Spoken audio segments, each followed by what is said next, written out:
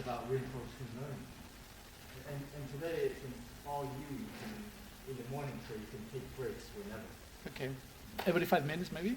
I I think that they're going to need maybe more breaks than me. Yeah, so maybe like 45 minutes to break, and then 45 minutes to break, and then... I think that, okay, that could be like a very good idea. Okay. Okay, well, thank you very much, Rava, Luis, Chuan, and the rest of the organizers for inviting me to come back here again. So it's really a pleasure. I'm seeing some faces from my lectures that I gave here before. So thank you for coming again. And so yeah, let's take it this easy. So this is going to be, first of all, like introductory lecture, and then we will go more into advanced lecture. So first question.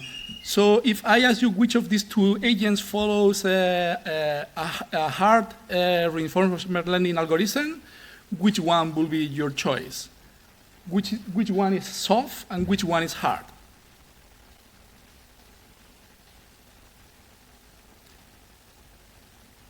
Tell me, which one is soft? Looks okay. And if I ask you which one looks more naturalistic, more realistic, in terms of movement, something that your niece will do if she was about to balance a pole and play with it over her finger, will be the one at the top or the one at the bottom? Okay, so so when it comes to describe behavior, so hold this for later. So when it comes to describe behavior, the standard hypothesis is that animals are reward or utility maximizers. And this idea pervades many fields, including economics, artificial intelligence, and psychology. So you will see this idea everywhere pretty much. But of course, this hypothesis begs the question of what rewards are, right? So can you tell me what is a reward? So what would be a good definition of reward? It's not an easy question, but do you have a sense of what would be a reward?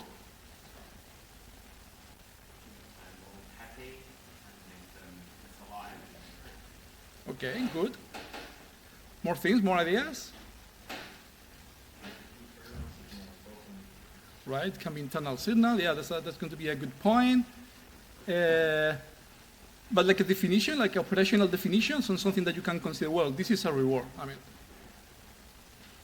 that will require going into the brain to see that, right? And maybe that's the only way to know whether that's a reward or not, right? But is there like a way to... Okay, well, this is a very hard question. And if you look at the standard books, this is the standard book of Sutton and Bartow on RL, you will see this type of schematics, where you have the agent over here that is interacting with the environment, and these two things are separated out. The agent can perform an action at every time t, and that may change the state of the environment. So the initial state of the environment was as t. After your action, the state goes to of the environment goes to a new one, as t plus 1, and that it may be sensed by the agent. But the important component here is that the environment delivers a signal, rt plus 1, that is going to be sensed by the agent, and the agent is going to try to seek the availability of this signal in the environment. So this is the very basic view of what the reward is. This schematic has several caveats. The first question, and actually one of the students brought this up, is that this assumes that there is a clear division between agent and environment, and rewards are coming from the environment. But we think that rewards can be divided, actually have different dimensions over which you can classify them. So you can name rewards as being external, like sugar in your mouth, for instance, or internal signal. So then the separation between environment and agent is not very clear. according to this standard classification. And it doesn't quite fit the previous model. And, but most importantly for today's presentation is going to be the distinction between this other axis, which is extrinsic between an intrinsic, which has been recognized by many researchers. And this is a little bit more complicated concept, but just to start a call, I'll give you an example. A extrinsic reward will be like, for instance, when you are told by your parents that you have to pass this exam. Because that will be like an extrinsic signal that is not coming from you directly to trigger a behavior. But in some other cases, you might have intrinsic motivation to study and to attend to this lecture this morning. So to start with, I'm not going to dare to define reward in all its generality. So let's define first extrinsic rewards. So what do we mean by extrinsic reward? And so what not everybody will agree with this definition, but we can define it as a policy-independent action state signal that is sought by an agent. And I'm going to give you an example to really spell this out clearly, what do I mean by all these concepts. So note that in this definition, rewards can be extrinsic or, external or internal. So these extrinsic rewards can be either way. So let's consider this example from engineering. This is a robot vacuum cleaner. It can be characterized by a state. So you know the location of this robot in the room, the energy of the battery, whether the agent is detecting dust or not. As you can see, this state covers external factors like location. It includes internal states like battery, and it also includes like boundary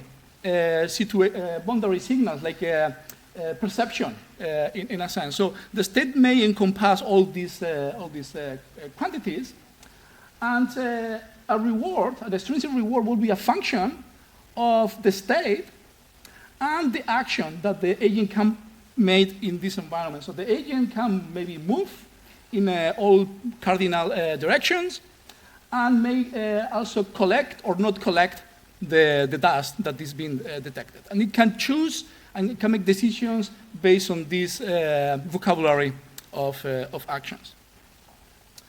And on top of these critical variables, there is the notion of a policy. So a policy is going to be the way this agent generates actions in the environment depending on several factors. Most importantly, depending on the current state, but also depending on the previous history, what this agent has learned about the environment. Okay, so this is actually the critical quantity that an engineer wants to cook up and to find out and to engineer. But to know what this function should be, the engineer has to figure out what is this reward function. So this is a extrinsic reward function that depends on the state, it depends on the action, and as you can see, it doesn't depend on the policy. Okay, so it's a policy-independent state action signal.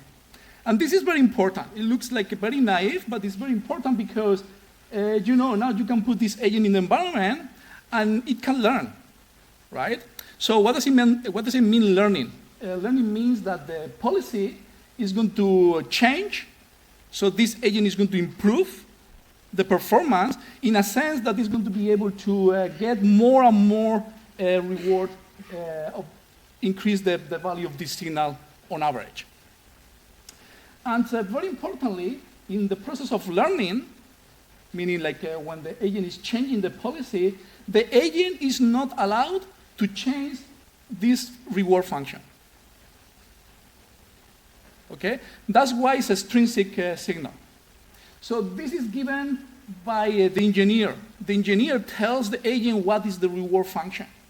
In the case of humans or animals, it if we assume that there is such a reward function, that has to be built into the system. It's given by evolution or something like that. And we cannot tweak or change this reward function. And this is what we mean by extrinsic reward function. Yes? The first one is how the reward is quantified in our brain. Because the reward mechanism is provided by the environment, but how our brain transforms this reward signal into the signal in our brain, we can do some computation. The first one. And the second one, the reward function is discrete variable or continuous variable. It can be anything. So it's, right now it's a function. It's a function that takes, it's a real number a priori, so it's just a single value function. But it is totally arbitrary. A priori it can be bounded, it may not bounded. That is included in this definition. But the critical component, the critical notion is that there is a distinction between the concept of learning and reward function. So you can you can improve learning, you can improve behavior through learning, but you cannot change this reward function. Okay. So essentially how this is implemented in the brain is like an open question. It's really like an open question. So we don't really know what these signals are. It can be dopamine, but we see reward signals pretty much everywhere in the brain. So this is a highly distributed system that cares about these signals potentially. So this is quite important. So then we can reformalize the standard hypothesis. So what people actually mean when they talk about animals being reward or utility maximizers is that animals are extrinsic reward or extrinsic utility maximizers. So this is the common assumption. So if you look at papers in psychology, people will cook up like a reward function that is assumed that the human is trying to maximize and so on. And equally in experiments with animals, with rodents, you will assume that the animal wants to maximize the water income per unit of time or something like that. So you interpret all your behavior based on a reward function which is extrinsic. It cannot be changed by the animal or the human in question. Okay, so people mean this, actually. Okay, but now if you look at in more detail behavior, you start to see that there are behaviors that seem to challenge this simple idea. So you see that, for instance, animals explore a lot, and you have seen this, for instance, in the beautiful talk by Marcus Meister, where he claimed that 80% of the time rodents explore, even though they may have food in their home cage. So this is weird. I mean, this is not easily interpretable as purely reward food maximization or reward or energy maximization, right? But more importantly, there are other behaviors such as motivation and curiosity in kids that doesn't seem to go very well with the idea of reward maximization. But actually, you can push a little bit this idea, and actually these behaviors can be explained by the Zen hypothesis. So let's take the example of the exploration-exploitation dilemma. We're going to talk a little bit more about this next. But here the essential idea is that you can exploit, so you can get the rewards that you see in the environment right now. Okay, that's one possible strategy for your behavior. Or you can explore. You can go to a different room, a different niche of the environment, learn something new, and maybe that thing that you learn new is going to improve, is going to give you bigger rewards in the future. Okay? So you can trade off not having immediate reward right now, if now you learn, and this information may be useful in the future to get even higher rewards, like more food or more money, whatever you think this reward function is. And so actually, we can reformulate again this hypothesis, and we can say that what researchers mean is that the goal of behavior is to maximize the expected future cumulative extrinsic reward. So this is what the most standard, the formulation that I think that most of the people in the field will agree that is our working hypothesis when we study behavior and the brain. So essentially the idea that, yeah, I mean, animals are not completely greedy. They may learn sometimes to get further reward, bigger reward in the future.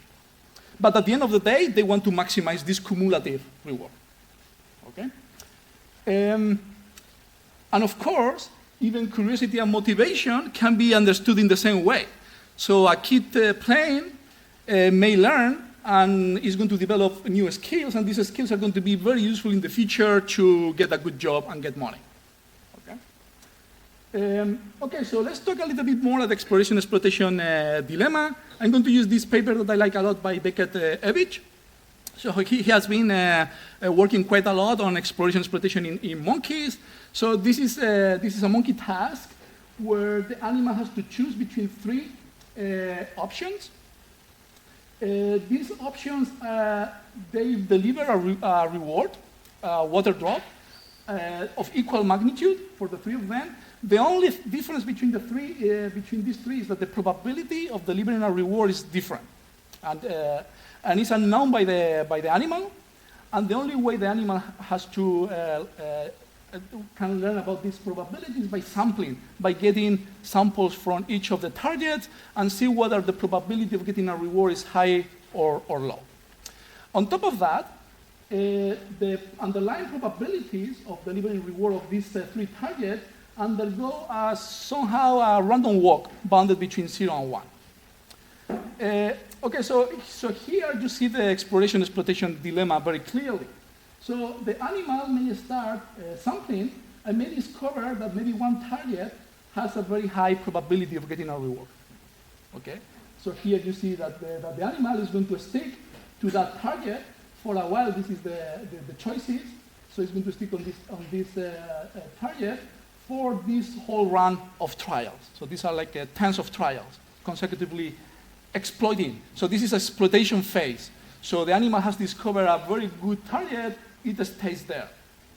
But then what you can see is that the probability of that target goes down, the blue, right?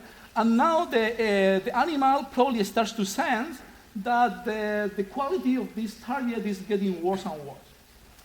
And it may have an incentive to start to explore.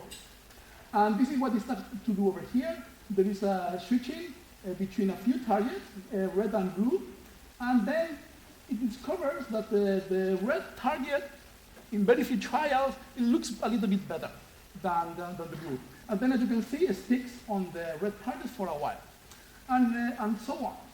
So here, the animal alternates between exploration phases and exploitation phases, depending on its current estimate of which are the probabilities underlying the reward delivery for each of these three targets. So the way we interpret this behavior is, first of all, that the animal holds a belief, and you have seen this idea in many talks already, about what the value of these three targets are. And this belief, we are going to call it a value. And for every trial T, the animal is going to have an estimate of this value, of this probability, for each of the three targets. So I goes from 1, 2, 3. And so this is the current estimate of the three probabilities of the target. And now you are, the animal samples one of the three targets, gets a reward, and the animal has to update the value of this estimate. So what is the simplest way of updating the value? The simplest way of updating the value is to comparing the reward that it gets in a particular trial with the estimate of that probability. And this is an error signal. This is called a delta, the delta rule. And this delta signal is going to be added to your current estimate to form the new estimate in the next trial. Okay. So if your observation, if your observed reward is higher than your expectations, then the next estimate of your value is going to be higher. But if the observed reward is smaller than your expectation, it's going to be the other way. It's going to be lower. And you may wonder what happens with an observed target. because you can only update, a priori, the value of the target that from which you get the sample from. The other two targets, you don't observe that, right? So here you can add like a leak term. There are several versions that you can do over here, but this is not the layout over in these two equations. So this is the first phase that is critical for the animal to make a decision, which is to hold an estimate of these hidden probabilities for the three targets. But that's not the whole thing, right? The whole thing is now what is the strategy that the animal is going to follow to make choices, right? And this is what we call the policy or the action selection rule, which is essentially a mapping between this internal state of the animal to an action. An action here is sample one of the three targets. It's a ternary action in this case. Okay, so there are several policies that you can work with. And a very standard one that has been used in RL and in behavioral sciences is what is called the epsilon greedy action selection rule, which is very simple. It's like with probability epsilon, where epsilon is small, you are going to sample randomly out of the three options. And with the remaining probability, you are going to sample the best current estimated option. So essentially, you're going to look at which of the three targets has the current highest estimated value, probability, and that's the one that I'm going to choose with very high probability. But I'm going to sample from time to time the other ones, just in case the other ones, for whatever reason, the probability went up very high. So I need to keep exploring just in case. And this rule is going to do that. It's going to exploit and explore. So if you pay attention to these equations, there is a typo, but these equations are from the paper itself. So an exercise for you is to discover where the typo is. But this is not the most useful action selection rule, because this doesn't distinguish between the second best and the third best option. So the way you are going to explore the second and the third best options is with equal probability. And it doesn't make much more sense. That would make sense if the estimated value of the two other targets, the ones that I'm not exploiting, are assumed to be similar. But if one of the estimated values is very close to the one that I'm exploiting right now, maybe it's better to explore more the second best than the third best. So this is accomplished by what is called the softmax action selection rule, which is given by this equation. So this is the probability of sample option I, 1, 2, 3, at time trial t. It's going to be dependent on the exponential of the current estimated value multiplied by some inverse parameter temperature. So this probability sums up to 1, because the normalization factor sums up all the three options, so it's a proper probability. And you are going to sample more, of course, the target with the highest estimated value, but you are going to sample the next one that you're going to sample most is the second best option, and so on. So here you have a graded sampling depending on their currently estimated values. So this softmax action selection rule has a lot of tradition in physics and behavioral sciences. So this comes out from the Boltzmann distribution, but actually in behavioral sciences has been used since a long time by Luz as a heuristic way to capture the stochasticity of choices of animals and humans in decision making in general. So it has been used very popularly. By the way, I don't need to cover the whole thing, so please ask any questions. I can stop. I can go back to previous slides, so I'm totally yours. So whatever you want, please ask, okay? Okay, so what the behavioral data say? So here we can do the statistics of the runs, so the length of this consecutive sampling of options, and we can plot the distribution of that.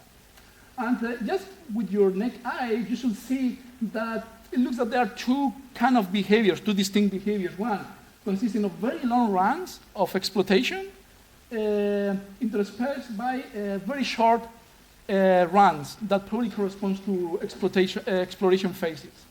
So when you plot the distribution, actually you see like a very big, large probability peak at close to 0, and then a very long tail.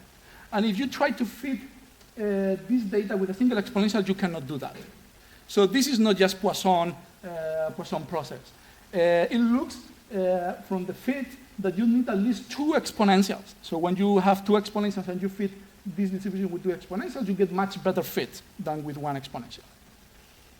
Okay, so now we have this model, and the question is whether this model is able to capture that behavior or not. And the answer is that it's not.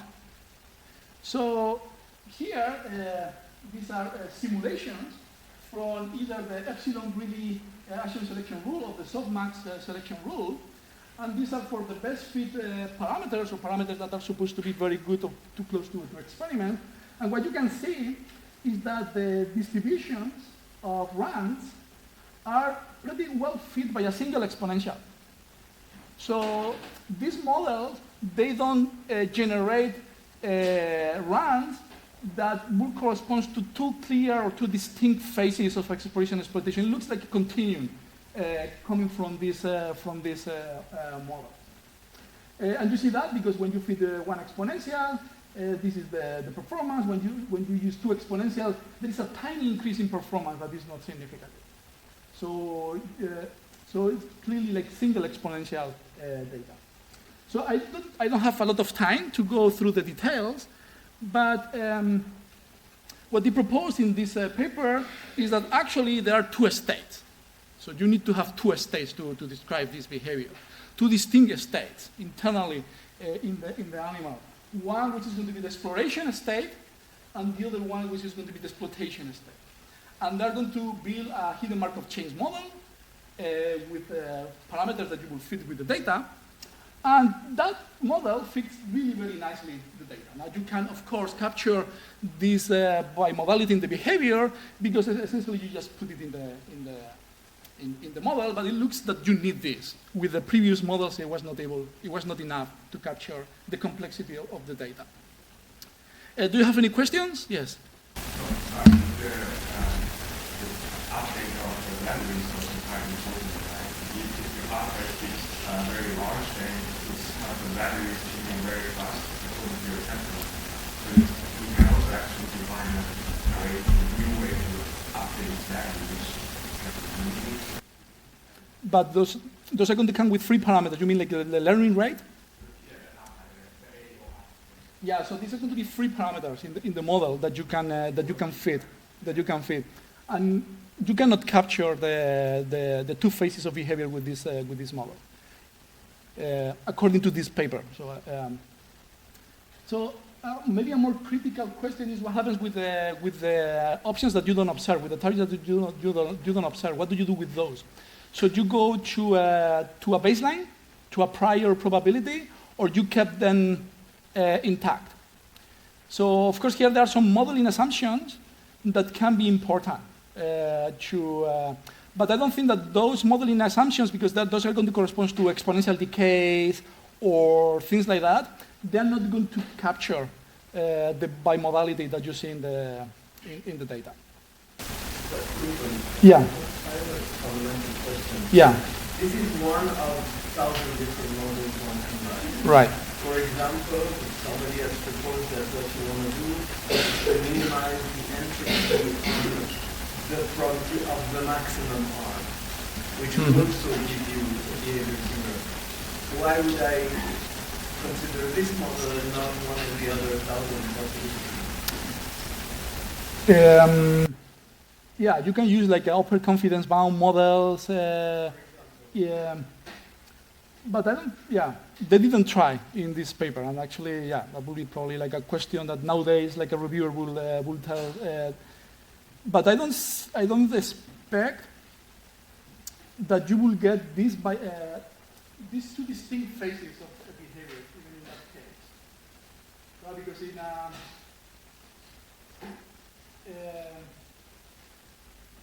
Or maybe yes, I don't know. I mean, like, so you know so you are thinking specifically about the upper confidence bound rule? It's not, it's not UCB, but it's another algorithm someone else has proposed, which is somewhat related to UCB, but Okay. it's a different formulation.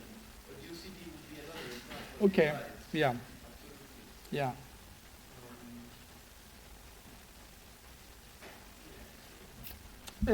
My feeling is that the animal exploits too much. So these ones, probably they're not optimal. Exploits too much. Probably they're not optimal.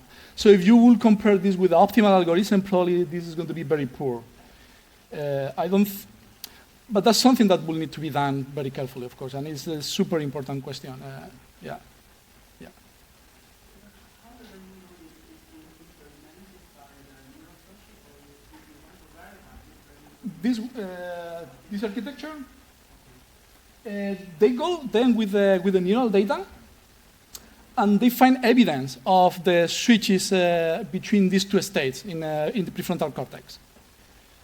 Then the details of the implementation, I don't think that they are able to nail them down, but there is a correlation of these two states in neural data. Yes. So in these two different hidden states, correlation with this causation, do you assume there are two sets of state value functions, or it's the same value but different policies in two different states? Is the same value. It's the same value that is shared across the two. The only thing is that this block. So when you are in the exploitation phase, then essentially, or the other way around, when you are in the exploration phase, then you use the current values, and when you are in the splitting phase, then you use the same ones. So everything is blocked.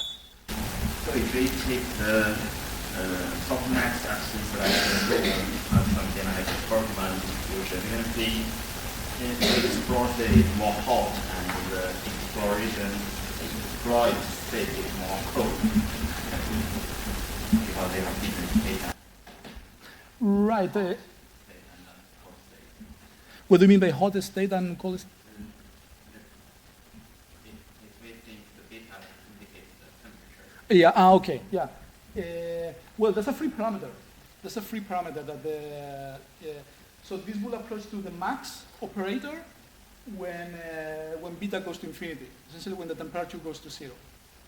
Yeah, and that's but in data you need some stochasticity to explain behavior. You need some stochasticity. So this will never be too cold in a sense. And very often it's difficult to interpret this, the value of beta. What does it mean, beta neurally as well? Because this is just a way to fit finally the psychometric curve. But this depends on it's going to depend totally on the sensitivity on the estimated values, essentially. But what Luz said is, based on the number of axioms, if those axioms are satisfied, then you assume probabilistic choice, you have the choice given by a normalized value function. Then you can write it as an exponential. Mm-hmm. But the argument of the exponential doesn't have to be the actual value, right? It could be log of the value, for example. So there's some freedom there too. Okay. Mm-hmm. Yeah, I'm not super familiar about the mathematical derivation of this program. Yes. We have assumed that the body can compute the probability, but we can have it over. Right. And that which means we have not assumed that we have a limit for the number of choices. Right. Here we have the receipt possible offers, Mm-hmm. we have probability over two probabilities, so we can have a choice. Mm-hmm. When we have that, we see 100 probabilities. Yeah. Well, we have a limit, which means when we get 50 Yeah, no, that's not that.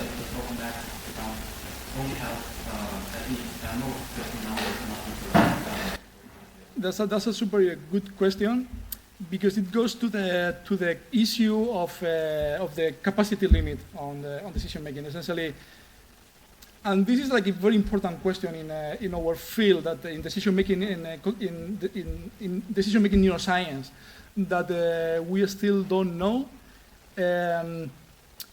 So you're right. So when you have very few options, then it's very likely that you can hold an estimate of these very few options.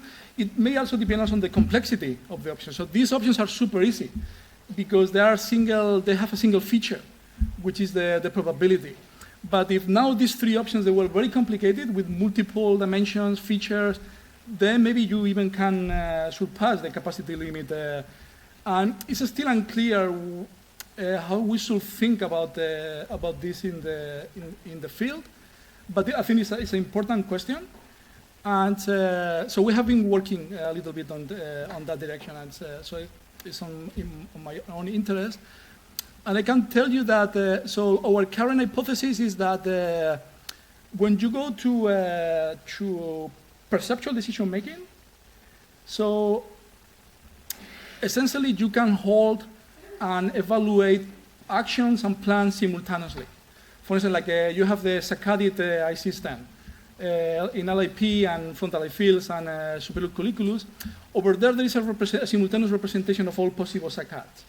And probably you can run competition, simultaneous competition, and evaluate through saliency the possible targets of your next saccade. And probably there is not that big limit there as to how many potential saccades you can consider at the same time. But when you go to more complex decision making, then probably you go to a totally different mode, where evaluation is actually the hard problem.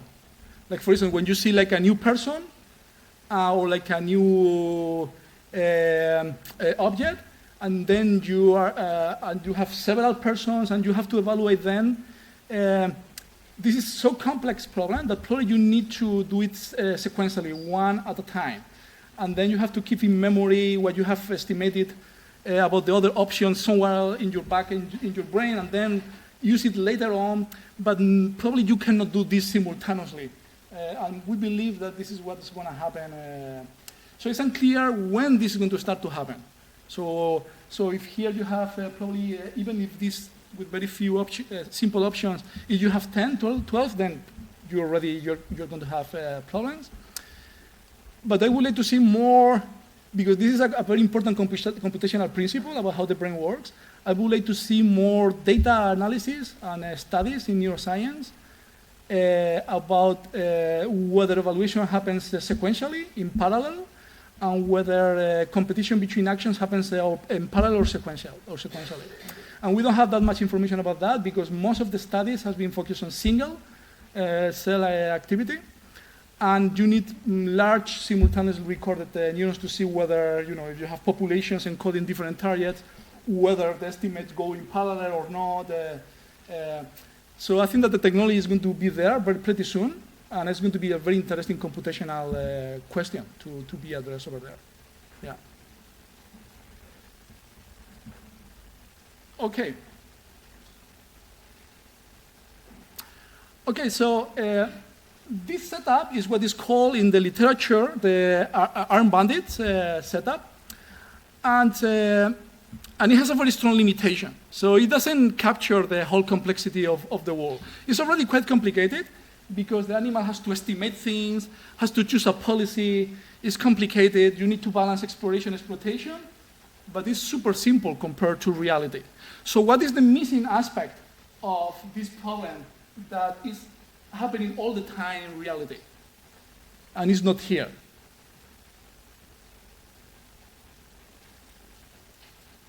Or this is what you find in nature. So everything is an R-bounded problem. So what is missing here?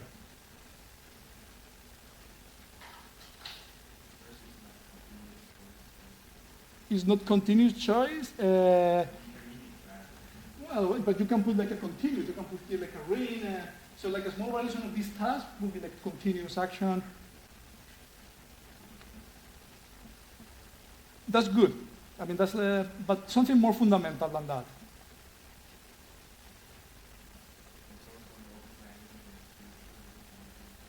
And why there is you don't need Well, here there's a little bit of planning, because in the exploitation dilemma, you have to think about, well, if I exploit now, then I'm not going to learn much, so in the future I may get less reward than I should get. So there is a little bit of planning. But what is the missing component that is a really oversimplification of reality? So what happens when the animal chooses a target? What happens with the hidden state of the target? What happens with the probability?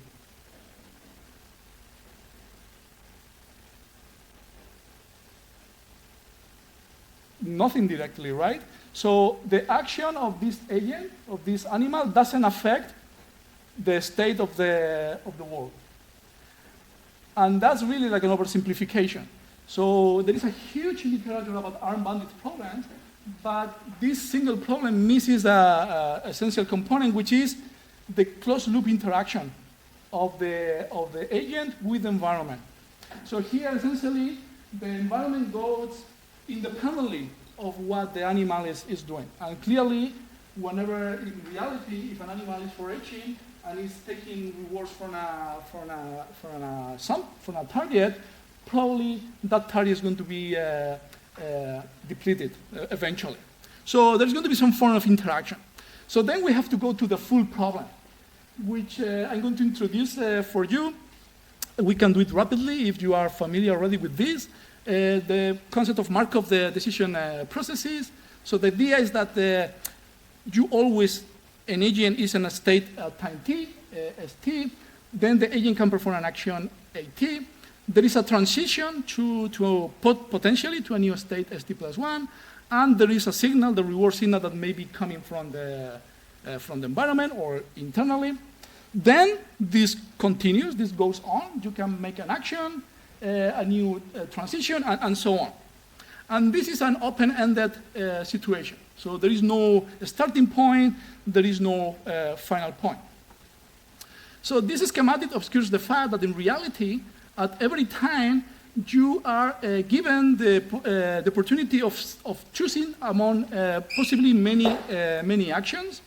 So this is what the way you will choose one out of these actions is called policy. It's a stochastic mapping, possibly a stochastic mapping between the states and actions. Then when you perform this action, you not necessarily go deterministically to a new state. You can go to a number of other states. Here I'm going to assume that everything is discrete. The state space is an action state is discrete. And this is characterized by this transition probability, which tells you the probability of transition into a state st+1 when you were initially in a state st, and you perform action at at that time. And this is called sometimes the world model. The animal typically doesn't have full knowledge of these transition metrics, of course, but it may have a model of these transition metrics. And then you have the extrinsic reward function, that is this signal that comes in and that you seek, that it depends only on the state and the action. And then the critical quantity in Markov decision processes and in RL is the so-called value function. So I'm going to spend just 30 seconds to describe this concept because it's super, super important. So the value function depends on the state where you are, and depends on the policy that you are following currently, okay? And it's defined as the expectation of the future discounted cumulative reward that you will get starting at the state S and following the policy and following this policy into the future. So if you were able to compute this quantity, that would be great, right? Because now you will say, okay, if I in a state S where my value is very high, that's a good state. Because if I'm in that state, I know that they follow policy pi, I'm going to get a lot of reward in the future, right? So if you know this value function, essentially you have solved the problem. You know what are the states where you want to be, okay? Similarly, if you detect that there are states with very little, very small value, then you will try to avoid those states. Because once you are in those states, those promise very little future reward. Okay? Of course, this is a very complex object, but it's the holy grail of RL. If you were able to compute this, essentially you have solved the full problem. And here, typically, we consider a discount factor, gamma, to balance a little bit feature rewards as compared to immediate rewards. So when gamma is smaller than 1, then you weight a little bit more immediate rewards than feature rewards. And this makes sense because feature rewards comes with more uncertainty, so you don't want to weight probably then as much as the ones that you may get more closely in time. Any questions about these concepts? Yeah.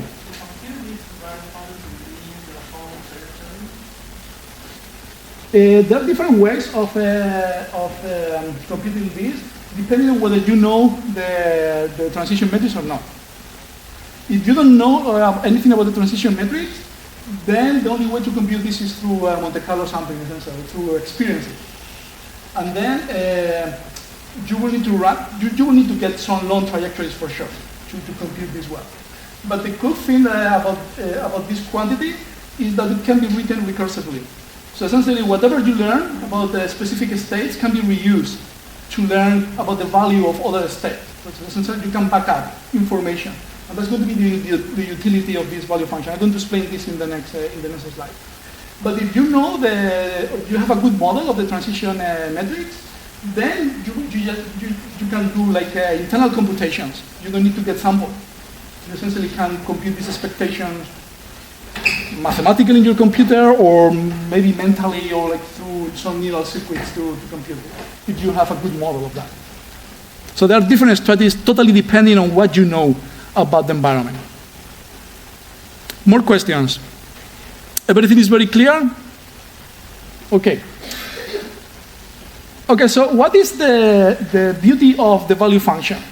The beauty of the value function is that it can be written recursively in the form of what is called the Bellman equation.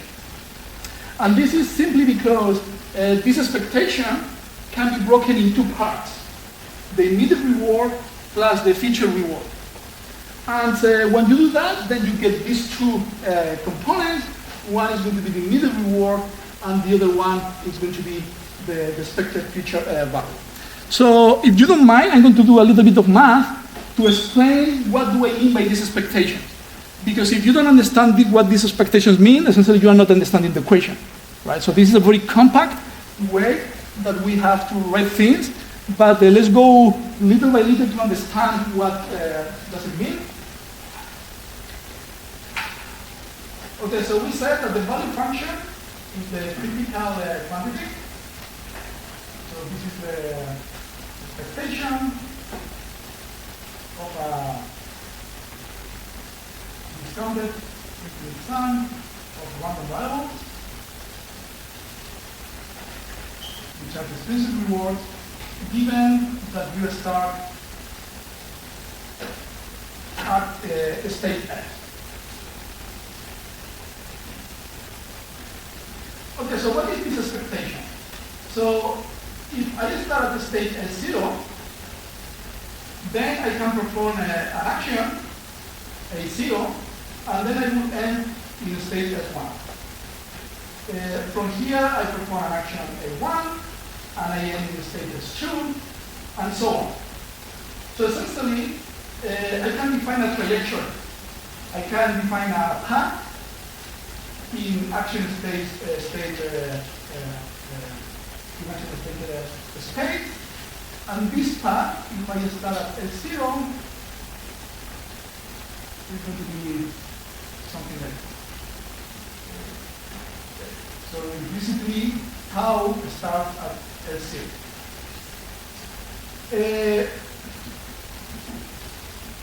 And actually, this path can be divided in two components. The first part of the path, which is a very brief part, which is S0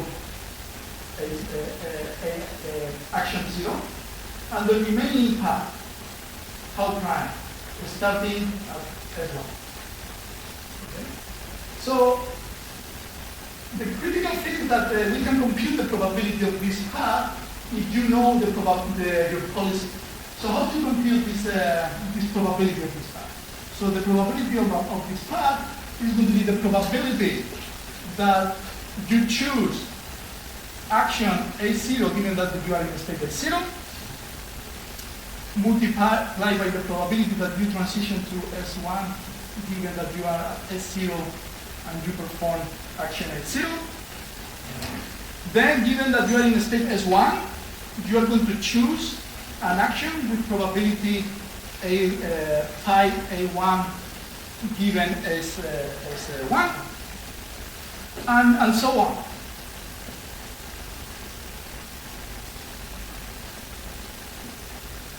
Okay, so essentially we know what this probability is.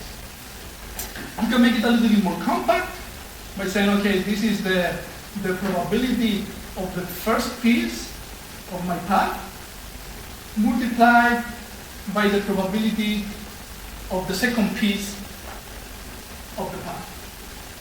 So you break this probability into two components.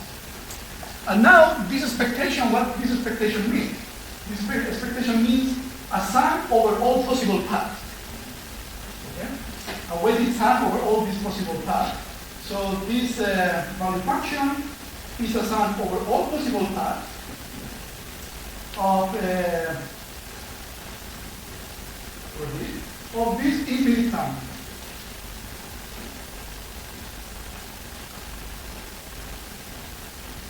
And because now we have decided that we start at 0, so this will be the value at 0. So this expectation means this. Okay? And now we can start to separate as it is over there. So we have the probability over all paths of the first reward, the immediate reward, plus everything else. And plus everything else is going to be the tau, sum,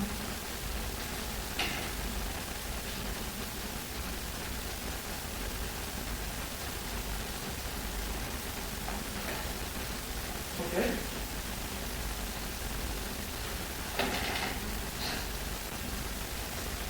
Okay, so now this sum, so this probability of the trajectory has these two components, this one and this one.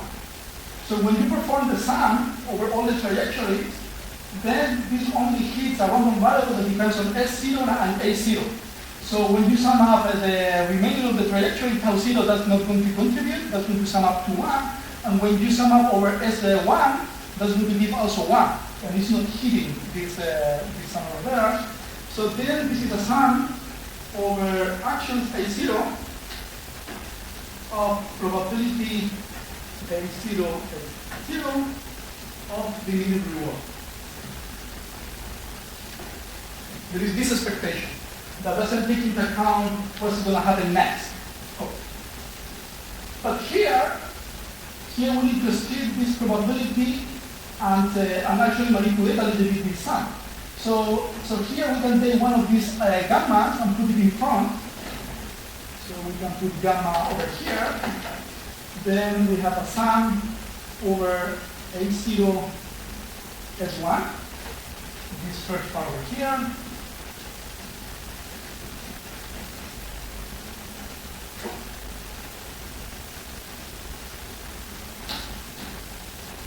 And now we have a sum over the remaining part of the trajectory.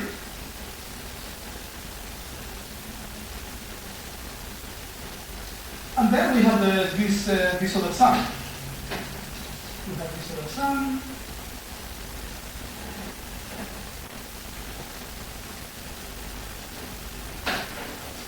But because we have taken out one gamma, now here we have gamma t minus 1. Multiplied by the random variable the actual values of these normal values. Okay, so what do we have over here? So what we have over here is a first expectation. So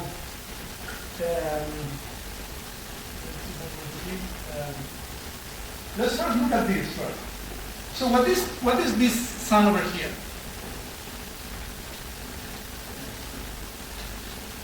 So this sum over here starts now at the new state S1 as opposed to starting with S0. So it's pretty much like the initial definition, right?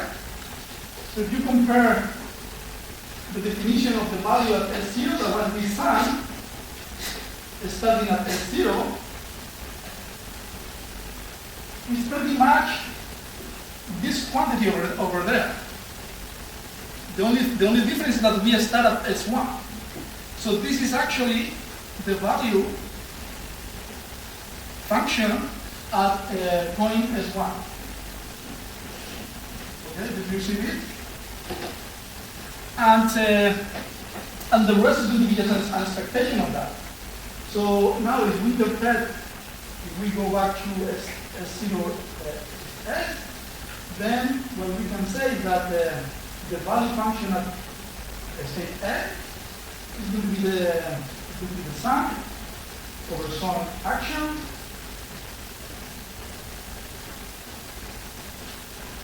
of the needed reward. I'm just saying notation. I'm just going from S0 to S, and A0 now is going to be any variable that they're going to be summing over.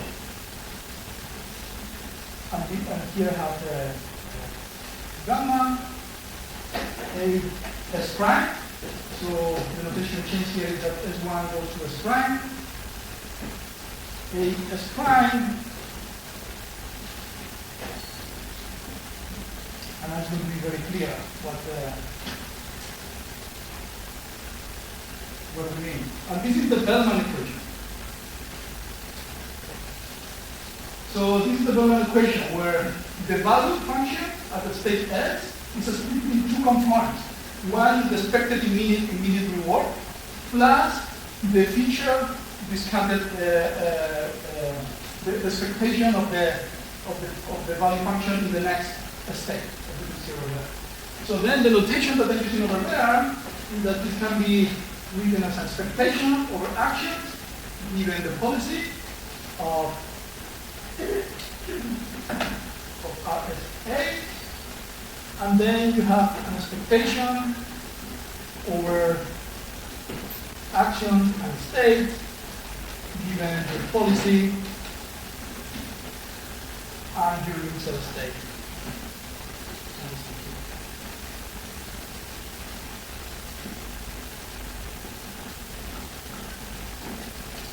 Okay, so now you understand the notation. So now you understand what these expectations mean.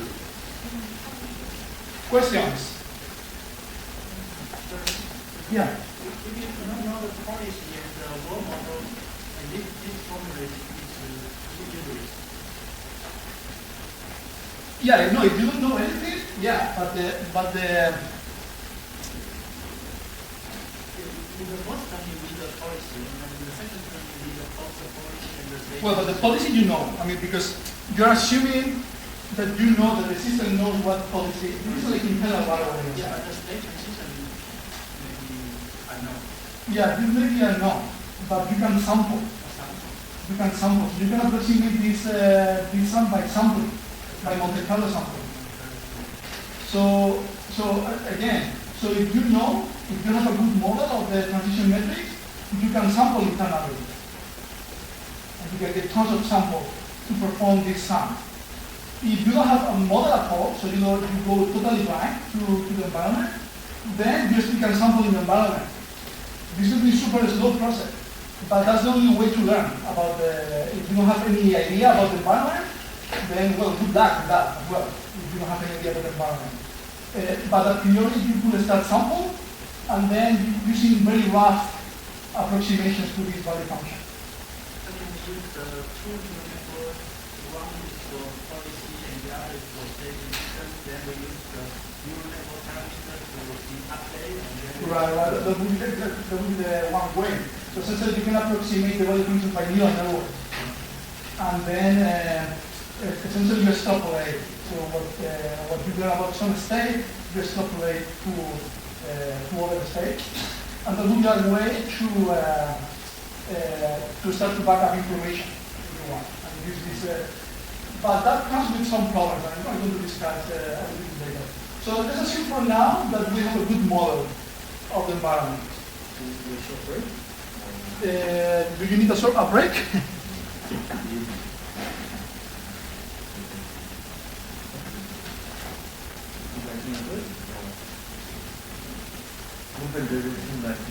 I can continue if you want. Or you have questions and then you don't want to ask topics. Yeah, question over there, yeah. Just one interview question. Yeah. Assume you policy have parameter, which is learnable, you just adjust based on every time that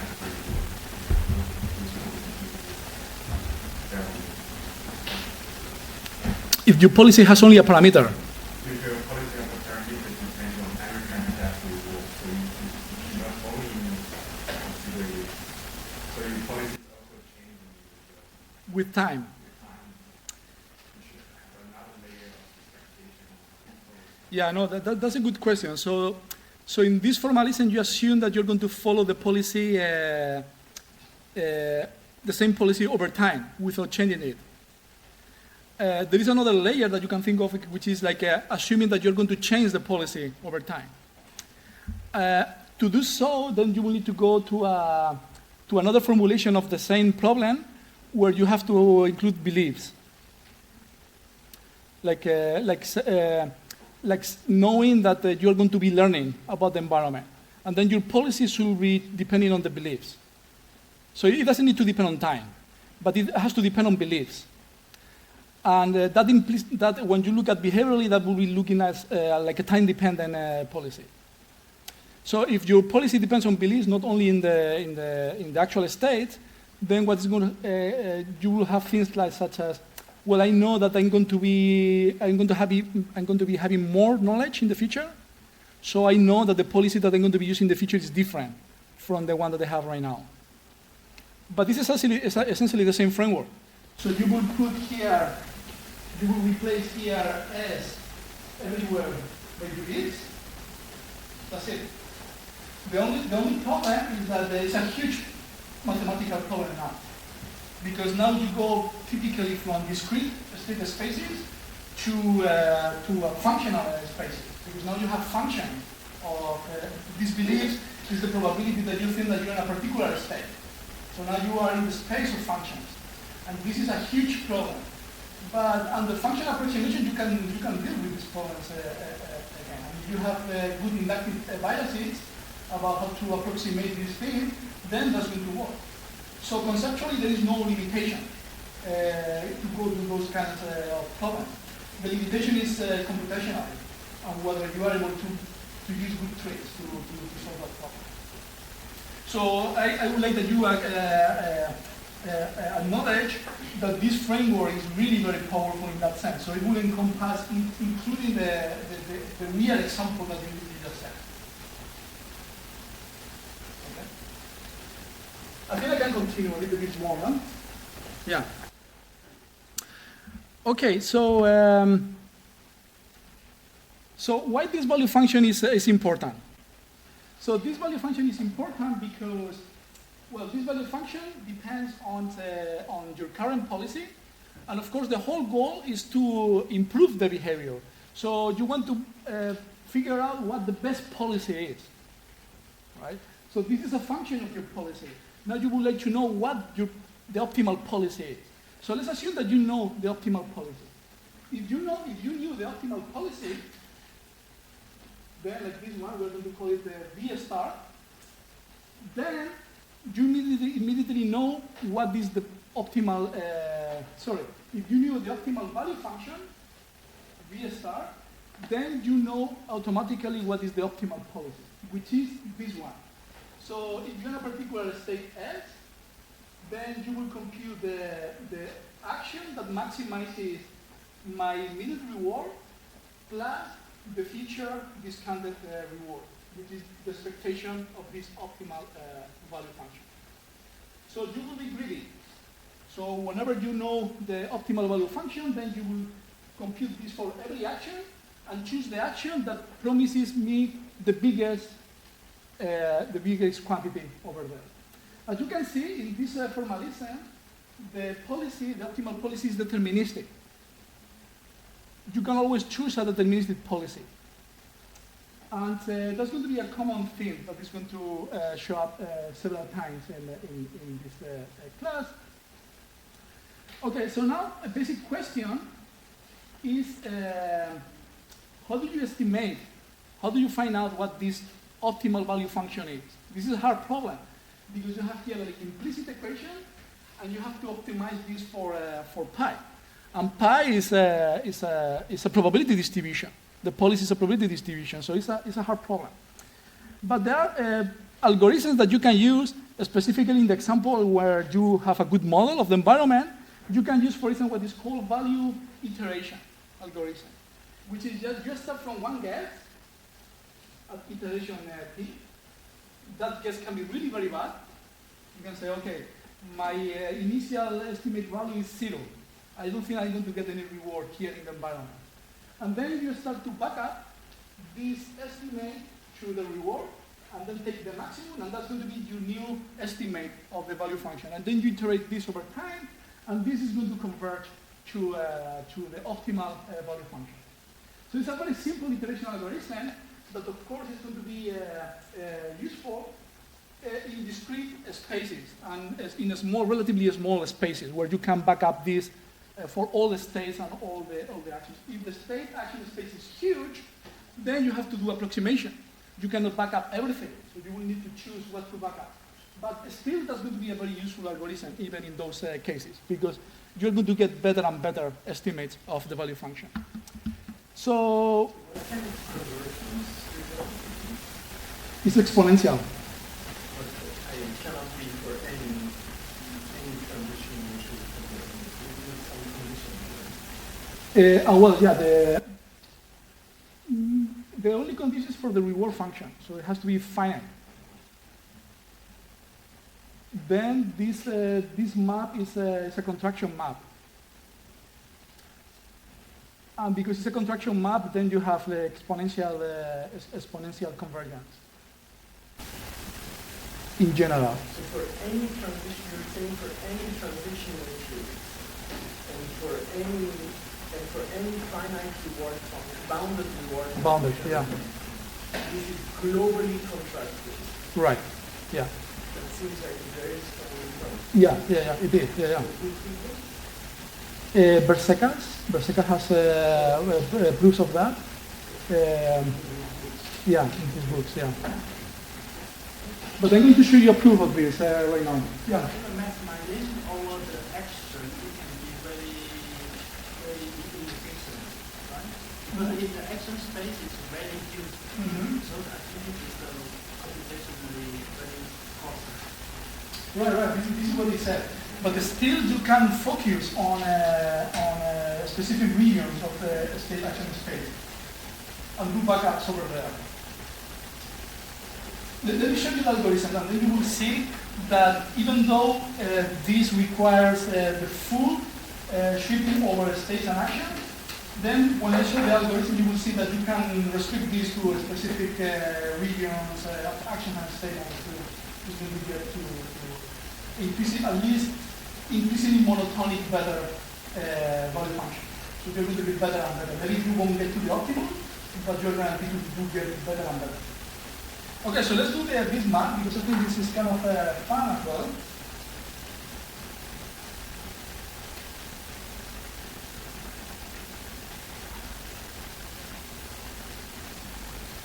So I need to prove that that validation makes sense. Right? So I'm not going to prove the whole thing, but I'm going to prove that there is a way to find the optimal value function if you are careful enough and smart enough, without using the contracting map tool. Okay, so the iteration algorithm goes at this.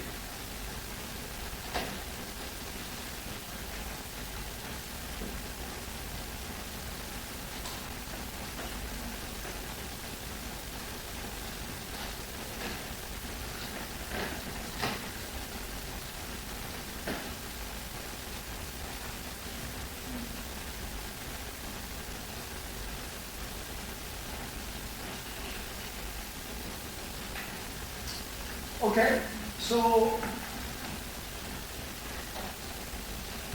let's assume the only condition that we are going to assume is that the reward function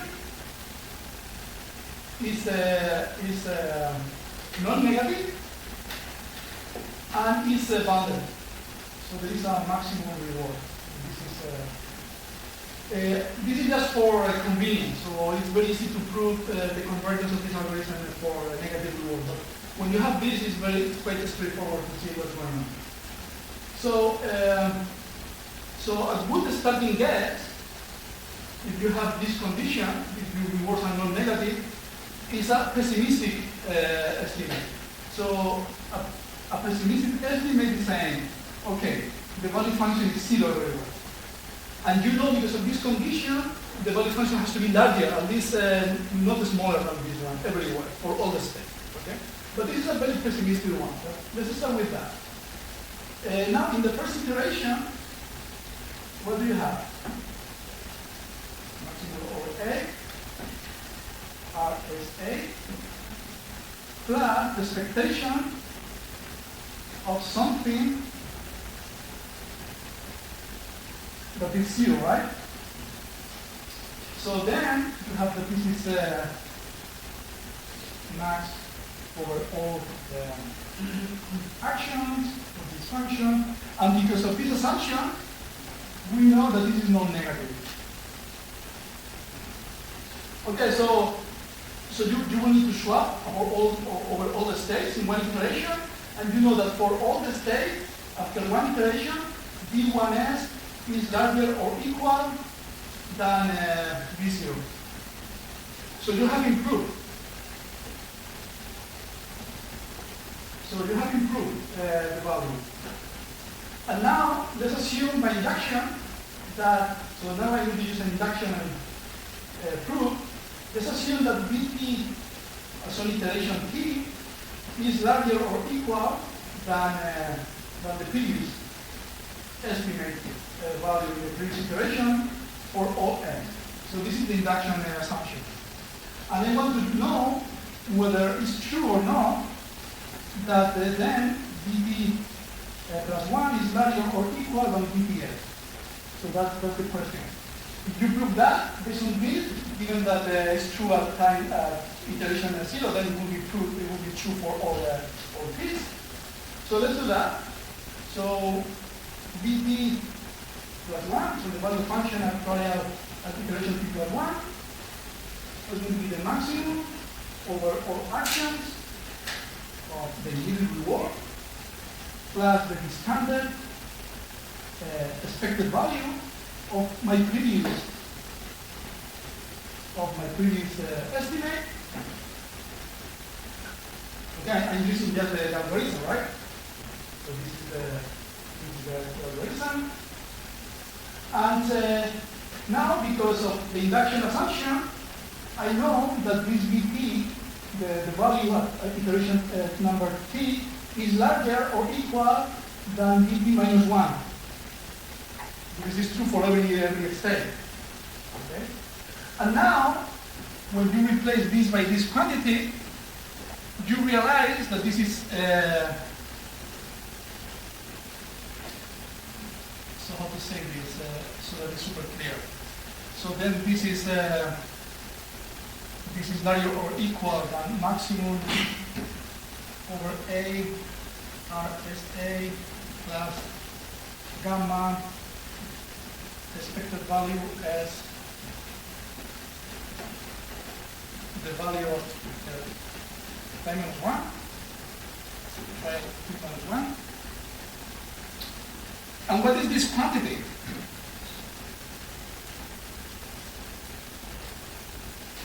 So what is this quantity? Can you recognize it?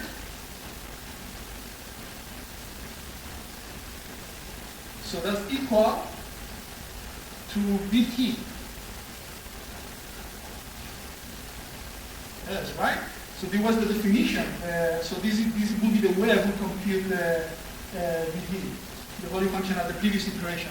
So then what you have proved is that Vt plus 1 is larger or equal to Vt. So essentially you have an algorithm that every time that you iterate, and actually here you can restrict yourself to the specific state. You don't need to swap all the states. So you can selectively say, okay, I'm going to update now this state only because I think they are promising and so on. You will get this monotonic increasing guarantee. So what does it mean? That if you plot the estimated value of trial t as a function of t for a given f, you start at 0, and then you never decrease. You never decrease. Okay? But the question is whether this doesn't explode either, right? Because if it explodes, then you won't get any solution that is valid. So does it explode? No, because when you are backing up these quantities, they are weighted by a quantity gamma that is always assumed to be smaller than 1. So the value function, which is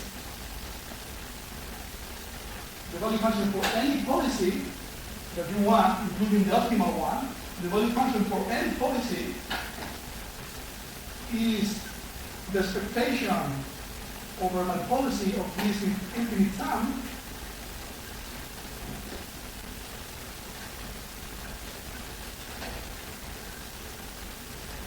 and every of these random variables are bounded by R max, the maximum reward, and then this is smaller than the product of a geometric series multiplied by R max. So then this is R max divided by 1 minus gamma. And this is smaller than infinity. So it's a finite quantity. So this cannot go to infinity. So this will reach a saturation. And then when that happens, you get V star. Then you get V star, the optimal value function. And the optimal value function will solve another equation, which is called the optimality-Bellman equation. So once you have reached this steady state, then what happens is that everything is self-consistent. When you put here V star, the optimal value function, you get in the next iteration V star.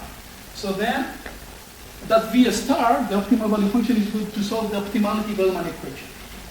And you can show, I didn't show over here, that for any other initial condition, because this only happens for, the proof is for this specific initial condition, for any other initial condition you will converge to the same fixed point. Because the mapping is contractible. And you will do it exponentially. So is this enough to show exponential?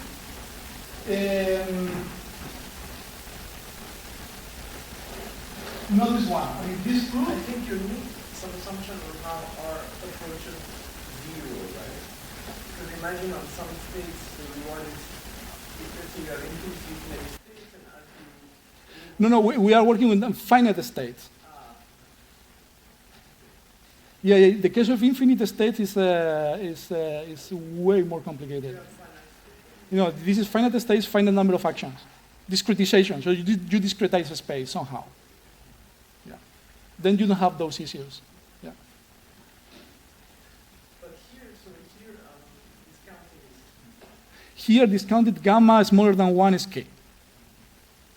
And actually, the exponential convergence is gamma. It is given by gamma, yeah. Right. Yeah.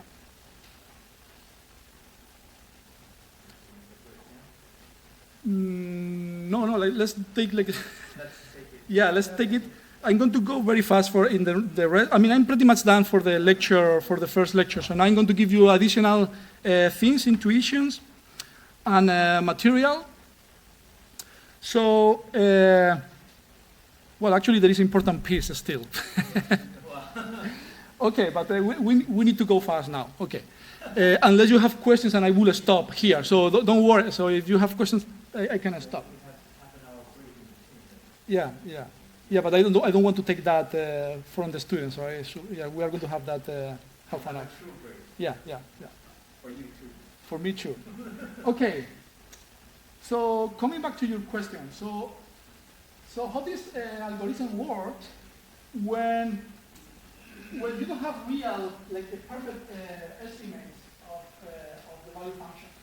For instance, when you work with Monte Carlo approximations or with functional approximations. Then, if you use the max operator, which will be the basic in many algorithms in RL, such as Q-learning, then you may have a little bit of an issue. Because let's assume that you iterate based on quite noisy estimates of this quantity. By the way, this quantity is called the Q-value. So the sum of the immediate reward for a given action plus the feature expected value. For every action, this is the Q-value for that specific action. And then you will need to take the maximum over all these Q-values and take the action that maximizes the Q-value. So the Q-value is this bracket over there. So according to the previous algorithm, in a previous iteration, you hold an estimate of these Q-values. Okay? And according to the validation algorithm, you will update this to a new estimate. But what's the problem here? The problem is that you take a max operator. And the max operator is going to be very prone to noise. So let's assume that now you have an estimate of for one action that, so this is the total estimate, which contains the true value plus one error signal. And the same for all of them. So if you have many actions, it's very likely that one error signal is very high and positive. So if you take the maximum, you're going to be very, very optimistic, too optimistic about the value of that action. And that can be very problematic because if this noise is big, and this will happen in many problems, you can get stuck for a long time in local minima and so on. And in big problems, you may not even find any good solution. So sticking to the max operator is never a good idea when you're using algorithms. So there are different ways people address this question. One, which is brute force, but it works nicely, is that people compute two different Q values for every state and action. And then you pick up the minimum of these two Q values. So essentially you are pessimistic. You try to be pessimistic at every step. And this corrects a little bit the optimism of the maximum operator. But not completely, because you can still have that the two Q values are, by chance, the two noises are positive and large, especially if you have very large action spaces. So another problem of this is that we use this mass operator to learn online and to get data from the environment online. Then this doesn't explore too much because you are taking always the best action. So you need also a different way of navigating the environment to get data and get a better estimation of this Q value. So one possibility is to use epsilon greedy. Epsilon greedy, we have been talking about it before. It will make sure that you explore actions even though you feel they're not that good. But at least you are not completely stuck in the ones that they have very high positive error. So you will explore the other ones as well, and eventually this will convert. But it's not very efficient, as we know, because you won't distinguish between the second best, third best, and so on options. So people have been introducing the concept of regularization in RL problems. And this is one of the first papers in soft RL, what we could call soft reinforcement learning, which is the idea that we are going to change a little bit the problem that we want to optimize.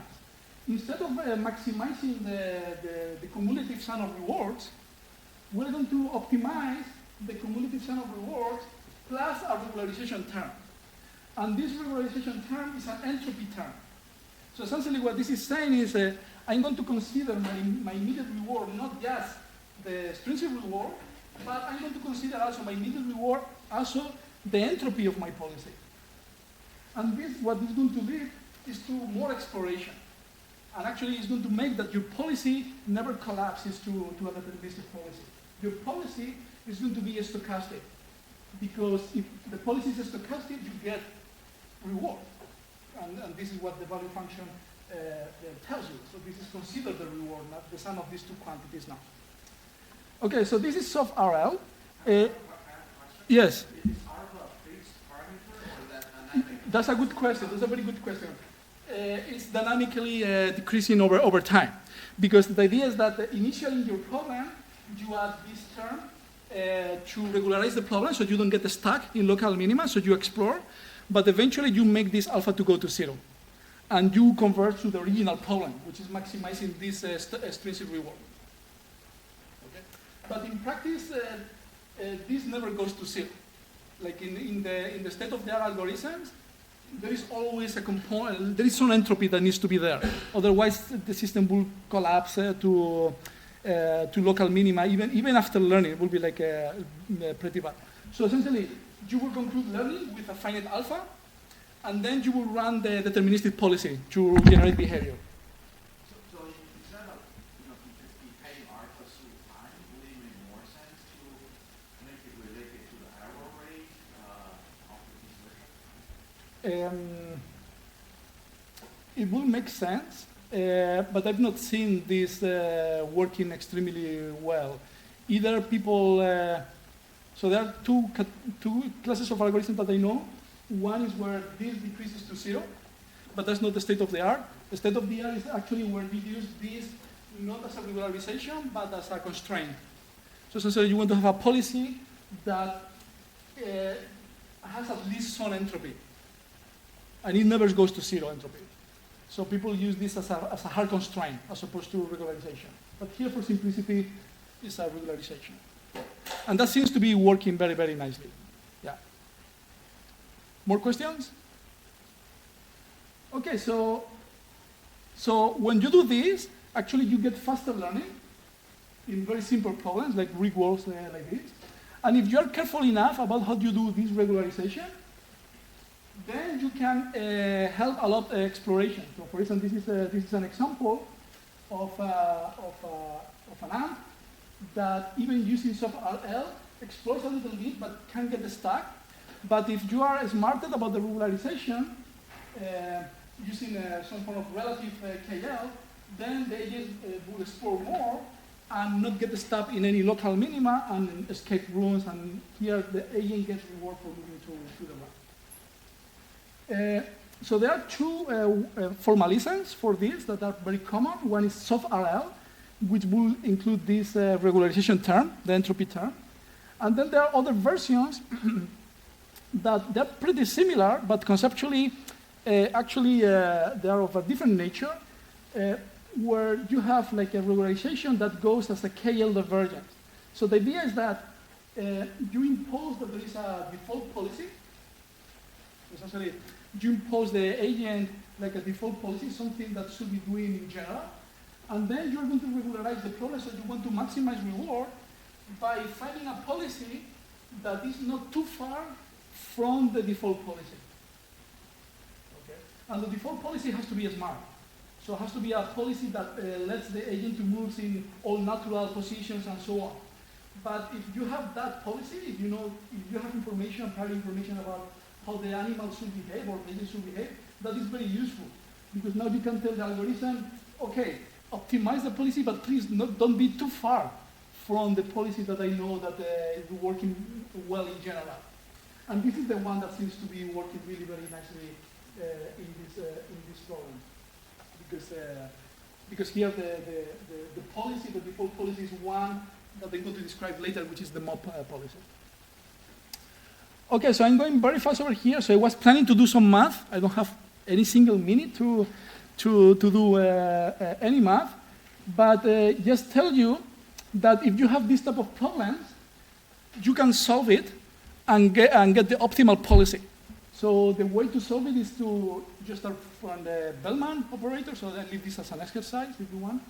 You can take partial derivatives on the policy, write down the equations, and then solve for the optimal policy.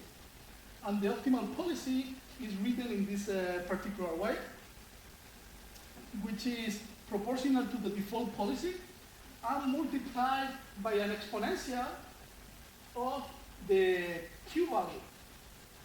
So as you can see in this formalism, what you get as the optimal policy is the softmax rule.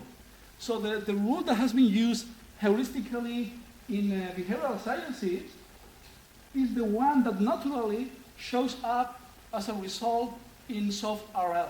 So let me remind you what is this softmax policy. So this is the optimal policy. It's proportional to the exponential of the Q value, the optimal Q value. So essentially, you're not going to be choosing with deterministically the best action, the action that maximizes the Q value. You won't do that. What you will do is to use a stochastic policy in a softmax nature, meaning that, of course, you're going to sample more the options that look really very good, but you're going to be sampling also the other ones for the sake of sampling them, because it's actually imposed here as a regularization term over there. Okay, so I think I'm going to stop here because I have I don't have more time. We continue in half an hour, or? Okay.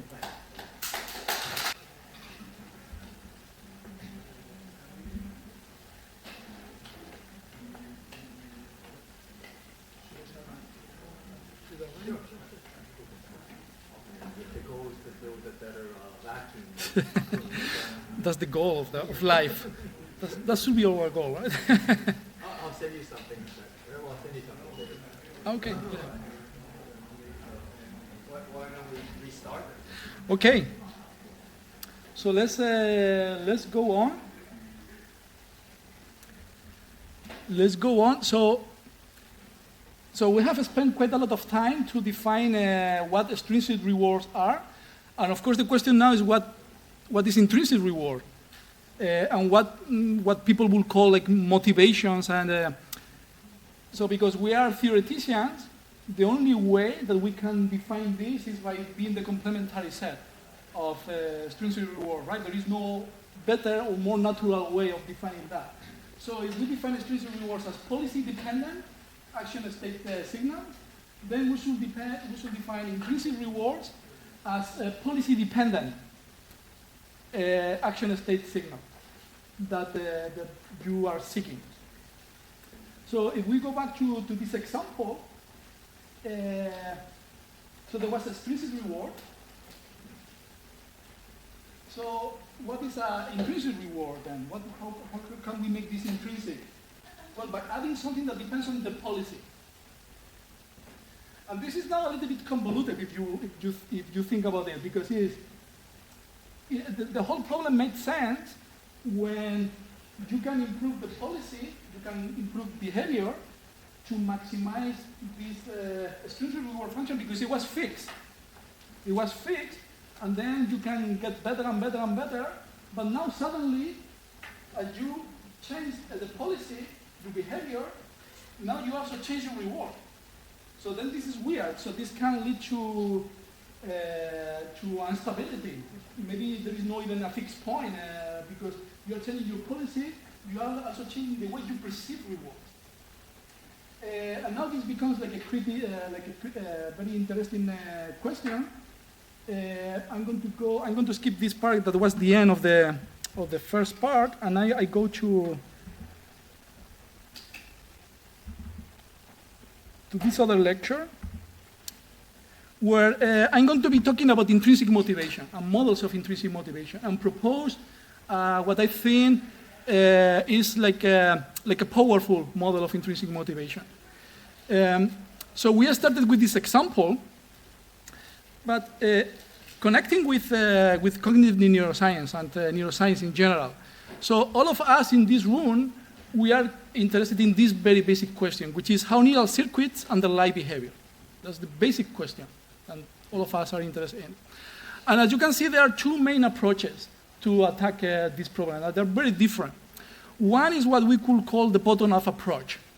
So this is the idea that, and the belief that if you have all the details of synapses, if you have all the details of neuron circuits, maybe you can put all this information into a big simulation, let it run, and maybe this leads to the emergence of very interesting behaviors by itself. So this knowledge, according to this approach, will be enough to generate interesting behavior. Okay? Well, we are not too naive, right? None of you are too naive and think that this is the only way to attack the problem, because we will always have missing information about the circuits, about the synapses. So this cannot be like the only way. But and it has been recognized by philosophers of science, like Krakauer and others, that putting too much emphasis in neuroscience to this approach induces two very important biases that may distract us from the important question. The first bias, and I know the first saying this kind of things, is that there is maybe too much emphasis on data collection and simulation. And there is not that much emphasis on theory. And you need theory to fill the gaps, because eventually we are not going to have all the information about synapses, neurons, and circuits. So you're going to have holes, and you will need theory to fill these gaps. And the only way to fill these theories is by having good theories. By filling these holes is by having good theories. And the most important bias from this approach is there is no emphasis on behavior. So we believe that if we put all these details, interesting behavior is going to emerge by itself. And that's also problematic because we don't use this other approach that we can call top-down approach, which is that we know a lot of behavior. And actually, it's not that we know a lot of behavior, it's that we are very good as humans to detect what it looks like interesting behavior or not. So our perceptual system can detect very easily if that movement is like behavior, realistic behavior or not. We're very good at that. And so I'm going to advocate for this approach in today's presentation, which is the idea that maybe we have good theories of behavior, maybe we can go in reverse and get ways to fill in the gaps that we're going to have always from this other approach. And of course, I believe in the interaction of these two approaches. But we shouldn't forget one or the other, okay? Okay, so I asked you when we started this morning, which of these two agents look more realistic? And we are pretty good at visualizing and giving agency to these systems, right? And the reason why most of the people think that the one at the top is more realistic, in a sense, more naturalistic, is because life is in motion. And actually, philosophers have defined life as a movement itself, like a motion itself. And I mean, humans, animals, they have a natural tendency to explore and interact with the world. And more than 100 years of research in developmental psychology has shown that kids explore with curiosity. And another important aspect of behavior is that it's extremely variable. Too variable from what we would expect from a system that, if we assume that it's trying to maximize a reward. And actually, we see variable behavior even after heavy training in animal models and in humans. There is always some variability. And this, and I started my first lecture discussing this behavior seems to elude a simple explanation in terms of reward maximization, extrinsic reward maximization. But the current view is that it's not, that these behaviors actually are there because if you have variable movements, if you interact with the world with curiosity, you will learn, sometimes by chance. And if you learn, you can get higher feature rewards. And then this goes back to the standard hypothesis in the field that everybody believes is true, which is that we are cumulative reward utility maximizers, and everything is explained by this single hypothesis. And now the question is to know what is the reward function, but that's our current working hypothesis. So let's challenge this idea. So this is a robot like this. In the BBC News, it was described, a robot like this, that it was working in a hotel room. It escaped from the hotel room where it was working. It was lost for 1 day, and it was found outside the hotel under the buses the day after. So the unpredictability of this type of behaviors say that you, as an engineer, trying to assign a extrinsic reward function to this agent is a very hard problem, because you can get totally unpredictable behaviors out of this exercise. And actually, when you think twice about this problem, it's a very complicated, daunting problem. So let's play the role of engineers. So you're interested in this system. I'm not interested in this system, but this is an example. So how will be the reward function that you will cook for this system? Well, you can ask this system to maximize the amount of collected dust per unit of time. You can ask it that it focuses on allergenic content, or you can ask it to be energetically efficient. But what is worse is that you can combine all these features in any arbitrary way. And what these weights are is totally arbitrary. I mean, you have to try things, and you don't know what's going to come up from this exercise engineering problem. So this is the problem that you have if you want to generate intelligence. If you want to call this like intelligence system, but in general, it's the problem that you will have as engineer to cook that reward function. But it's also the problem that we have in cognitive neuroscience when we want to infer from animal behavior, including human behavior, what is the reward function that explains the behavior of the system that we are studying, being a monkey or a rat. So this is a very hard problem. This is called inverse RL, which is trying to infer the reward function that the animal is maximizing. It's a very complicated problem, and actually I know of a bunch, just few examples of success in this exercise. And one is our work with Jan Drugovic.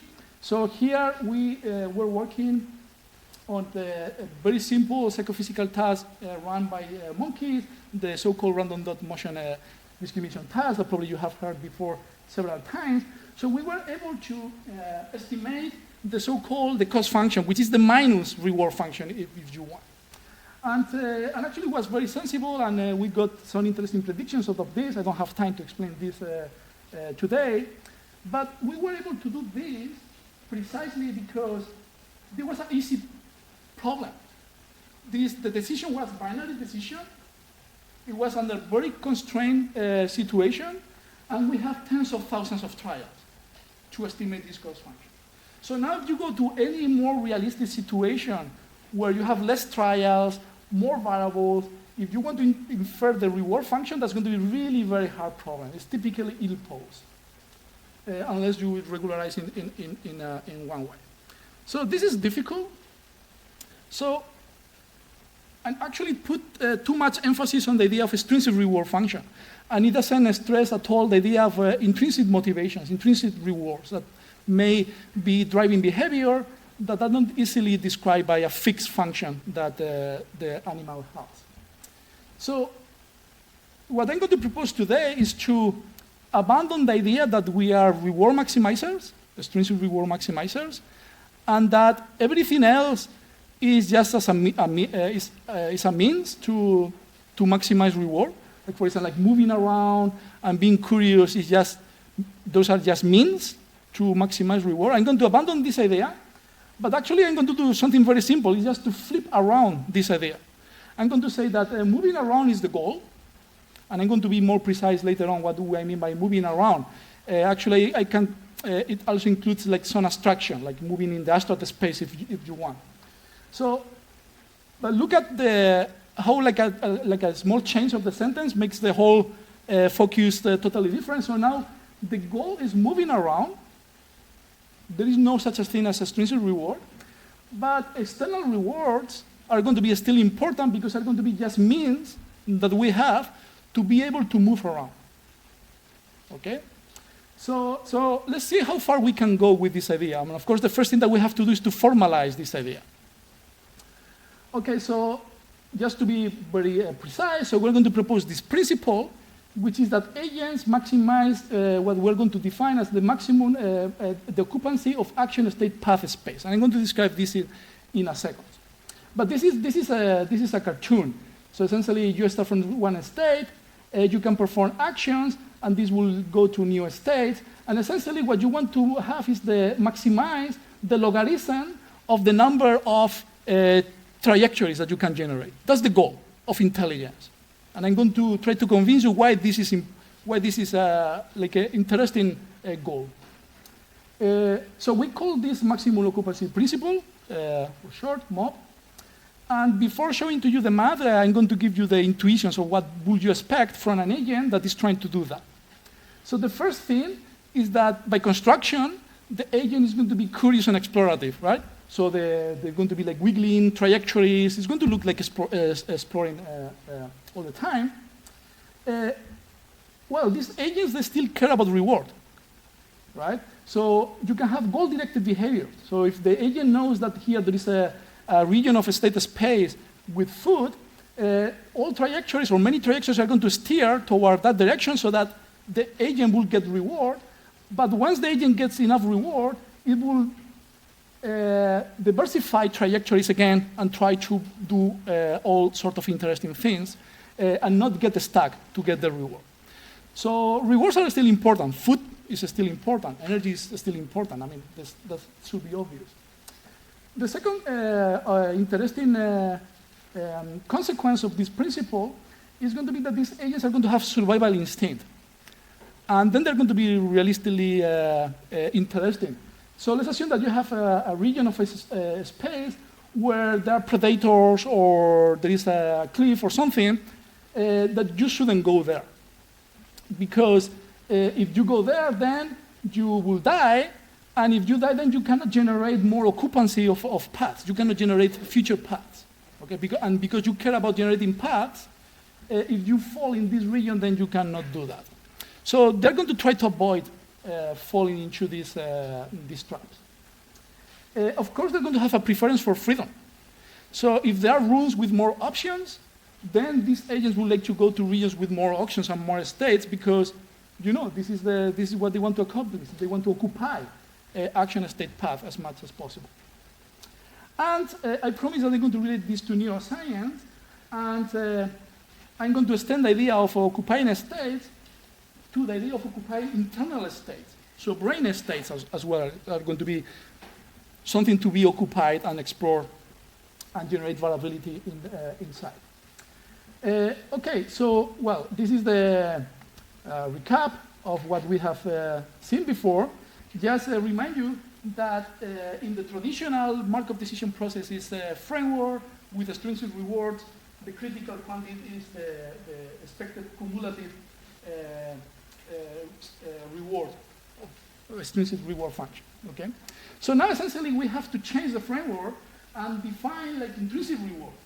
Some intrinsic reward that may capture the idea of occupying action state space, path space.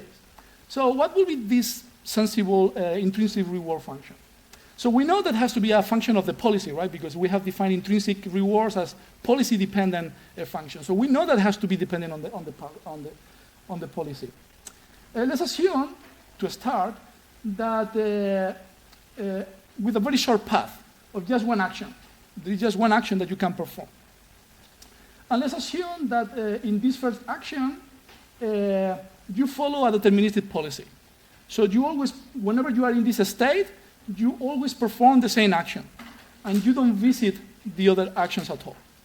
Then when you perform this action, what is the intrinsic reward that you will get intuitively? Well, because you don't gain any new occupancy of action space, intuitively the intrinsic reward will be 0. You don't gain any new occupancy. You're always doing the same thing, right? So one function that captures this idea will be the minus logarithm of the policy. because when the policy has probability 1, minus logarithm of 1 would be 0. But the interesting implication of this function is that whenever, if you have a policy and you generate an action such that under your policy the probability of that action is very low, then you will get tons of intrinsic reward. So whenever you do like a risky action, you get this boost of dopamine. Like, this is great. I mean, I'm doing something that even for myself is forbidden. So this is what is capturing this the intuition in this equation. And actually, when you do that, then you occupy more action space, because then you gain visiting a new action that you have barely visited before. Of course, this is the intrinsic reward, the immediate intrinsic reward by performing this action. On average, when you take the expectation of this is going to be something that you know, the entropy of your policy. So on average, you will get a reward which is the entropy of your policy. So you better use entropic policy. This is what this is telling you. So we can extend this to action state paths. I'm not going to spend too much time, but you can define now the reward function, the intrinsic reward function, as the minus logarithm of the product of the policy and the transition metrics. And the lower these numbers are, the higher the intrinsic motivation signal that you will get. So if you get something surprising in the environment, a priori this is really very good for you. And you can split this, and then the expectation of this is going to be the sum of the action entropy plus state transition entropy. Okay, but you are smart.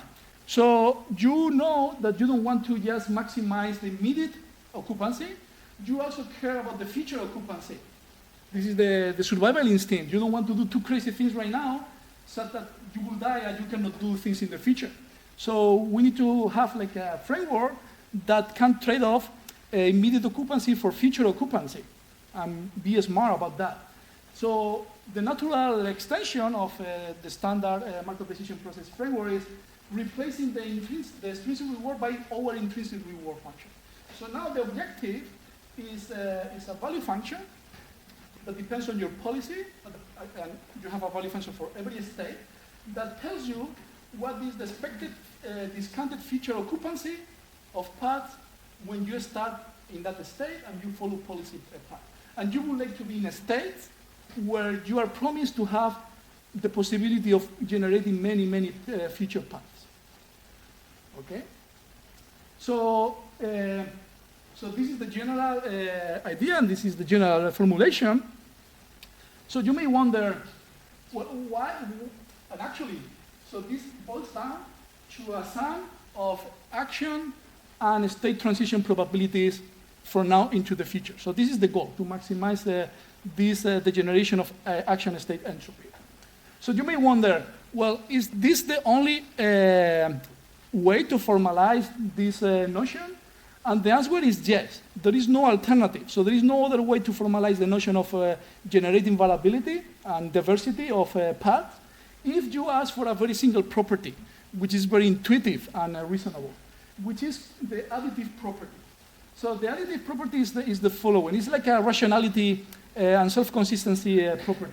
It's the idea that if you are at this state and you want to compute the occupancy that you will gain from this point at time t, you can break down the occupancy of the path by the occupancy that you gain from this time to t half, plus the expectation of the occupancy that you will gain from, on average, from intermediate points up to the future. So you will have this additive property. So essentially, you can partition your problem in chunks, and then you can add things.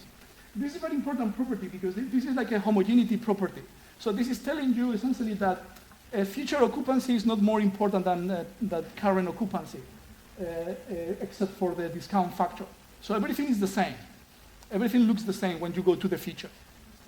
And this is the only way, the cumulative sum of entropies is the only measure that will capture this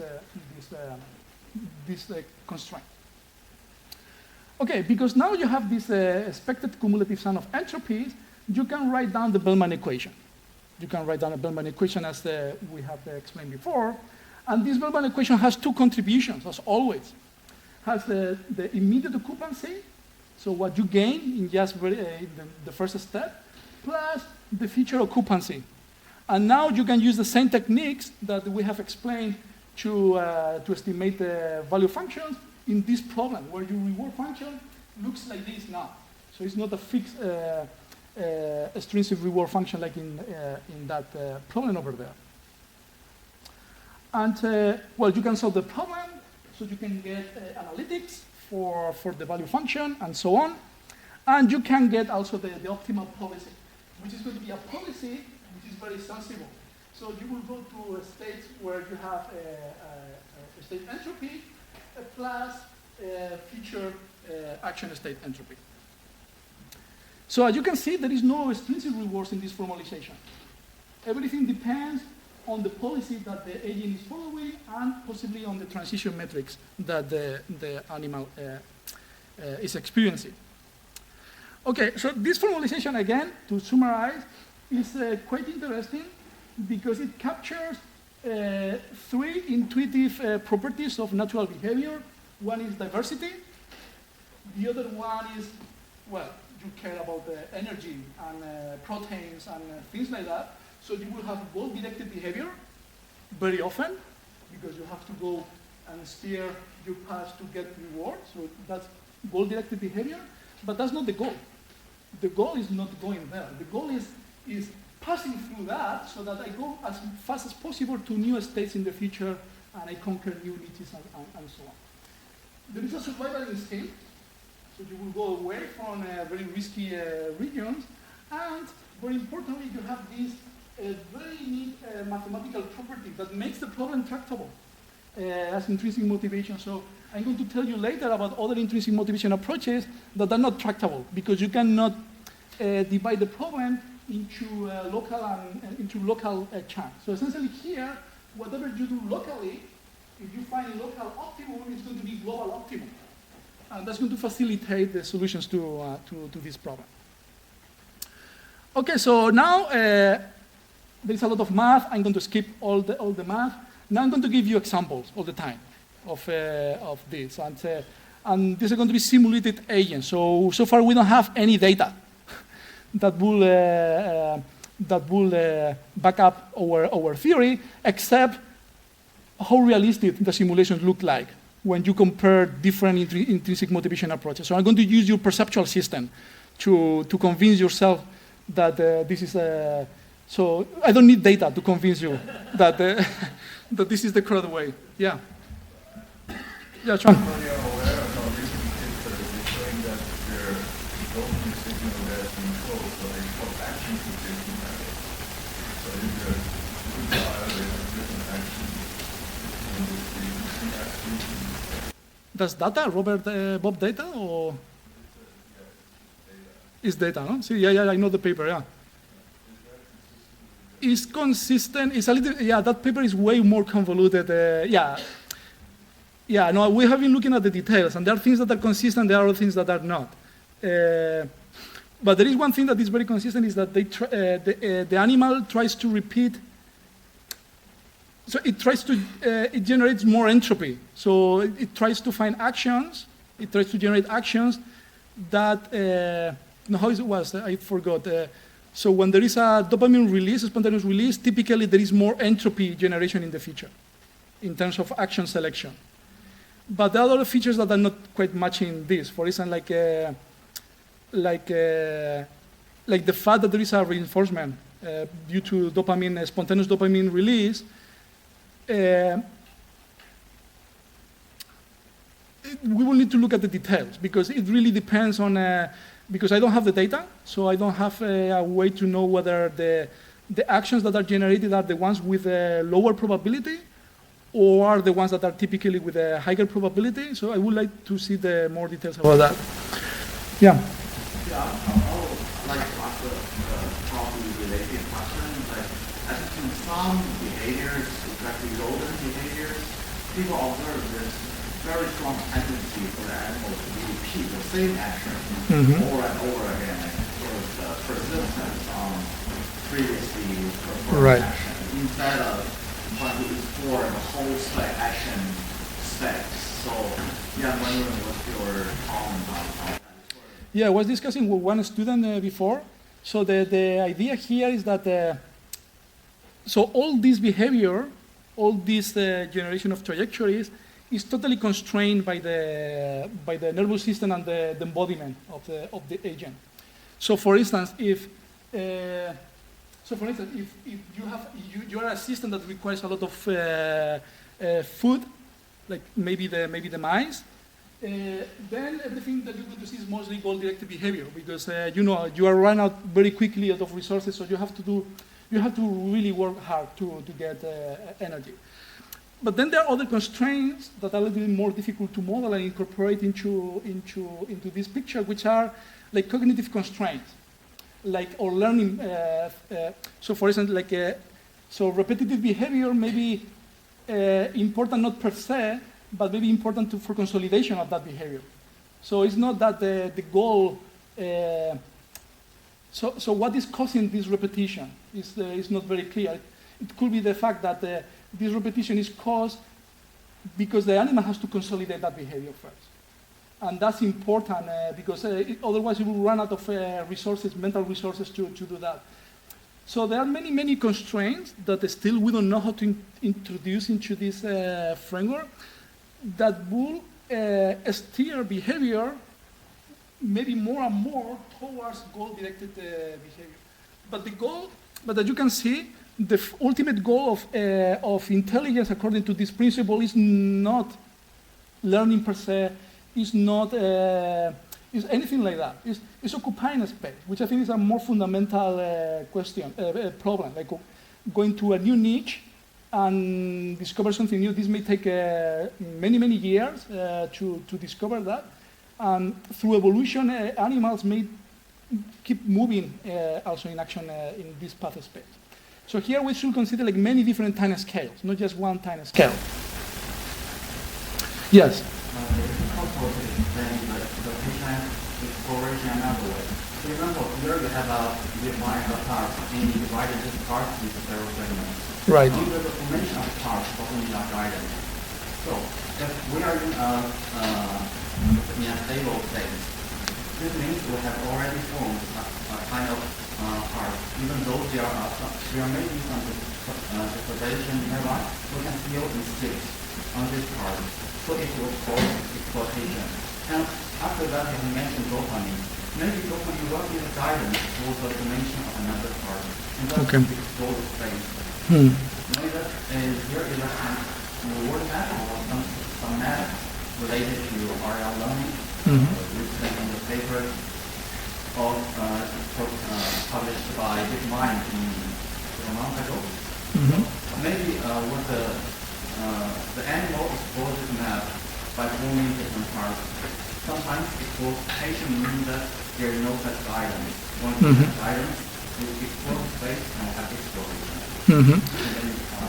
Yeah, but remember that in all this work by DeepMind, so at the end there is like so the ultimate goal is not generating interesting behavior per se. The ultimate goal is to maximize an extrinsic reward function.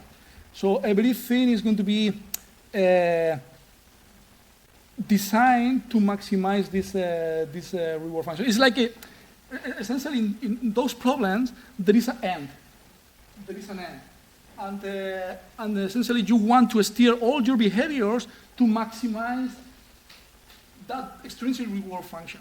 But what I'm saying is something else. It's like if we care about open-ended behavior, then there is no such a thing like a place where you would like to go to stay. There is no such a thing like a species wanted to stay all his history in a particular niche. So what I'm saying is that all this work uses exploration as a way to, again, to maximize extrinsic reward functions, always. So I think that we have to change a little bit our mind here for if we want to understand. Okay, but let me show you the examples, and I hope that I can convince you. So the first example is super simple. is just a cartoon. So let's assume that you are in this state and you can perform 2 actions. That's it. And if you are if you perform this action, you can go into a state 1 or 2. And if you perform this other action, you go to a state 3. That's it. It's very simple. And so what is the optimal policy? You may think, okay, because I have 2 actions, the optimal policy to occupy action space will be 1/2. But this is not the best policy, because actually you do care about the action state transitions as well. So here you have 2 action states, possibilities, and here you have 1 action state. So the optimal policy is 2/3, 1/4. Okay. So what happens now if you go into this state, you can only perform 1 action. But if you go to this state, you can perform many, many actions. Then naturally now the optimal policy, according to Mob, will be going through this lower path with a much higher probability than before. But what happens if, regardless of the action that you perform over there, you die? Then you can navigate this path, and here you can continue. So here you can generate more paths. So then you should prefer the upper branch with much higher probability now as compared to the lower one. So this is the intuition of like the survival instinct of this type of agents. Okay, so this is a very simple example of a grid wall where you have an agent. This is the agent. Lives in a full-round grid wall, and there are food sources on the corner. And we're going to compare 2 agents, the reward maximizing agent and the mob agent. So for both agents, the state of the system, of the agent, is characterized by the position or where it is in the grid, and also the internal state that corresponds to the energy, to the current energy level that the agent has, with this column over here. And the agents know that every time that they get to the food source, they will get 10 units of reward. Every time that they move, actually even if they don't move, they will lose 1 unit of energy. And the 2 of them, they know that if the energy goes to 0, then they will die. Okay?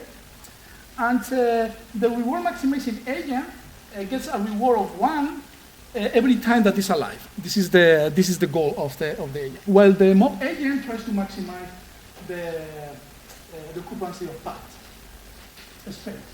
So in order to compare the 2 agents, and this is something that we do consistently in all the examples, is to add a little bit of variability to the reward maximizer. Because as you know, if there is no variability in the reward maximizer, then behavior collapses to a deterministic policy. So we know that from the theory of Markov decision processes, that the optimal policy is always deterministic. So in order to generate something interesting, we add the epsilon greedy noise over here in the reward-seeking agent, and also we match the lifetimes of the 2 agents. So it's not like one is more risky than the other. The 2 of them, they live for the same amount of time. So if we simulate the reward-seeking agent, then it gets stuck to the food reward. And as you can see, the internal state, the energy, is very high all the time. And this is the typical tendency that reward maximizers have. Is that if there is a terminal state, which is energy equal to 0, then you want to be as close as possible, as far as possible to that terminal state, because you want to maximize the probability of surviving, so getting a reward 1. But if you now simulate the mob agent, the mob agent is way more likely. The energy can go down, pretty down, and only when you are extremely hungry, then the agent will go ballistic to a food source. So this is pretty much like a kid playing in a playground, and only when it's extremely hungry will go to mommy asking for a snack.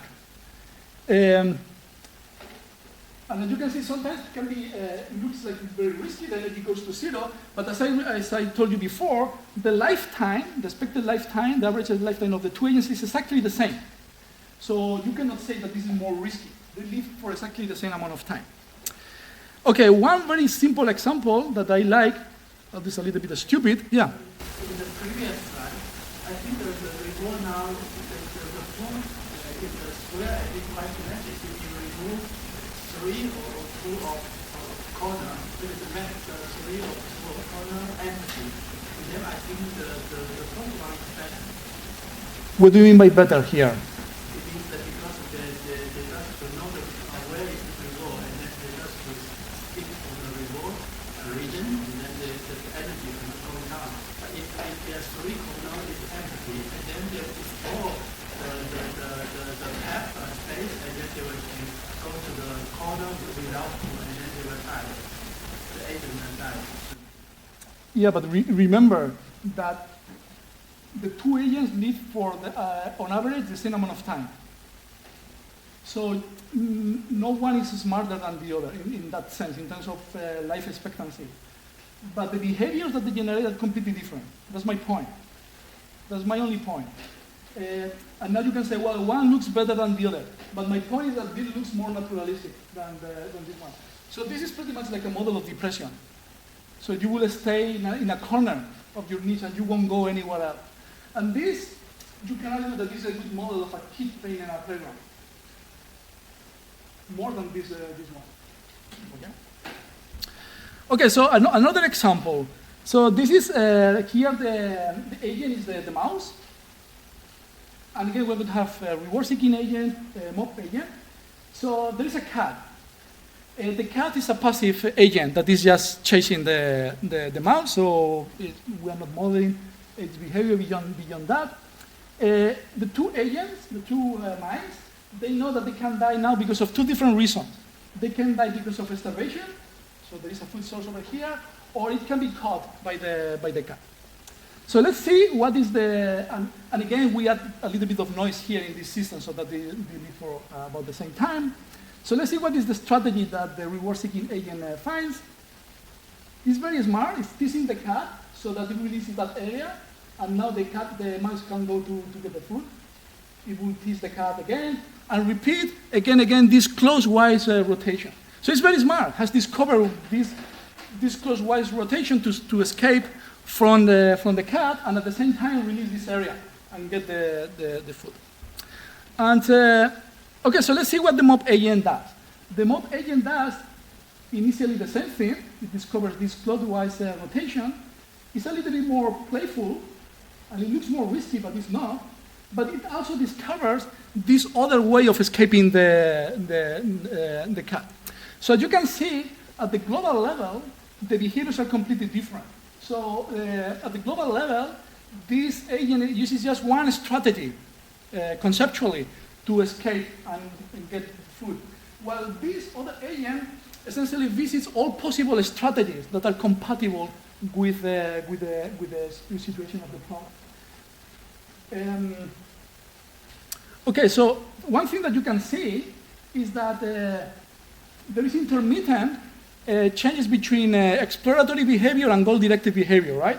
So this is a quite interesting situation because here you have nested many behaviors. You have fleeing behavior, you have goal-directed behavior to get food, and then you have exploration all at once. And the system self-organizes to go from one state to another state. So when the energy goes down, you will see that the agent will go ballistic to the food source. So that's goal-directed behavior. And when the cat is very close, it will try to escape, although it looks a little bit risky in this simulation. Okay, so when you compare behaviors, then you see this clockwise rotation in the R agent. The mob agent generates more interesting stuff. Okay, so the dancing pole. So the example that I've been presenting to you all the time actually was a comparison between the mob agent and a reward-seeking agent. So here we have this dynamical system, which is the so-called cow pole, where you can apply some forces on actions. And then we're going to assume that you don't want to hit the walls. So if the car hits the wall, then the episode terminates. So you don't want to do that. And you don't want the pole to have very large angle. So it has to be relatively small. But then we have the two agents. One agent that is going to get a reward whenever the pole is pretty much upright. And the other agent that gets a reward just because of generating path occupancy.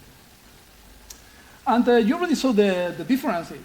So the reward maximizing agent is able to balance the pole very well. and it's solving the task. But when you look at this agent, it looks like more Rava dancing. So it looks more interesting than this other agent that is like me, like being like stuck, like not moving much. That's not true. We have a movie now. We have movies of you and Well, we have several movies. Yeah. just one question about this. If I remember correctly, I don't know if you presented it now, but in previous talks or papers, you also have the death state. Yeah, in this case, the death state is, so there are terminal states Yeah. that totally shape behavior. In this case, it's hitting the wall, Okay. or the pole is too horizontal. Okay, so this is the reward. So this is a very negative reward. So it's not like your formulation is reward free. Well, that terminal is not a reward strictly. What do you mean? It's minus infinity. So it's something that you absolutely want to avoid. No, it's not minus infinity. So it's what? It's more like, Minus 17. it's like zero. It's something that you never want to reach, right? Because the game then ends. So it's a reward of minus infinity. No, because you have the discount, so it's more like a reward equal to zero, but it cannot be mapped one problem into the other. So it's not that, because, But anyway, regardless of the details, my question is how critical is that for the behavior? Like, if you didn't have those states, would you get the same thing or not? no, if you don't have any constraints, then the optimal strategy will be like a random walk. With completely, Random walk, like exactly, would be flat probability. random walk. So then those death states are essential. They're essential to shape behavior, yeah. And those are rewards, right? So They are they're punishments. So, yeah, but yeah. so then there is a reward within this framework.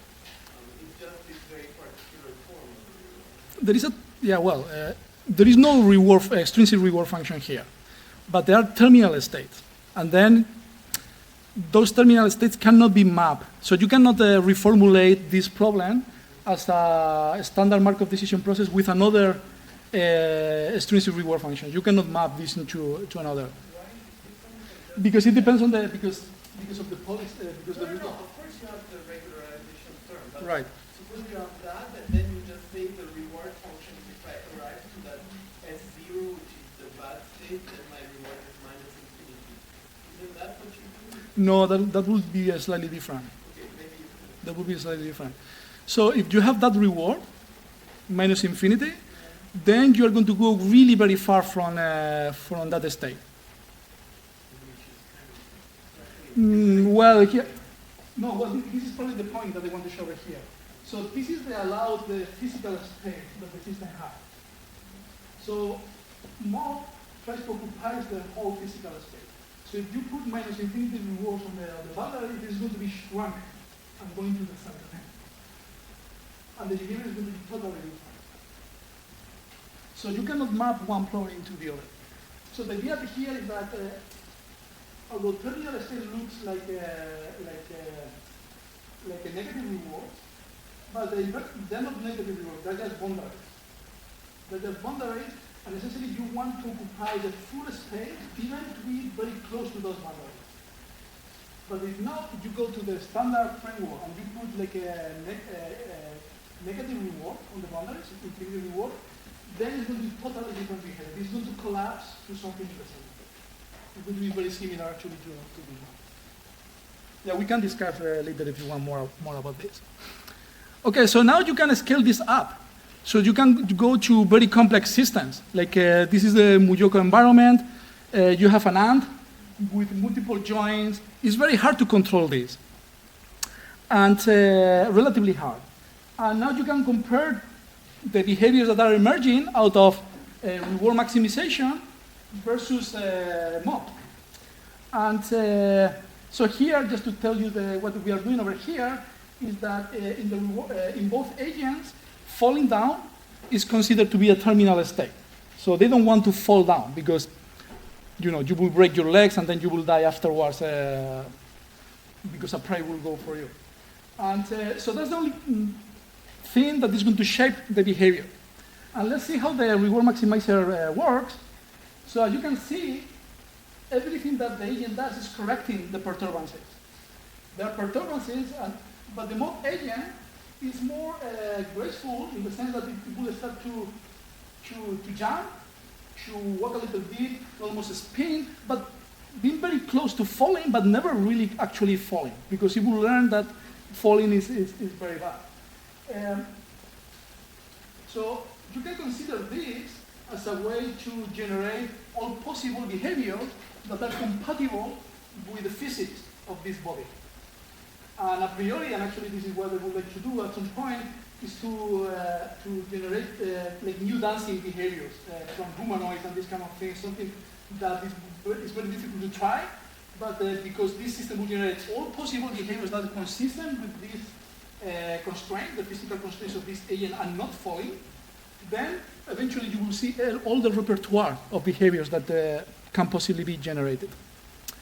So one thing that we are interested in nowadays is in trying to dissect the behaviors that we observe here. Because so far in this video you can see that these behaviors are concatenated very fast. So they are jumping, the agent is jumping, now it's moving a little bit, then raising a leg, all these things. So can we generate a vocabulary of all the behaviors that emerge from this agent? And the answer is yes. So, but we have to do a little bit of reformulation of the problem. So the problem is pretty much the same as before, it's mob. So we define a value function that tries to maximize the entropy of the policy. But we write down the policy as a mixture policy. So essentially we want to discover a set of component policies, such as when you sum them up, you generate a lot of entropy. You want to generate diversity, but each of the components have very little entropy. So essentially they are interpretable. So each of the components at every time, it should be like a very stereotypical behavior.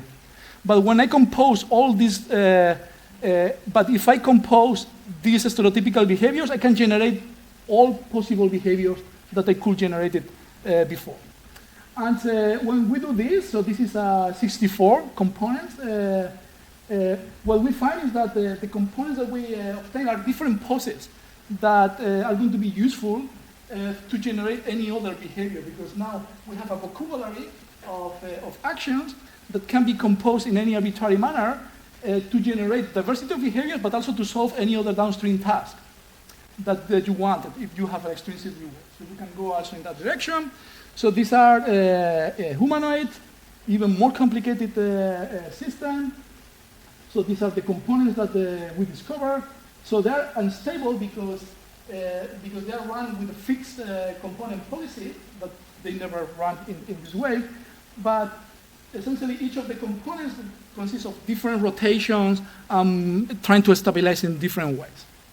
So we want to apply this to more complex systems and also in animal models as well, to see what kind of behaviors could emerge from, let's say, like a zebrafish model, of a C. elegans model. What would be the behaviors that will emerge out of that? Okay, so I have 10 minutes. I think that this is important because so far I have not compared with any other intrinsic motivation approach, and this slide is like a comparison. I don't know if you're familiar with alternatives to intrinsic motivation, but there are two that are very popular. One is what is called empowerment, and the other one which is called the free energy. And essentially we can work out, we can make simulations, and what I like about this is that we can select environments and generate behavior out of these principles and see which one looks more realistic. Okay, and this is what we do over here. I'm going to explain later what empowerment and free energy means over here. But in empowerment, you get, in mob, you get this variable behavior. In empowerment, you get like a repetitive path. And in the free energy, you get a collapse of behavior to a specific target. So why do we see these very stark differences between emerging behavior in these simple environments? So in empowerment, the idea is that you want to maximize the mutual information between the actions and the final states that you're going to reach. So this is an objective that tries to that the agent is in full control of what is going to be the final state. So as a consequence, it's going to try to look for situations that have a lot of control, and it can generate a little bit of behavior. So in this case, the situation that is good for empowerment is to be here in the center of the room, because from here it can reach deterministically to many other points. But because the empowered agent knows that it has to survive as well, because otherwise it cannot be in control, then it has to be something in between. And this is what is repeating all the time. Going to the foot, going back to the really very highly empowered situation, and back and forth. In free energy, what you want to maximize, actually what you want to minimize is the KL divergence between the distribution of the states that you generate as compared to the desired state. And if you consider it like a very simple model where food sources, they have a little bit more interest, or they're more desirable to the agent, then the agent naturally collapses to go there and it stays there forever. So problems about empowerment. Empowerment, you cannot write down a Bellman equation. So then computationally it's very hard to, essentially, mutual information is not additive. So you cannot divide the mutual information between a path of actions and the final state as pieces of mutual information. There is no such a thing. You have to do marginalization over all the path. And that really kills you the tractability of the problem. So free energy, as I said, minimizes the KL divergence between target and actual state distributions. What is the problem? That when you do the math, the optimal policy is a deterministic policy. It's always deterministic. Because essentially this collapses to a standard Markov decision process with extrinsic reward. And it makes sense, because in the free energy principle, you want to minimize surprise. So essentially you want to keep homeostasis. And the best way to keep homeostasis is being close to a food source and being very far from the energy zero. That's the best way to keep your homeostasis, right? But the consequence of that principle is that you don't generate any interesting behavior in this grid world. But even if you have a stochastic environment, then what this agent is going to do is to counteract these external perturbances and try to go back again and again to a food source. So it will have very little incentive to leave this room at all. Okay, so big differences. Well, I'm going to skip this. And let me conclude with the connection with the brain, finally. So I've been talking about physical movement, but this idea should be extrapolated, it should be including also internal states. So if the goal is to generate external interesting behavior, and the brain is generating this behavior, of course, the brain has to have a lot of variability in their internal state. That's the only way that you will generate interesting behavior, right? Otherwise, you will always generate the same behavior and again. And so what are the implications of this? So neural variability, activity variability, could be the result of the brain trying to occupy a phase space, activity phase space. And there are two important consequences of this. The first important consequence is that the neural variability is going to be promoted. As long as this neural variability doesn't result in adaptive behavior, like you falling all the time, as long as this doesn't happen, there is no problem that you're imaginative and there are like crazy internal states in your brain, right? And as long your brain doesn't fall into pathological activity. But there is going to be this push of your brain to generate more complex activity patterns. And there is a bad consequence of this, which is that you're going to be too close to pathological regimes, because the pathological regimes are going to be like the terminal states, the boundaries, but nothing tells the system to be far from that. So essentially, this goal tells the system to occupy all the possible space, and if here there is epilepsy, be close to epilepsy, but never get there.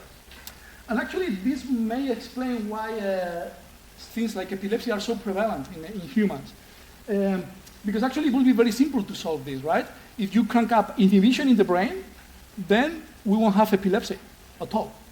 But what is the bad consequence of cranking up inhibition is that you won't generate interesting activity patterns. You will go to a spontaneous activity and small fluctuations to a spontaneous activity. Nothing interesting will happen, right? So this is like maybe far-fetched predictions, but I wanted to comment on that.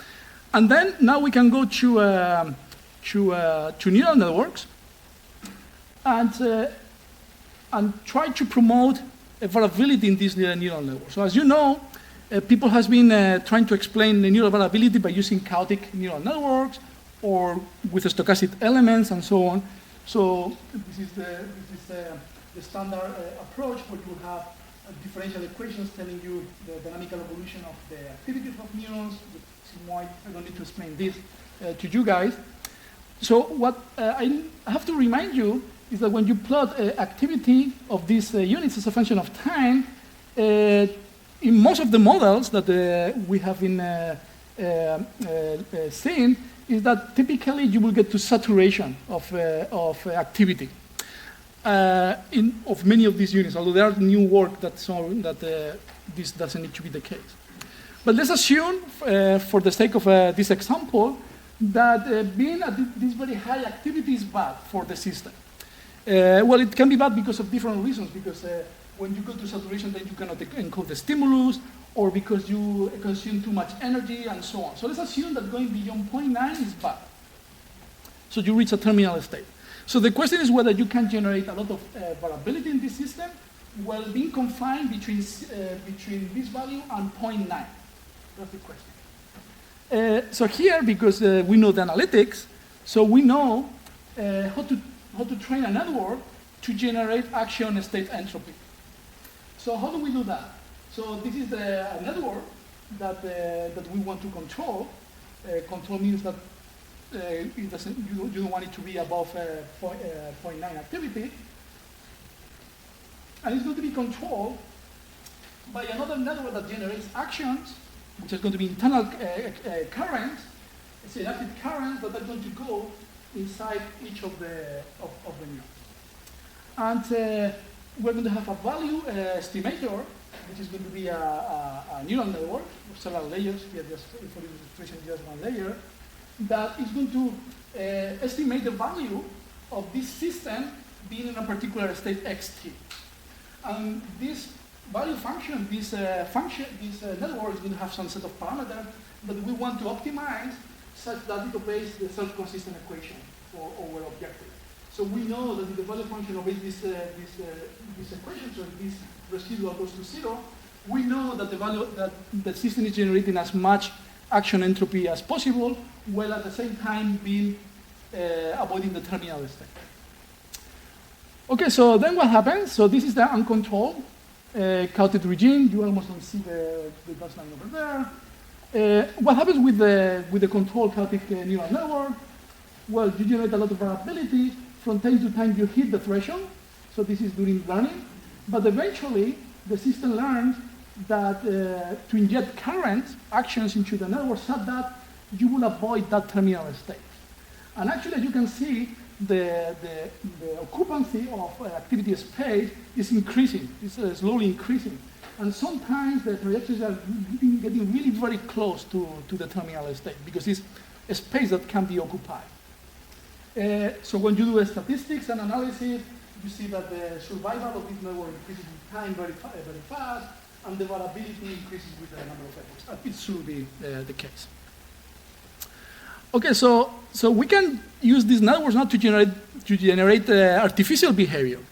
So what if we consider this a brain that is perceiving something from the external world and generating some motor output?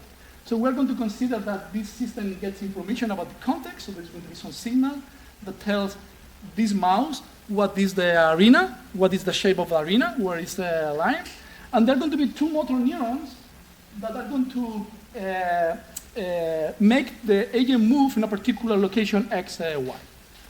And we're going to consider terminal states as the boundaries of this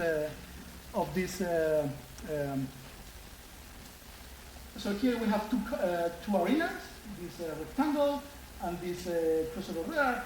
So I'm plotting the activity of these two neurons in darker blue. So as you can see, in a system where we consider these boundaries as terminal states, the activity of these two neurons is confined, so this is activity of neuron 1, activity of neuron 2, is confined to be exactly inside that boundary, that arena. And eventually, the full arena is going to be covered. So you're going to visit all the arena. So that's the goal of the maximum occupancy principle, right? So these are terminal states, and then you generate a behavior that is very stochastic in general, but actually is very deterministic when close to the terminal state. When close to the wall, then the agent is going to avoid the wall, hitting on the wall. So there is a combination of randomness in the exploration, but at the same time to be very, very precise when you get to the wall. So there is a combination of these two things happening at the same time. And so when you go through corridors, for instance, like this is an arena with two rooms. When you are in the big rooms, then there is a lot of stochasticity. This is the entropy. But when you are crossing the corridors, then you go ballistic from one side to the other, and then the entropy goes down.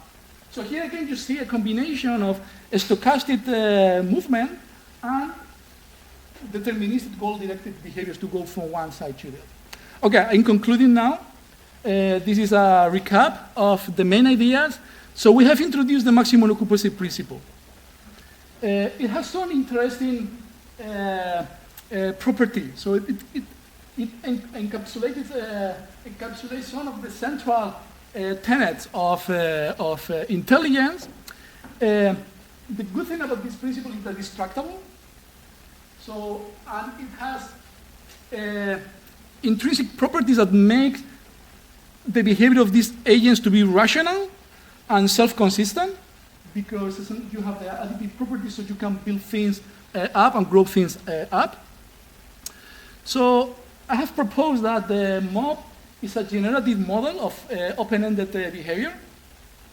And finally, we have proposed, and this I acknowledge that this is very bold, that neurovariability can be understood as a consequence of the system trying to generate adversity of internal states that, of course, are going to be reflected in the external world. So with this, I'm done. So thank you very much.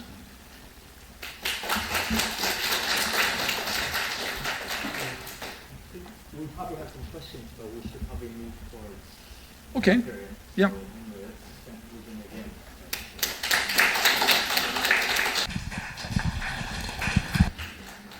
again. Yes, let's quickly remind what we have discussed for the last Saturday. I introduced the Bayesian as a general tool. I introduced how we represent variables, latent observations, and their probabilistic relationship. Then I introduced some inference problem, like how to infer latency, right? How to, according to the latencies, categorical or Gaussian or multiple different latents. And then we discussed doing marginalizations over nuisance variables, and also how to do filtering in a changing world. And I also introduced a learning problem, like how to update the parameter and structure so that it fits data. So I want to, you have the impression that even though you didn't accept that brain is doing Bayesian, but Bayesian inference is a powerful tool to analyze our data and analyze our brain's, the computations. And I will also show in today's talk that where I use it and how I use it. And secondly, I introduced the Bayesian brain for perception, which we assume that the brain constructs an internal model describing how observations can be generated, and the perception is just computing a posterior given sensory input. Just like an example here, after I saw a picture of a bell, and I will kind of represent it according to two variables, like bell size and another is distance, so that it's possibly in my lifetime I only saw two kinds of bell: a real bell or a toy bell, right? A teddy bear. So it's either to be very small and very close, or very far away but very large, but also always the same observation in your retina. So, which means that this kind of generative model of P of O given Z is embedded in your perception. You are trying to understand what Z is after you have observed a picture of bear. So this is a kind of the typical steps for us to frame the Bayesian brain for the perception. Firstly, we specify joint distribution and as our generative model, and then use Bayesian rule to compute the posterior of latence. We can either use exact inference, or we can use approximate inferences when you have a large number of these. There are two typical approximate inference algorithms. One is variational, another is sampling.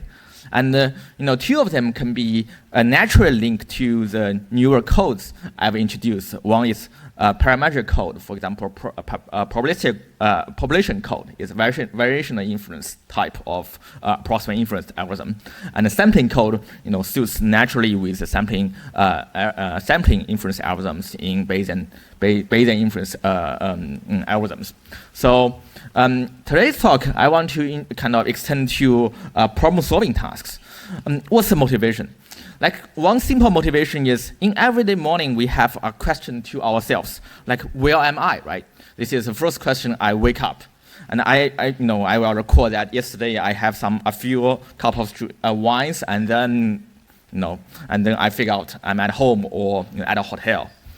And then next question is a problem solving task. How to go to work, right? If I'm at home, I will take a subway. If I'm at a hotel, I will try to use my Baidu map to know how to find the route and also go back home to change my clothes. So it seems that it's natural to think the two questions in a same problem, because when I do the above calculations, I didn't change anything, right? It's kind of very smoothly happened. So this gives us motivation that there must be some unified framework, such as Bayesian brain, that can do both the perception task and the problem-solving task. So before I kind of introduce bridging them, firstly the most important question is how to design a problem-solving task. This is a question we want to first phrase. So we want the problem-solving task to be complex, right? Not constrained, not very constrained behavior. It's not unconstrained. We need it to be not very constrained, and also not based on simple sensory motor mapping. And we want everything to be quantifiable. And also, this is a problem-solving task. So we encourages the subject to have diverse solutions. This is kind of three targets we have in mind. And there are possibilities we just throw the monkey in the wild and let him to interact with social environment. But it's really hard to measure everything. And people have been showing that monkey can play very intuitive Atari game like Pong here. So this is kind of gives us some idea to use games to study that. So in 2015, DQN tells us there's a unified algorithm to solve all the Atari games here, and they kind of measure the DQN's performance against the human performances. And then they found that several games way beyond the algorithm itself. It's way beyond the human performances. And among them, we picked the Pac-Man as our task to train the monkeys. So this is a full game. So the key, if you haven't played it, I will introduce it to you. So this game is kind of you use joystick to move the yellow subject, and we call it Pac-Man. And it will kind of navigate on the maze, and then on the maze there are like different elements, such as palette and energizer. They worth like 2 drops of water or 4 drops of water, and they are like 2 ghosts to interact with. Like when they are in normal mode, you have to run away from them, escape from the hunting. So otherwise, caught by the 2 ghosts will make you go back to the origin place and keep playing the same maze until you clear all the palette here around the maze. And during the game, we also recorded the monkey's eye movement. Here is the white dot here, and also train him to use use a joystick to navigate. And there are like other elements such as fruits worth more drops of waters. And after they finish all the this game, they will get like a final reward according to his performance. If he solve it. Dot here, yeah. Why dot here is eye movement. Yeah, like looks very meaningful to me. Actively searching, where he want to go, and the information related, remaining on the maze. Right. Yeah, I kind of watch that for the whole afternoon, every day in my life. We can keep doing this. Yeah, with joystick.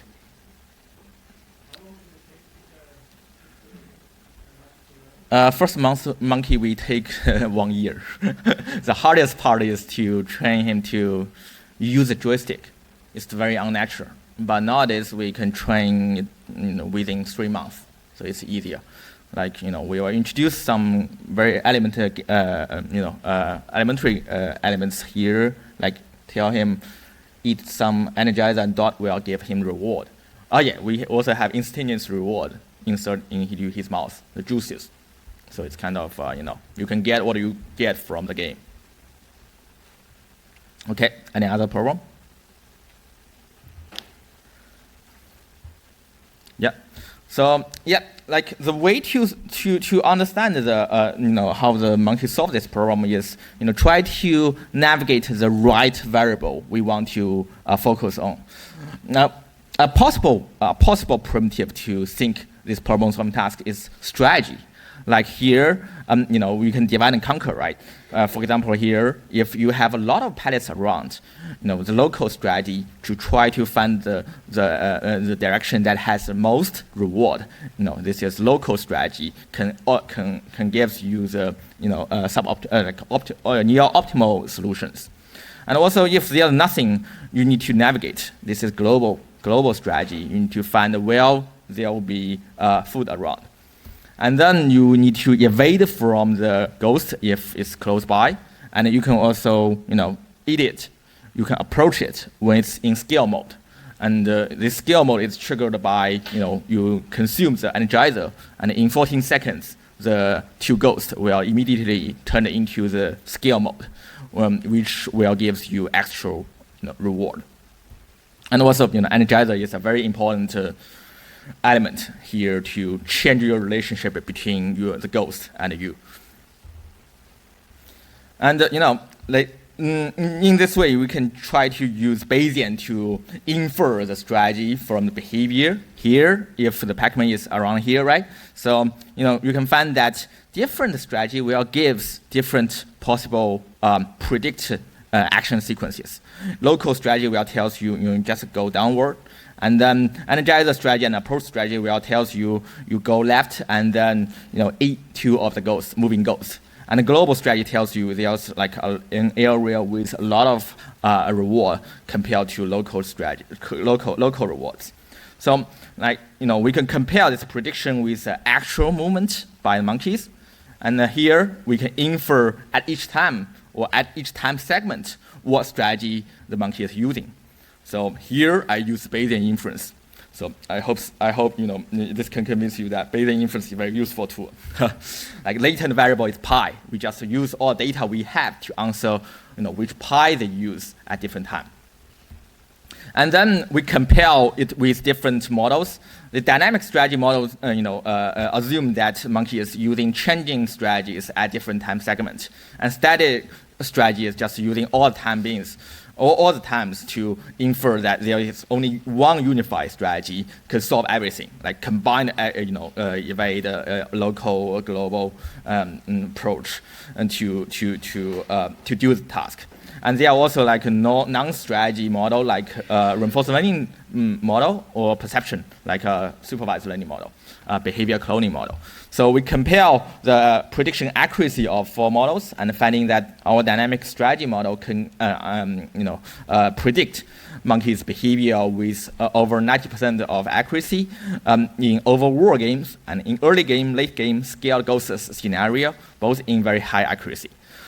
So And we can also plot how each time that what the monkey is doing here. Like in the movie here, we plot that the gameplay data and also strategy time series is like firstly it tries to use local to let me play it again. First strategy just locally graze, and then it finds an energizer, and then it immediately can approach the ghost. And in this short movie, it seems that the monkey can do very high level planning to link the energizer immediately with hunting, right? So no hesitation around. And then another interesting scenario is when the Pac-Man is evading from the blinky ghost. Blinky ghost is very dangerous. He will pursue you all the time, not like the Collide. And then after Pac-Man consumed the last pellet, it will choose to suicide, try to end his life in the game. Guess why?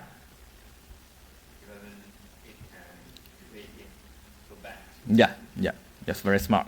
It's kind of using the death as a teleport. So it can go back here, and then there are a lot of pellets around. Don't need to take effort to run away from the ghost hunting. So very smart move, and we actually didn't expect it. So this tells you like how we can use this strategy model to tell us what monkey is doing during the gameplay. So in summary, like here in the first work here, we designed the task as a very intuitive problem-solving task, and then we find that monkeys can simplify it by selecting simple strategies, and we use Bayesian inference to infer at each time what strategy he's using. And then we can realize that there would be some high-level plans, like planned hunting, immediately connect energizer with hunting, and then also suicide, right? So, and the next question is how to quantify, these high-level plans. Is there any structure, any meaningful kind of high-level strategies existent in monkeys gameplay? Before that, I will just show that another very simple problem-solving task here is kind of like I think a 30-year Olympic math problem. Here, like we have two kind of birds. One bird is owl, and another bird is pigeon. Pigeon is moving very fast, right? And then the pigeon's moving strategy is when the two owls kind of meet against each other, it will turn the direction. When they meet, when they meet another owl, they will go and then keep doing that. And then the question is, what's the total distance of the pigeon moving when the two owls meet with each other? Right? A naive way is try to use it as a limit, right? You just write down every equations and write every time they meet and compute the length of that, and takes us a long way to solve it. And actually, in elementary school, you don't have the math skill to solve this problem. You only have the tools when you are undergraduate, first year undergraduate. And another trick is try to think that they are solving the task under the same time, right? So you just need to compute how much time you move the owl moves to the middle term, because they are moving in the same velocity. And then using that to constrain your pigeon's moving, because it's also using a constant velocity. This simple example shows us for the same problem solving, we are using different structures. This means that if we show some structures, some structure will tell you are solving it in a very intelligent way or not. Although you need to define what is intelligent, right? But structure means a lot. So this gives us kind of the idea to link the structure with the thing we have done here. We have just transformed the gameplay data into the state and the strategy sequences, right? Strategy sequence tells you what time they're using different kind of global or local, and also states describe what is existent in the current game context. How to infer structure, before that, we want to make the comparison between the the sequence here as strategy with the natural language we are having here. In natural language, we are dealing with sentences. Like here, each sentence kind of constructed by words in a grammar rules. And we can make comparison between word against a strategy, and a sentence with a sequence, and also the grammar against a structure. This means that we can use some grammar learning algorithms that can use in the natural language to analyze the data, to tell us what structure is this, or what structure existent in our gameplay data. So for grammars, we can find that a very simple grammar is n-gram grammar, just describing the word dependencies. Like here, if we try to focus jobs as a word, we can find that unigram tells you are only single word, but bigram, trigram tells you more context. Who is jumping, and what kind of subject, it's brown or red, so it tells you more information. And for the grammar induction algorithms, we can frame it as a Bayesian problem. Like we can treat every word as a variable, and if there's existent dependency as an edge in the graphical model, and then this corresponding to the structured learning problems method I've introduced to you in the last talk. We are trying to find what's the best structure, best graph can answer the data. We can kind of give some example here. So if in our Pacman task here, very preliminary way is try to think the current strategy is always dependent on only the current state you are now in. So this is the most simplest way. It tells you you just behave when you encounter something. And another kind of a little bit complex grammar is try to link energizer and approach, so that after you consume the energizer, you immediately choose to doing the approach. So this kind of there's actual edge between the energizer strategy, the variable, to the approach variables. So this distribution is a likelihood distribution becomes different. And after we collect the data from the, our fitting from the strategy sequence, we can compare the likelihood between the first graph and the second graph. And this tells us, which one has a larger likelihood. And, iteratively, we change the candidate graphs, and then this tells us, in a Bayesian way, here I also use the Bayesian inference, tells us that, how to find the right grammar according to every data you have recorded. Yeah, and this is kind of the grammar we have found for the monkeys data. So there are like 5 primitive strategies. I have introduced that to you, and I group them together. This kind of very similar to the phrase in the natural language. So monkey usually combine the local and global with against each other, so that he can do the grades continuously. And here, he can try to making the energizer and approach to be together. This is also very meaningful, right? And also try to relate the grades palette collecting behavior with hunting behaviors. So foraging and huntings, group them into 2 types of group. And also for humans, we also recorded humans play, and we found that there are like other high-level strategies here. You can see that it deliberately leaves one energizer unconsumed, and then they can choose to, use it for the later use, right? Very smart way. And also some stay strategy. Human are kind of very lazy, just stay there, wait for a while, kind of trick the ghost. So, using like 2 save and stay strategies, we found that for humans, they have enriched grammar rules, connecting long sequences of primitive strategies, increase their library of hunting-related rules. And, across different species, across different subjects, we can find that, they have their own kind of libraries of grammars. And more surprisingly, there would be some learning effect. Like during the COVID-19, the monkey had to play the game for 3 years, continuously with the same version. We didn't give them curriculum. It's a bad choice after we see this.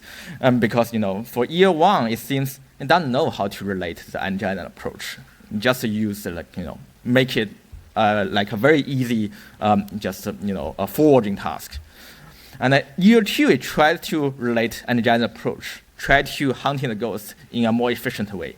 And year three, it tries to connect you, right? Try to connect the palette collecting behavior, foraging behavior with huntings. So it seems they are still growing.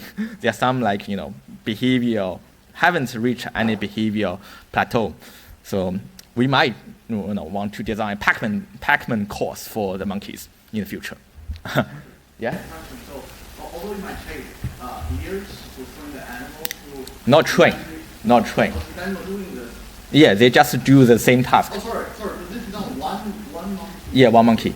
That's one monkey 3 years. Yeah, right. I mean, okay, sorry. My question is actually, do you see the emergence of the sudden insight of the monkey someday, during this 3 years, that it suddenly realize that it can use it and energize a specific? We actually go back to see all histories and plot the suicide probabilities. Finding the suicide probability is increasing gradually, not like like insight. What about other strategies? Like we can also try that. Like I guess that I don't know. Like there might be some moment that utilitarian moment, like aha moment, realize that. But the thing is that when we train it, we kind of give them some idea, what kind of thing they can do. So I guess we need to do better control about that, to, which is something we teach him, and which is we want them to find by themselves. Yeah. If you track the learning process of a human goes through the same development. Much quicker. Like we also plot that for actual humans. It can evolve, but like within half an hour. Like we put half an hour as a session. For a second session, he can, become much better compared to the session before. So it seems, we naturally play a lot of games. It's hard to find a person who haven't played any game in his lifetime.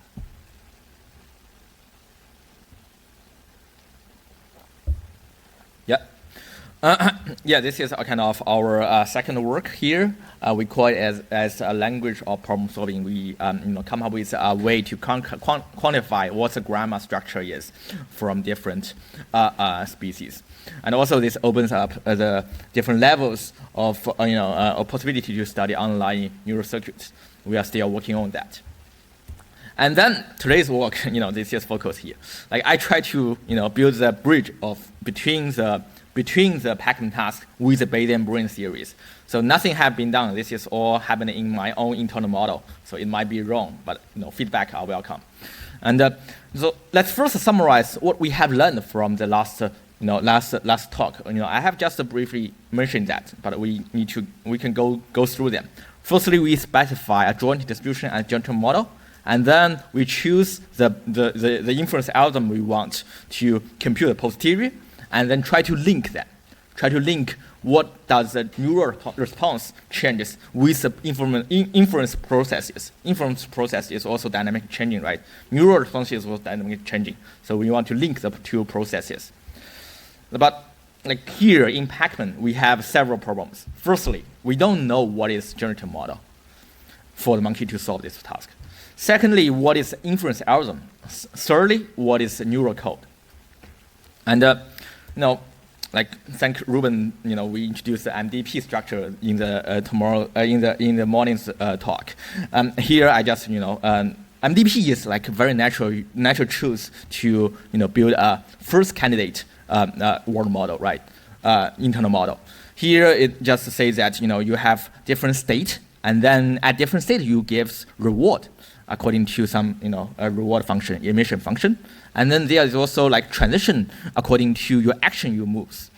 And in our Pac-Man task, we can think that the local, the kind of the game state here is a state, right? It describes what kind of element you have around you. And then you choose what? Like here, you consume the energizer, so you give the energizer reward. This gives you energizer reward. 4 drops of water according to our setting. And when you take the left, right, then you find that you can hunt the 2 ghosts. So this transition according to our given environment tells you you can go here, and the new state is here. And then you find that you caught the scale ghost. It worth more waters, and it can keep going and going. So this is a kind of natural way and of very easy way to think that this is element-wise MDP, treating every action as its independent action choices. And this transition is completely determined by your game rules. If it's Pac-Man, is in this way, and if it's Zelda, is in another way. Okay. And the next thing is, so this gives us a hypothesis of defining a joint model. For example, when the monkey is here, right? When he tries to build, they have something, they have joint model in their mind, determines what transition is, what reward emission is, and what kind of policy he wants to choose. This is the kind of 3 elements he has in his mind. And then try to write down the full joint distributions of S tilde, A tilde, and R tilde. This gives us, what kind of tilde means the time sequences. He can do planning. He can do, for example, specify a planning depth to be H. He can plan according to the intermodel in H depths. And then this gives us a joint distribution according to the transitions, reward emission, and the policy you have specified, and also the initial state you are right now on. So this joint distribution here, this is our specified joint model. The second step is to do the simulate. This is very different from the perception and the problem solving.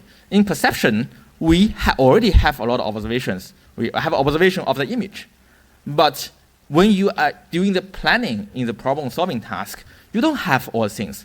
You have to do the rollout. You have to do a simulate. What shall happen according to my mind? I kind of, simulate. If I turn right, I will caught the ghost. And if I keep going downward, and then I can eat more reward.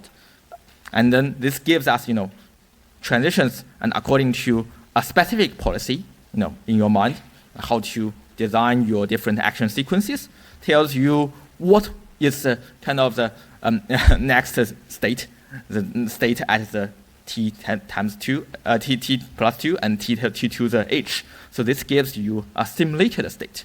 And also, this simulated state gives you the simulated reward. According to the 2 pieces of data, you can evaluate what kind of policy you have. So step 3, I want to stop here if you have questions. This simulation is very hard to think, right? It's kind of very unnatural here. Yeah? Yeah? Okay. Yep.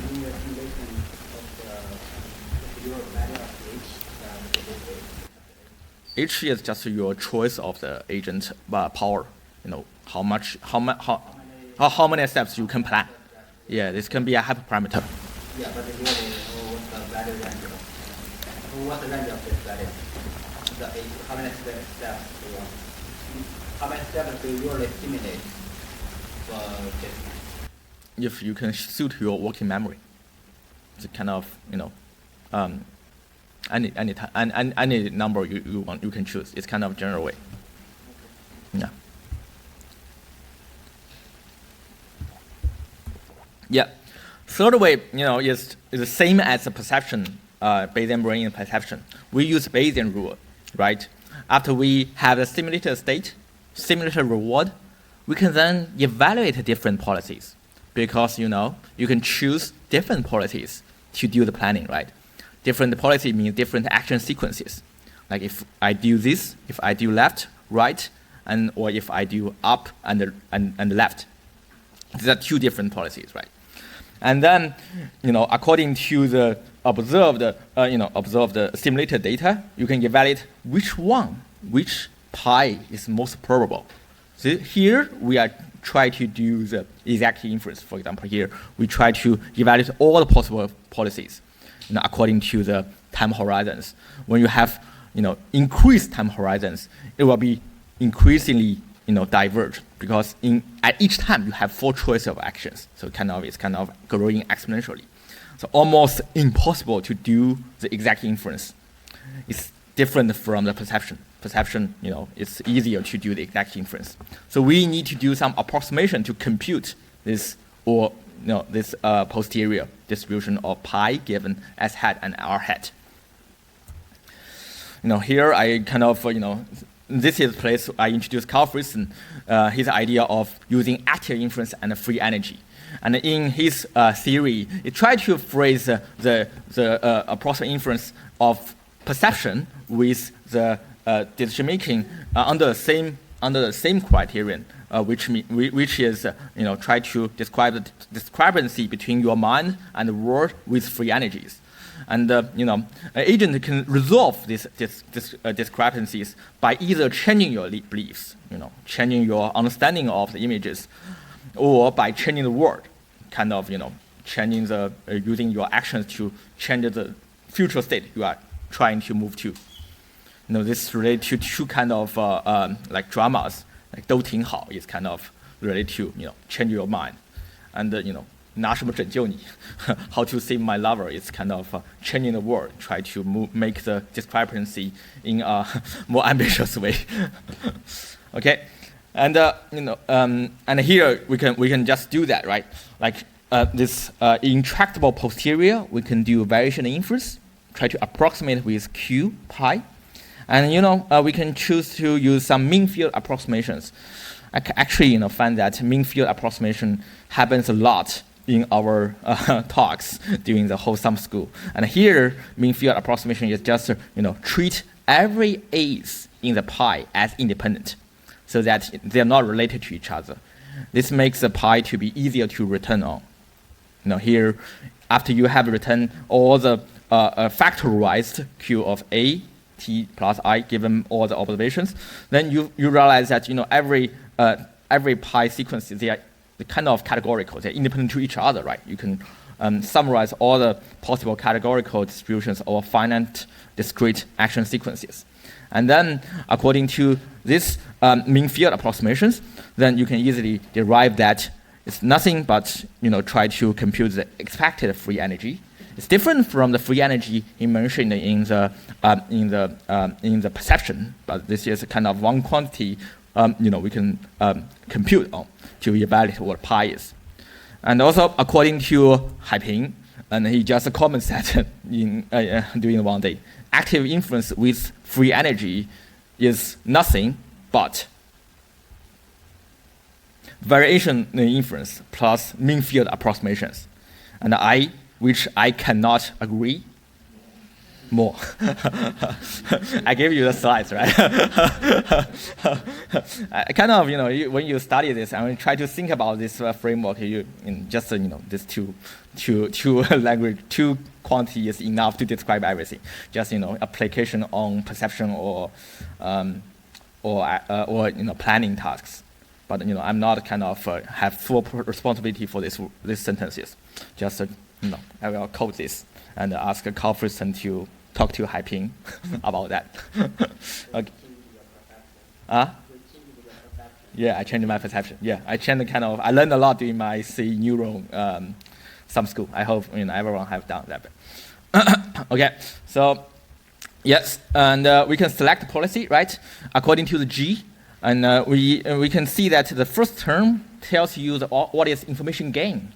Right, so here this one is when you haven't using the information about a reward, what kind of state you are in. This quantifies the uncertainty before you use the R's as your the observed data. So this tells you the reduced the increased information gain, and here. This can tell you what is a pragmatic value, what kind of R you can have in the future state. So very similar to the way we treat in Bayesian equation in reinforced learning. Yeah.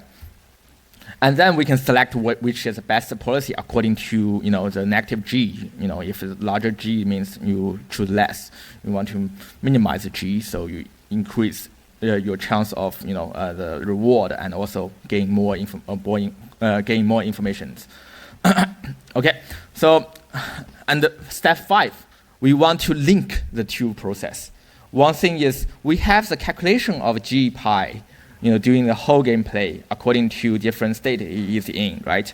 And then we can assign some horizon the agent want to plan and different rollout ways. This gives us, in different time what G will look like. And then we can fit the pies, the behavior data we have recorded to find that, which there are some free parameter like what I have, said. The planning horizon is the most important one. We can constrain G pi. And then after we have that, we can match the G pi's time series against the neural data's time series. The neural data fits the expected free energy updates to test, if the different brain areas are doing this kind of computations to solve above inference algorithm. But also there are like some caveats. I haven't done that, but I already have some caveats. First thing is, we don't know if this MDP internal model is correct or not, which means that we're actually unclear about, what is the generative model. Now, it's not like the perception task. They are like a well-developed generative model called Gaussian scale mixture, like tested, a lot in like almost 25 years. So, a very good generative model to describe perception. But for kind of Pacman here, we can use MDP with tabular transition. We can use successive representations. We can use cognitive map with all kinds of abstractions, right? And also, I think, Dr. Zhao he knows answers. We rely on him. Yeah, you are going to find it, right? I think, in the near future, in 5 years, this will become much more clear what kind of generative model we can use. And the second caveat is, what is this is a very in the problem solving, the posterior is not static. It's not like in perception. We are facing one static image, right? We can make sense of the images. The image itself is static, but here in problem solving, we are moving in the world in different time. So making the whole posteriors to be changing all the time. The agent can still learn, right? So can still finding the different structures, update the beliefs, and redefine what sub-goals they are having. So kind of all mixed with each other, making it very hard to disentangle with each other. And there can be candidate algorithm to deal with them. I have just introduced active inference. This is one solution.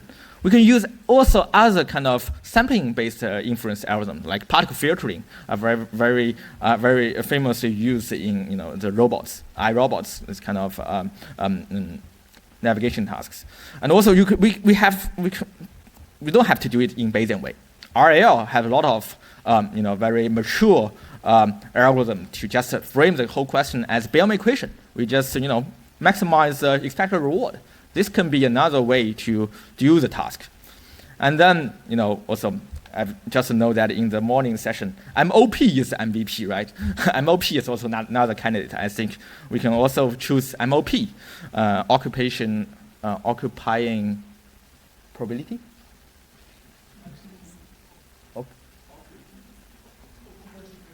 Occupancy principle, yeah, right, it's MVP. I believe that, yep. And okay, also the third caveat is how to relate it to the neural activities. We have described that, according to different inference algorithms, we can update the parameter of the posterior. We can also, doing sampling, collecting the data according to the, try to use sampling algorithms. And, this kind of sampling is also another, computation time. And also we can combine both, right? Try to say that at each different time, we actually sample a different parameter, and these parameters, combine of parameters, tells you what is a complete total mixture of posterior they have. And all these kind of dynamics, we need to link it to the neural variabilities. It's also very hard, to link them. So the third caveats. And so this concludes my talk. So I haven't answered any questions, but I think this is still a long way to go, and I hope that welcome to join my lab at ECNU to solve it. Okay. Yes. And then I want to thank my collaborators on this Pacman project in Tianmin's lab. I've done my postdoctoral in Tianmin's lab for 6 years. We developed this whole Pacman task and try to reason more about how monkeys solve this. It's a very enjoyable time. And Jia Xiang is our collaborator in Cardiff University. He did a human study with fMRI and also with kind of the psychophysical tasks. And also I want to thank other collaborators, Zhang Hang, Xiaoxiong, Changle, and Zach Bitko. Okay, thank you very much.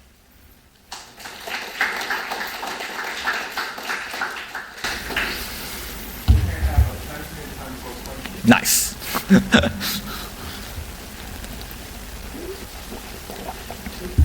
So I understood that the data are really kind of involved and subtracted.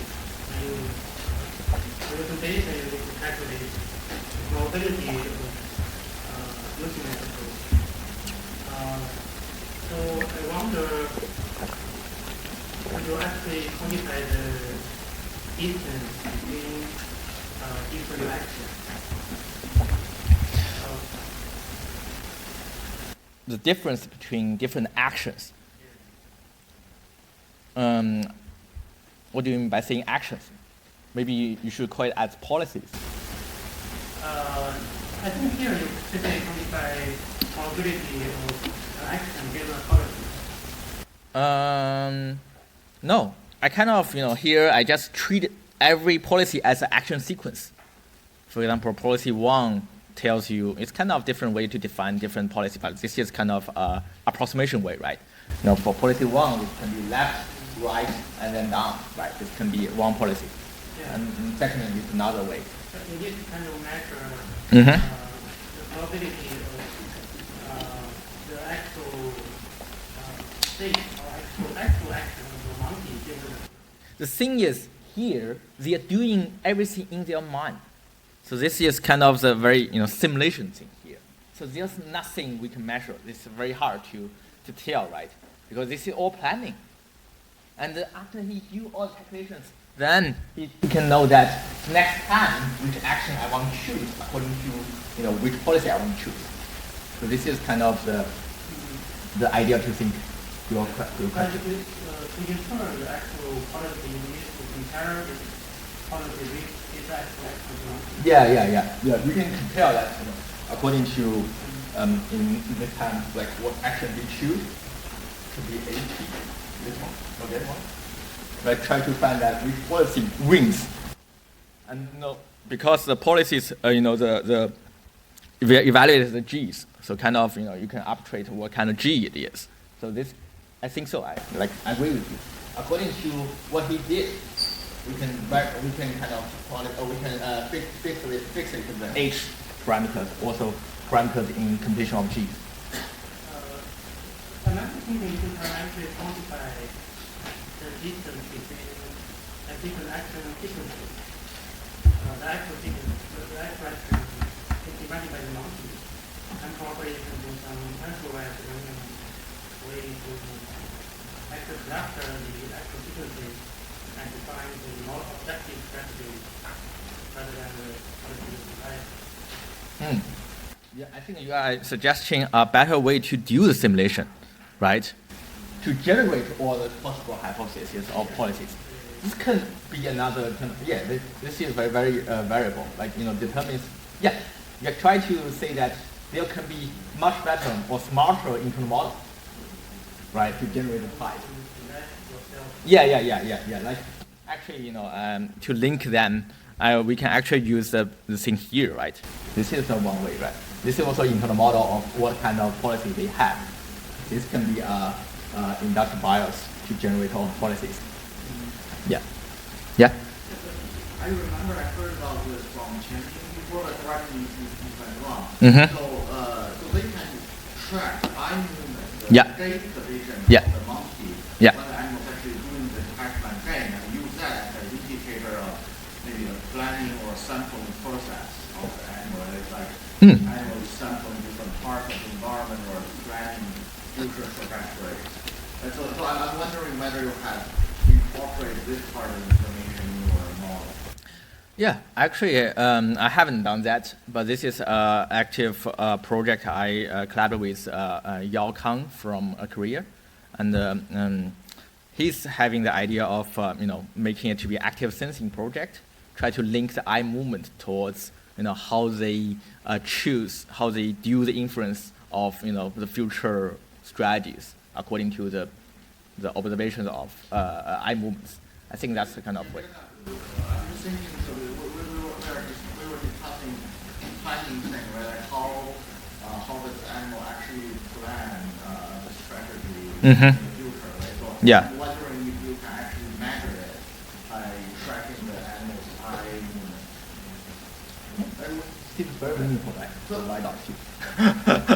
Yeah, but here from the raw data, it's hard for me to see any correlation between the movement of the white dog to the movement of the actual player, right? Is there any strong correlation between that? I mean, is the eye movement pointing to a future trajectory or something like that? Yeah, here, right?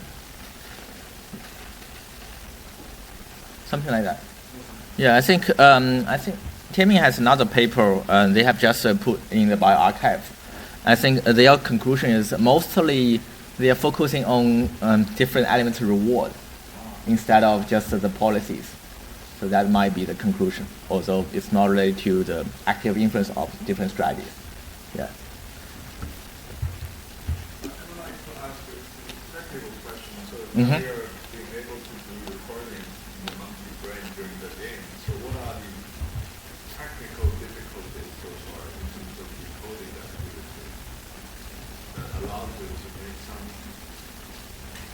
inference of your model? You can measure anywhere, and you're not sure which region to measure, and the monkey is moving around, a lot of the signal corrupted by noise and all these. Yeah, I think the challenge is we actually don't have the framework how to think, a neural model instead of just doing the neural, GRM is kind of neural encoding method. So I think I kind of agree with Marcus Meister, at the talk. I don't think we have enough tools to think about that, right? Currently, we just borrow the tools we have in the perception tasks, try to link that neurons are just a communication system that represents some latent variables. But how to think the neurons, function in this kind of task, I don't have any idea, how to link them. This is kind of the biggest challenge. Even though, even when I have all the recordings of prefrontal cortex, I still don't know how to do that.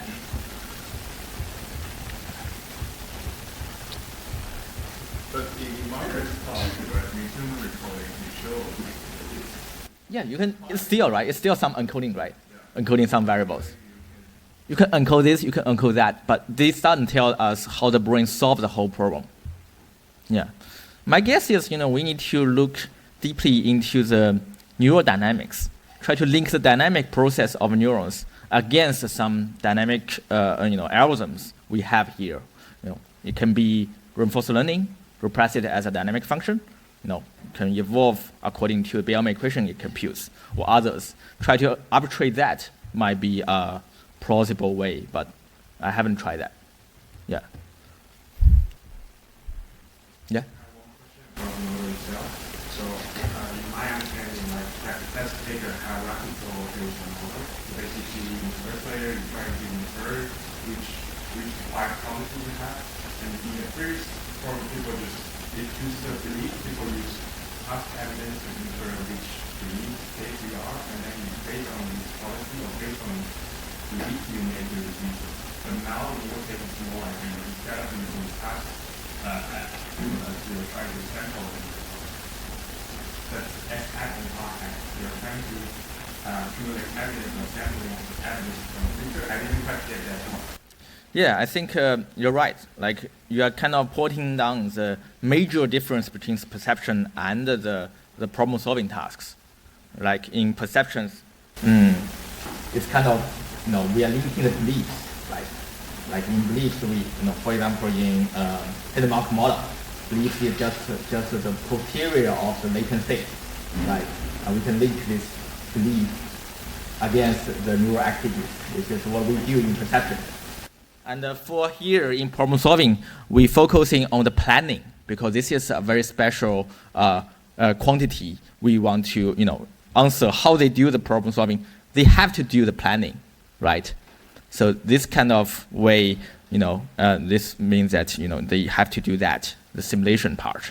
Otherwise, it doesn't tell us anything. Can you simulate the whole space and all possibilities directly? Yeah, you can have some, better way to do the rollout, just like what we do in model-based reinforcement learning, right?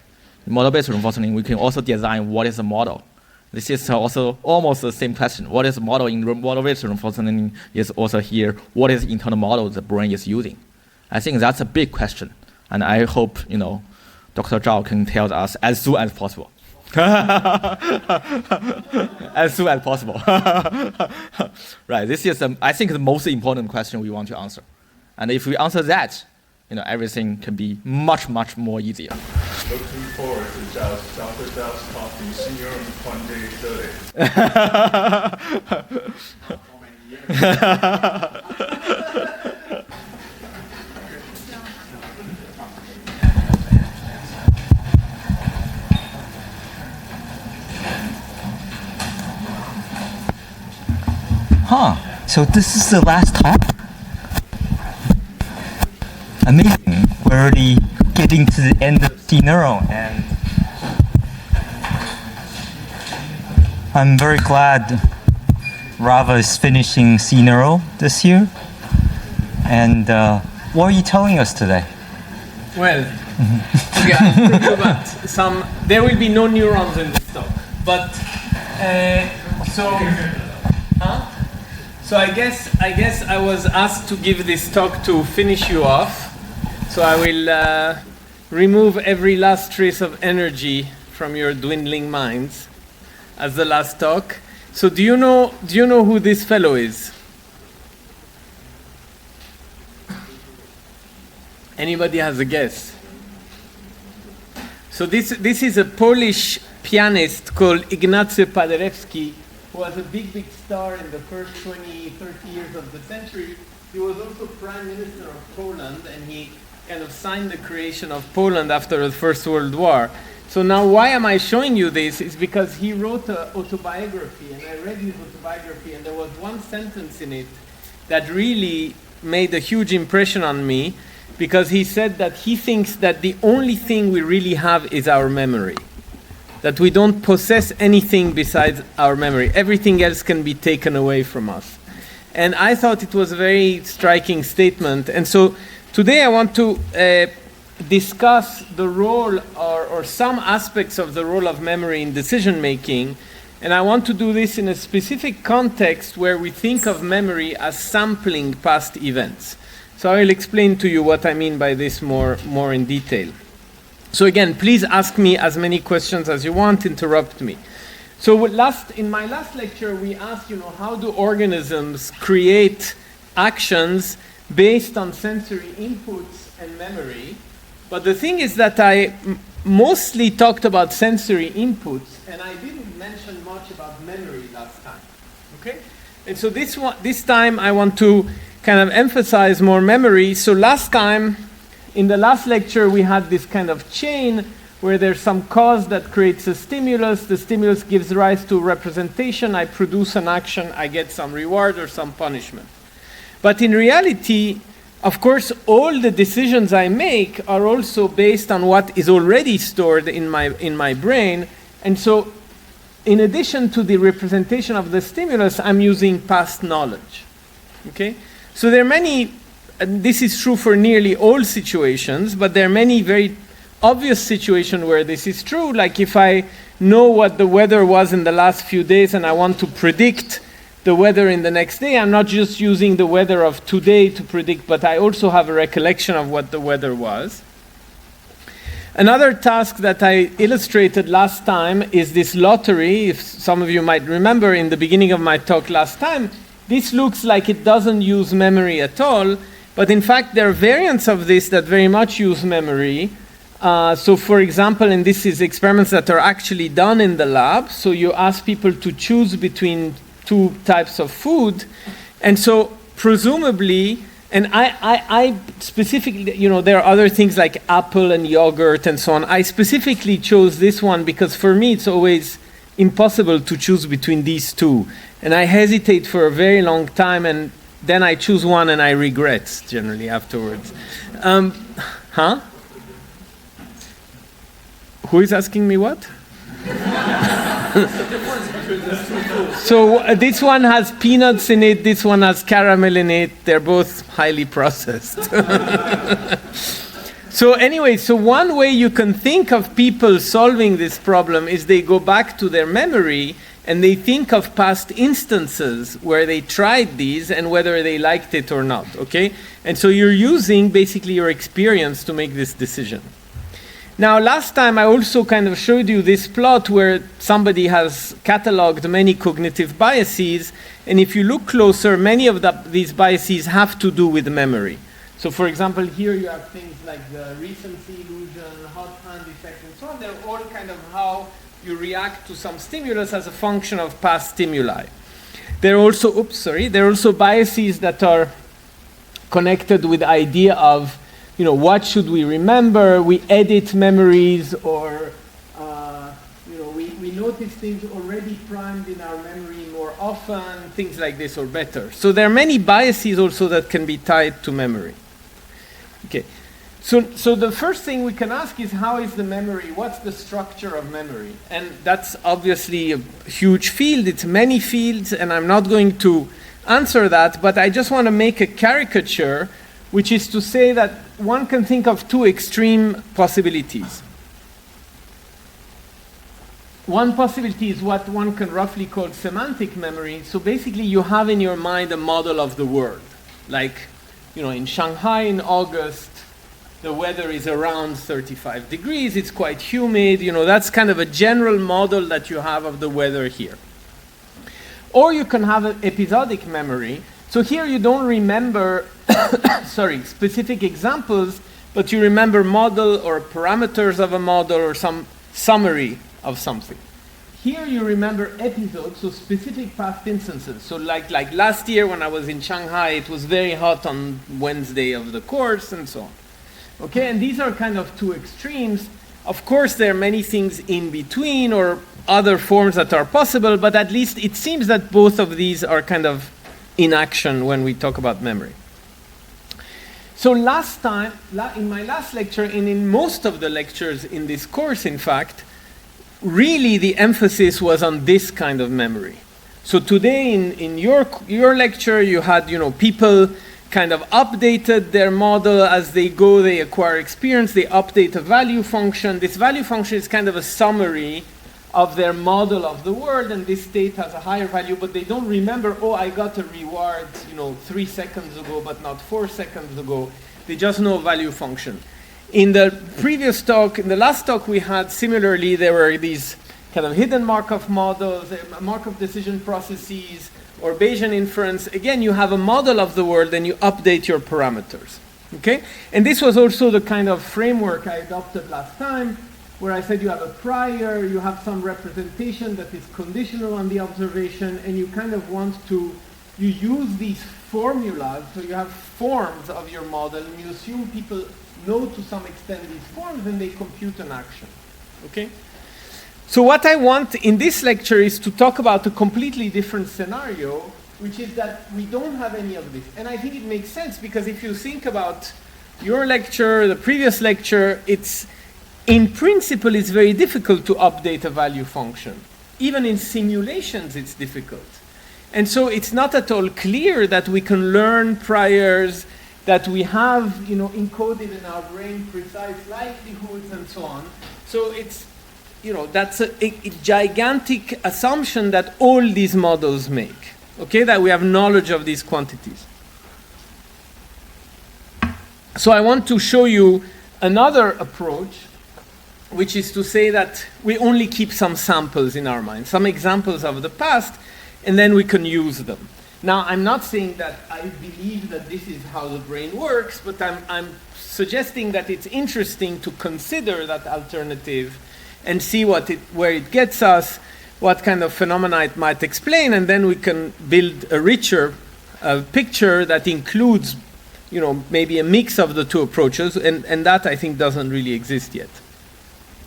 Now, why would I even consider that option, that model of any suggestion? Why wouldn't I just say no? It makes no sense to consider samples or past experiences. Clearly, it's having a model of the world is how the brain works, or how the brain should work. Any suggestions?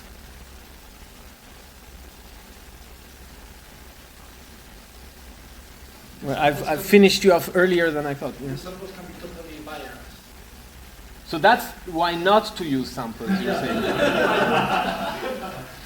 So, We don't have analytical solution. huh? We don't have an analytical solution. Well, that's one example, but maybe that goes along the direction of something I want to say, and it's simpler to use some. We don't need to do Bayesian manipulations. We don't need to have these big functions we multiply and so on.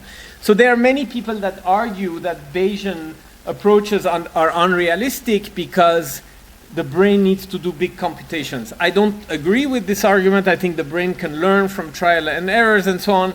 But there is an argument to make that it would be simpler. A more important argument, I think, is that it's kind of more flexible. Okay? So for example, in the case of Ruben, in your case, you want to compute a big function that depends on some transition probability, like in your case. And so first you have to assume you know it, which is a huge assumption. Mostly we don't. But even if you know it, then if now I change this transition probability, you have to recompute everything. Okay? And so there's a bit of a lack of flexibility. Whereas if I just carry out a bunch of past experiences, whenever I have to solve a problem, I refer to them and I give an answer. Okay? So there's an added flexibility. So what I want to do now, I want to do two parts. So in the first part, I want to show you very short stories, examples arguing why a cognition based on sample might be reasonable or it's worth thinking about. And then in the last part, I want to show you some work that we did to kind of formalize this a bit more mathematically. So the first thing to notice is that if you had to keep in mind 10,000 samples, you might as well keep in mind a function. Okay, because by that time, it's very demanding. And so to say that we make decisions based on past experience, past sample, is only meaningful, is only economical if that's true with few samples. Okay? So one question we can ask is that even reasonable to think that people make decisions based on few samples? So imagine a very simple experiment. I'll show you data on this. So you show some subject a series of ones and zeros. Okay, and you ask the person to predict the next one. So you see one, then you have to predict this, and you see this, you have to predict this. So the way that you would do it as a Bayesian or as a optimal way is you would first calculate what's the probability that this one was generated, and what you would get is this. So you would just sum the number of times you have one, sum the number of times you have zero, make an average, and you would converge to the correct answer. And every time if this is more than 1/2, you would predict a 1. If it's less than 1/2, you would predict a 0. Okay? Or more systematically, you would do Bayesian inference. You would update the posterior on the probability. It's a beta function. It would converge to something. That's how you would do it if you're a Bayesian. Okay? Now I want to propose a different way. Suppose that you completely don't do this. And you just go back in your memory when you ask the question, you pick a few samples, and you make the decision based on these samples. Okay? Now what I said is if you need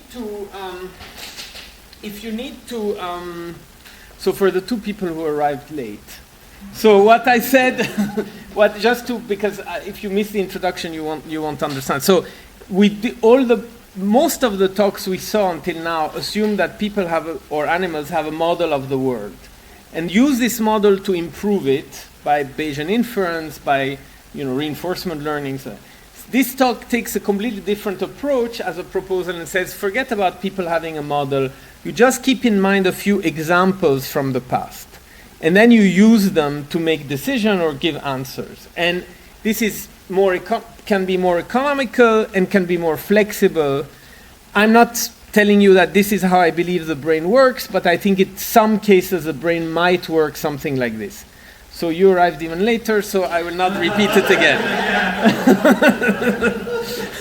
So it's about sampling, decision by sampling. Sometimes that's also one type of model, right? No. It's a model of what the cognitive process works, but it's not assuming that the animal or the organism is constructing a model of the world and then updating parameters. Yeah, I think probably the animal is... No, I was hoping he would have come even later, yes. The animal could still have some kind of abstraction, even that's individual example, but after abstraction it becomes some kind of right. model, right? But we will not assume that. So that's the whole point. You're absolutely right that there are all the gradations in between, from having a full model of the world where you know all the details of the parameters, the functional forms, so on, all the way to having just samples. And there's everything that one can consider and also more sophisticated. I want now to go to the extreme and say all you have is samples and then you make decisions. Okay. So the first thing we want to do is to see whether it's even reasonable, because if it's only reasonable if you have 1 million samples, then there's no point. That's very costly. So if you look at this experiment where people have to predict the next symbol, and now you ask, how much worse do I do with samples than if I do a Bayesian updating? So this is the number of samples I pick from my past history. This is the probability, the true probability of my process. And this is the rate of error as compared to the optimal case. So the rate of error when I'm based on samples minus the rate of error based on the Bayesian probability. Okay? So what do we see here? First of all, we see that if we have many samples, then it's essentially 0. So I do as well because I can estimate the probability well. If my true probability is 1, even if I have 1 sample, I'm correct. Okay? So then I'm perfectly correct. If my probability is 1/2, I cannot say anything in either case, whether I'm Bayesian or whether I have samples. So there's only this region here when I have very few samples and the probability is close to 0.5 where I'm doing bad. But there's a big region even with fairly few samples here that I'm doing quite well. Okay? So this is for each probability. If I now average over the probabilities to have a picture on average, this is what I get. So this is this quantity, the difference in error rate as a function of the sample. And the point here is that even with 1 sample, one sample gives me a lot of mileage, and then 10 samples give me most of the mileage. So I can do very, very well with just 10 samples. Okay? Now, there's another twist to this, because there's a question of how much time it takes me to take samples. So imagine, so here I was showing you the difference between performance between a sample model and a Bayesian model. If now you think of just the utility that you get per decision, the utility that you get per decision as a function of sample and the probability. So now it's not a difference anymore. So obviously I get much more correct decision if my probability is 1 or if my number of samples is very large. Okay? If my probability is 0.5, no matter how many samples I have, I will always behave at chance level. Okay? Now the thing is that if I want to think about my samples in my memory, so you have to choose between the Mars and the Snickers, and you think, oh, yesterday I had the Mars, was nice, the day before I had Snickers, and so on. So if you assume that you draw these samples by sequentially from your memory, they each take time. And so now you can imagine that this time comes at a cost, and you might want to know what's the utility not per decision, but per unit time. Okay? And so what happens then is that if you take a lot of samples, you're very penalized. Okay? And again, if I write this on average, I will get these curves. So that's the number of samples. That's the expected utility per unit time. And what are the different colors? The different colors are the time scale that it takes me to make a decision divided by the time scale that it takes me to draw a sample. Okay, so I imagine that I'm drawing samples, Mars, Snickers, Mars, Snickers, Mars. Each one of them takes some time, and then I have to think for a moment to make a decision. So I have a little delay at the end. So if the time of drawing samples is very small, which is here, obviously I will draw many samples, I can do it very fast. If the time of drawing samples become larger, this maximum goes here, and what you see is that there's a whole region where it's good for me to take just one sample. Okay. So this shows that with few samples, and this is kind of the summary plot of that, so for a long time you want to take just one sample, and then it's beneficial to take more samples. Okay? So that is not telling you anything about the brain, that's just a mathematical fact.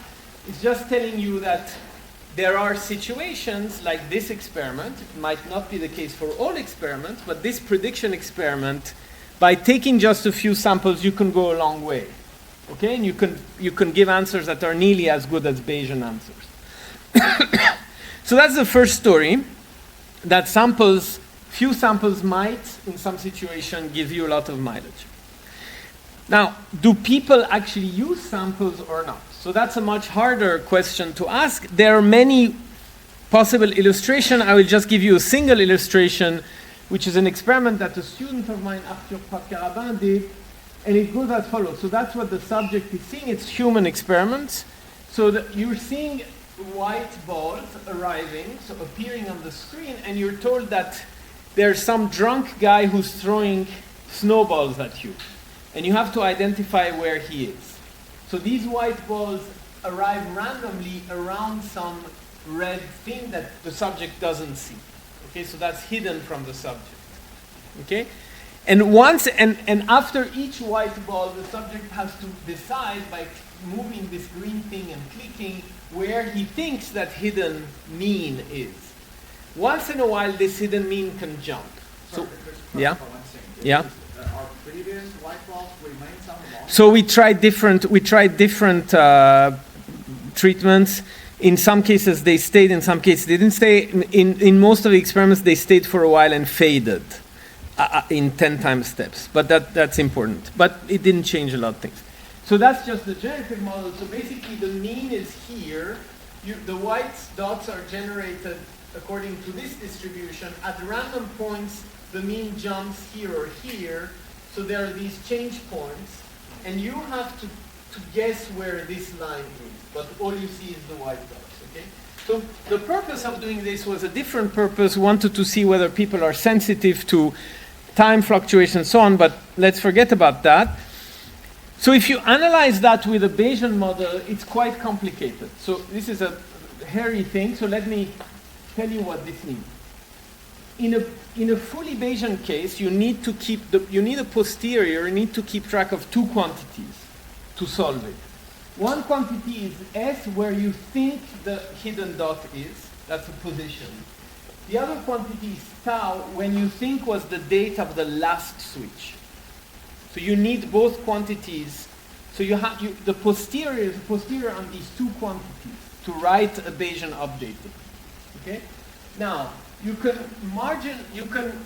condition, of course, on the time, and if you think that the last switch arrived one trial ago, you have some distribution of this S. And so you can represent this by given that the switch occurred one time ago, you have a distribution of S, and then you have a probability, which is this bar, that the switch occurred, tau times ago. So in this subject, so now he's at a given time, so he's quite sure that the last switch was 5 trials ago, because this is large. But if the switch happened 4 trials ago, this would be the distribution. Okay? And then the full distribution of S is just the marginal is this one. Okay? So that's at a given time point. Now I receive a new white dot, this white dot here.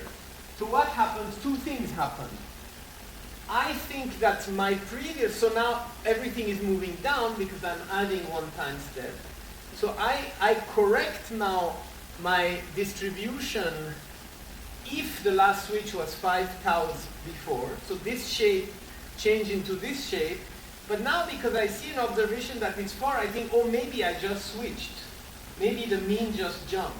And so I developed some probability that the jump was at time 0 right now. Okay? And so on. So the next step, I see an observation, I change this becomes even bigger, and so on. Do you have a question? No. Okay. So once you do this, if you solve a fully Bayesian, first of all, you see that it's complicated. It's not simple, not a simple operation for the brain. The brain would have to follow all these joint hypothetical histories. It's a hard thing. Now, if you solve this model, you compare to data, you find that there are similar features. Qualitatively, it explains the data. Quantitatively, it fails. Okay? So what is going, you don't like it? Okay. So what is going wrong, or what is not correct? So this can give you a clue.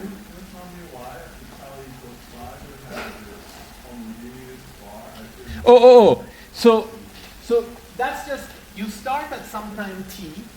Tau 1 is one step before. So the probability at time t, so given a bunch of observations that you get between 1 and t, bunch of white dots that you saw, the position of these white dots, you have some posterior on where the mean is, and when was the last switch of the mean?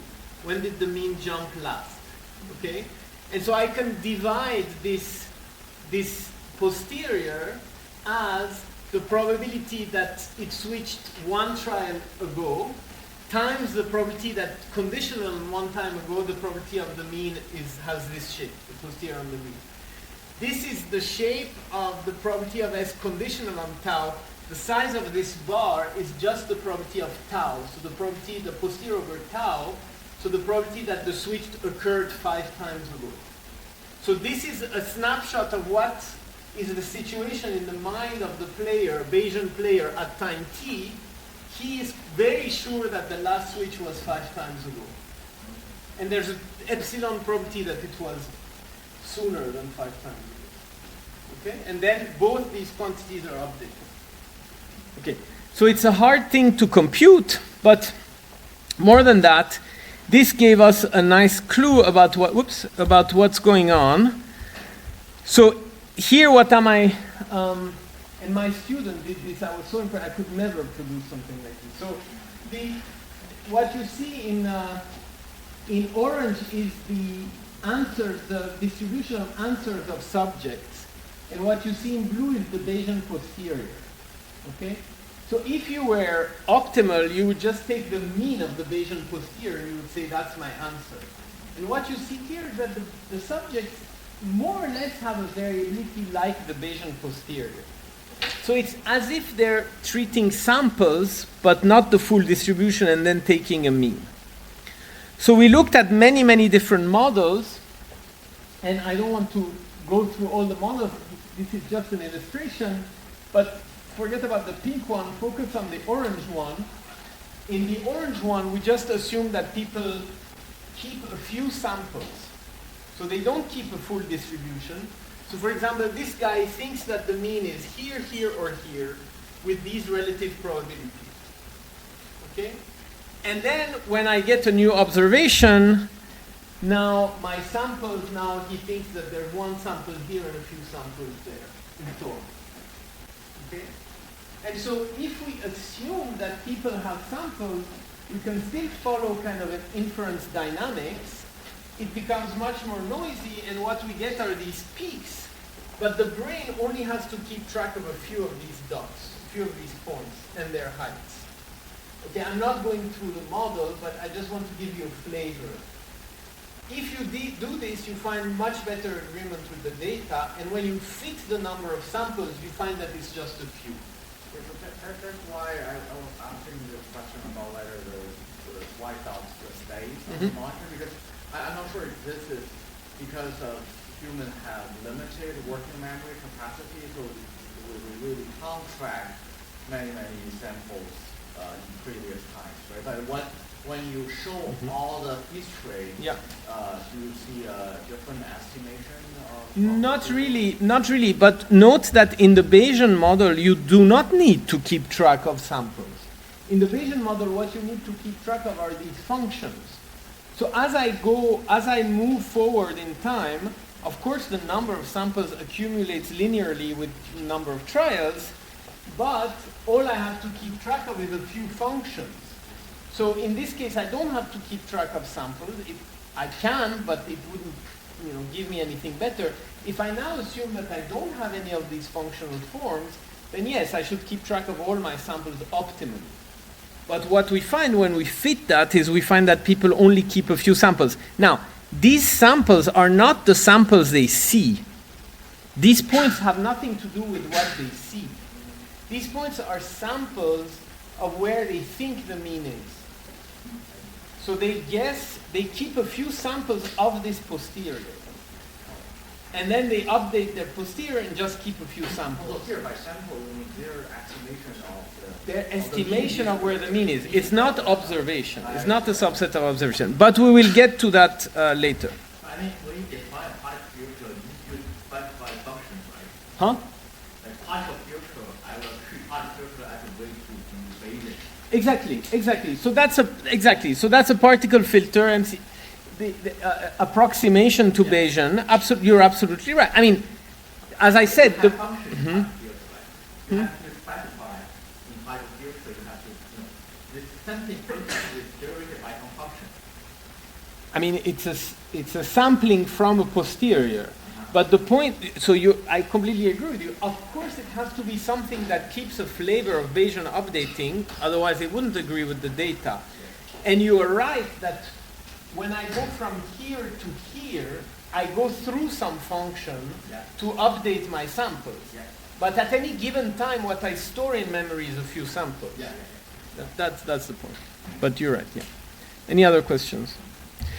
Okay, so now, the thing is, so here I argued that it's not implausible that people use samples instead of using functions.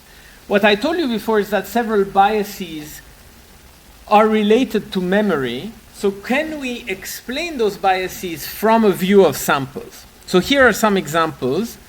And they have different names, but they're very related. So availability heuristics is a type of bias.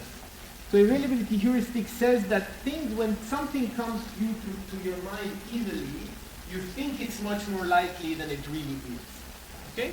And so one example is if you ask people, what's the probability that in English a word begins with K, or what's the probability that the word has K as a third letter, most people will say that's more probable. Okay? And I don't think it is. Why, according to these authors? Because it's much more easy to think of a word, kangaroo, koala, whatever, kalamazoo, that starts with a K, whereas it's harder to think of a word that has a third letter as K. Okay?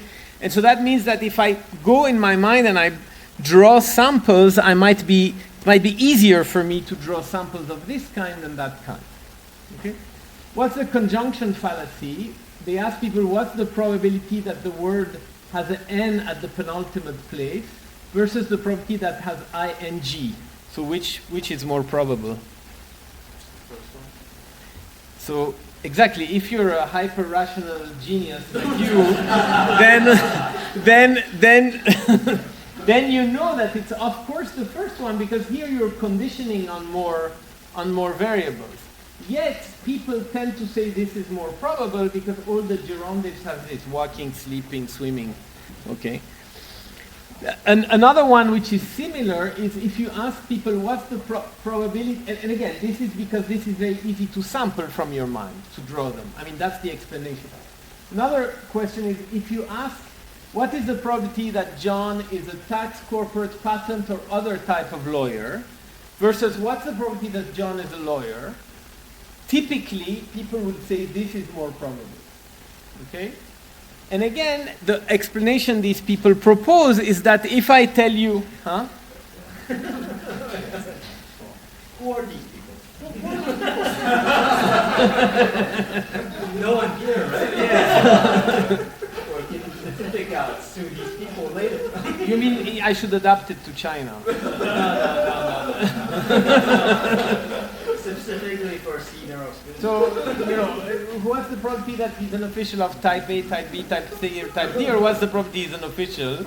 And and the reason that is argued is that if I say corporate lawyer, then it's easier to go in your mind and look for corporate lawyers you know.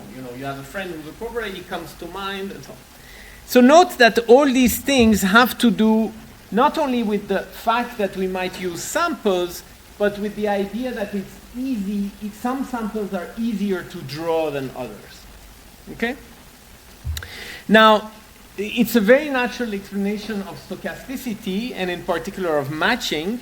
So animals typically don't maximize, they do something between maximizing and matching, and if you base yourself on samples, you will match. If you base yourself on one sample, you will match. And if you increase incentives, people show that you move from matching to maximizing, and you can think that with more incentives, if you're given a bigger reward, you're willing to draw more samples, that will move you away from matching towards maximizing. Is that clear? I don't see a resounding yes. Okay, ask me if it's not clear, or afterwards I can explain. And the other thing is that it's also a natural explanation of incoherence, meaning that people entertain probabilities that are ruled out by probability theory. That say probability, what we saw before, that probability of a conjunction is larger than probability of either events. Okay, something that is not possible according to theory of probability, but you see. So maybe I skip this. I can illustrate this with some human data, but I will skip this. Okay. So until now, what did we say? We said that it's not implausible that people use samples, and we said that a number of biases that are observed can be viewed as resulting from sampling. Sorry, what's going on? Yeah, so, and can be viewed as resulting from sampling.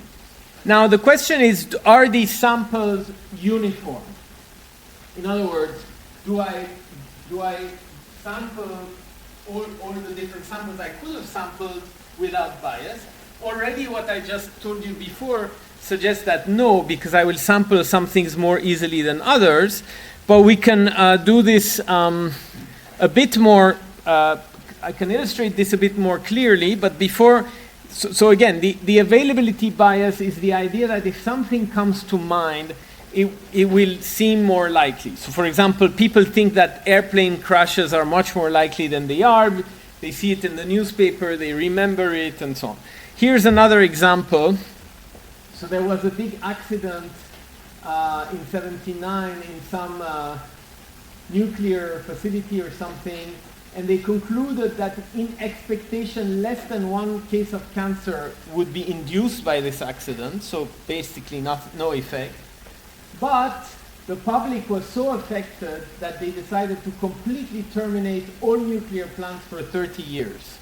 Okay, so that's a very strong effect of availability heuristic. You know, you see some disaster, you think it's likely.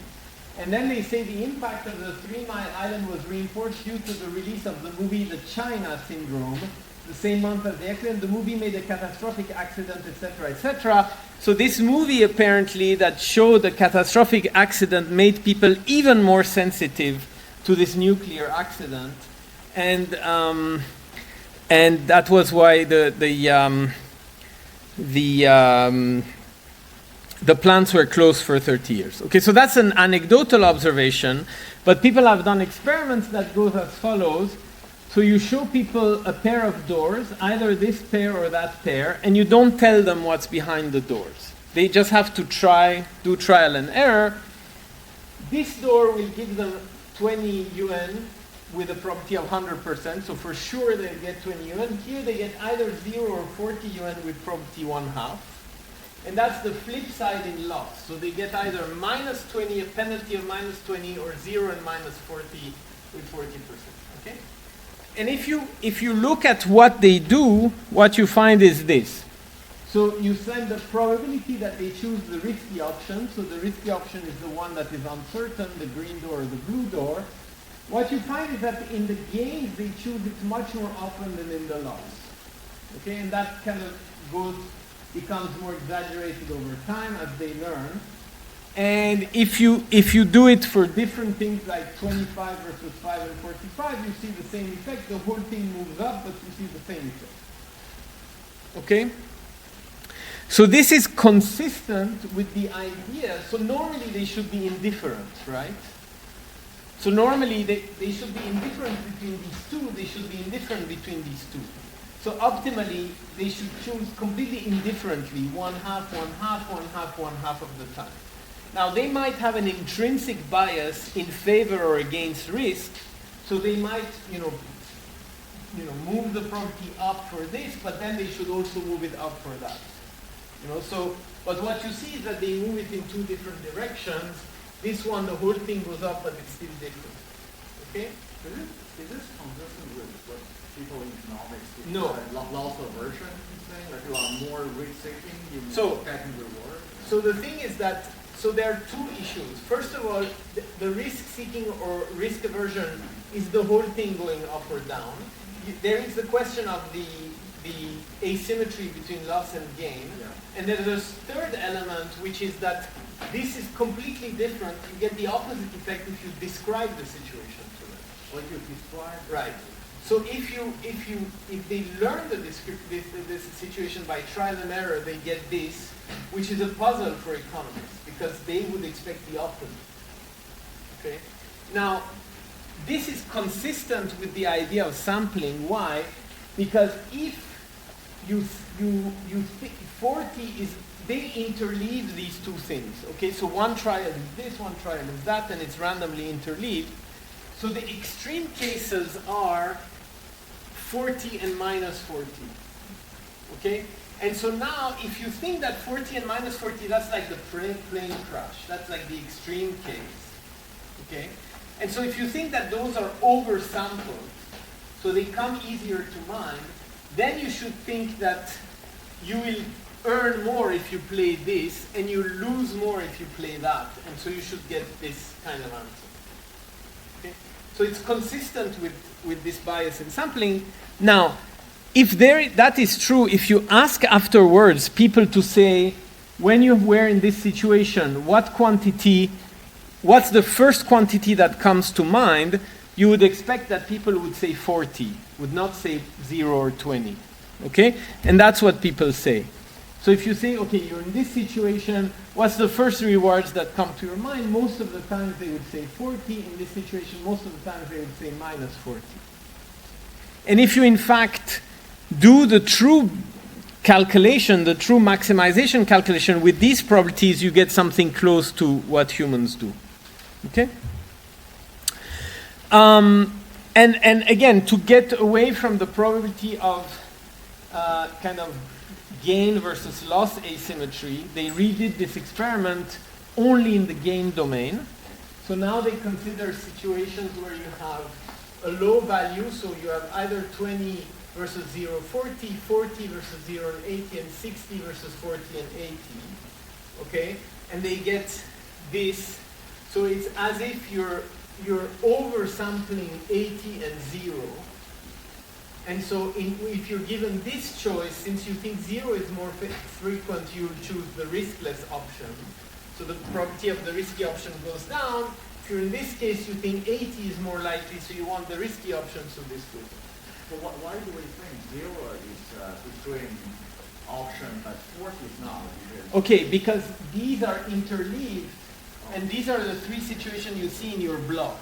So in the block as a whole, you see 0, 20, 40, 60, 80. So every subject saw all of them interleave.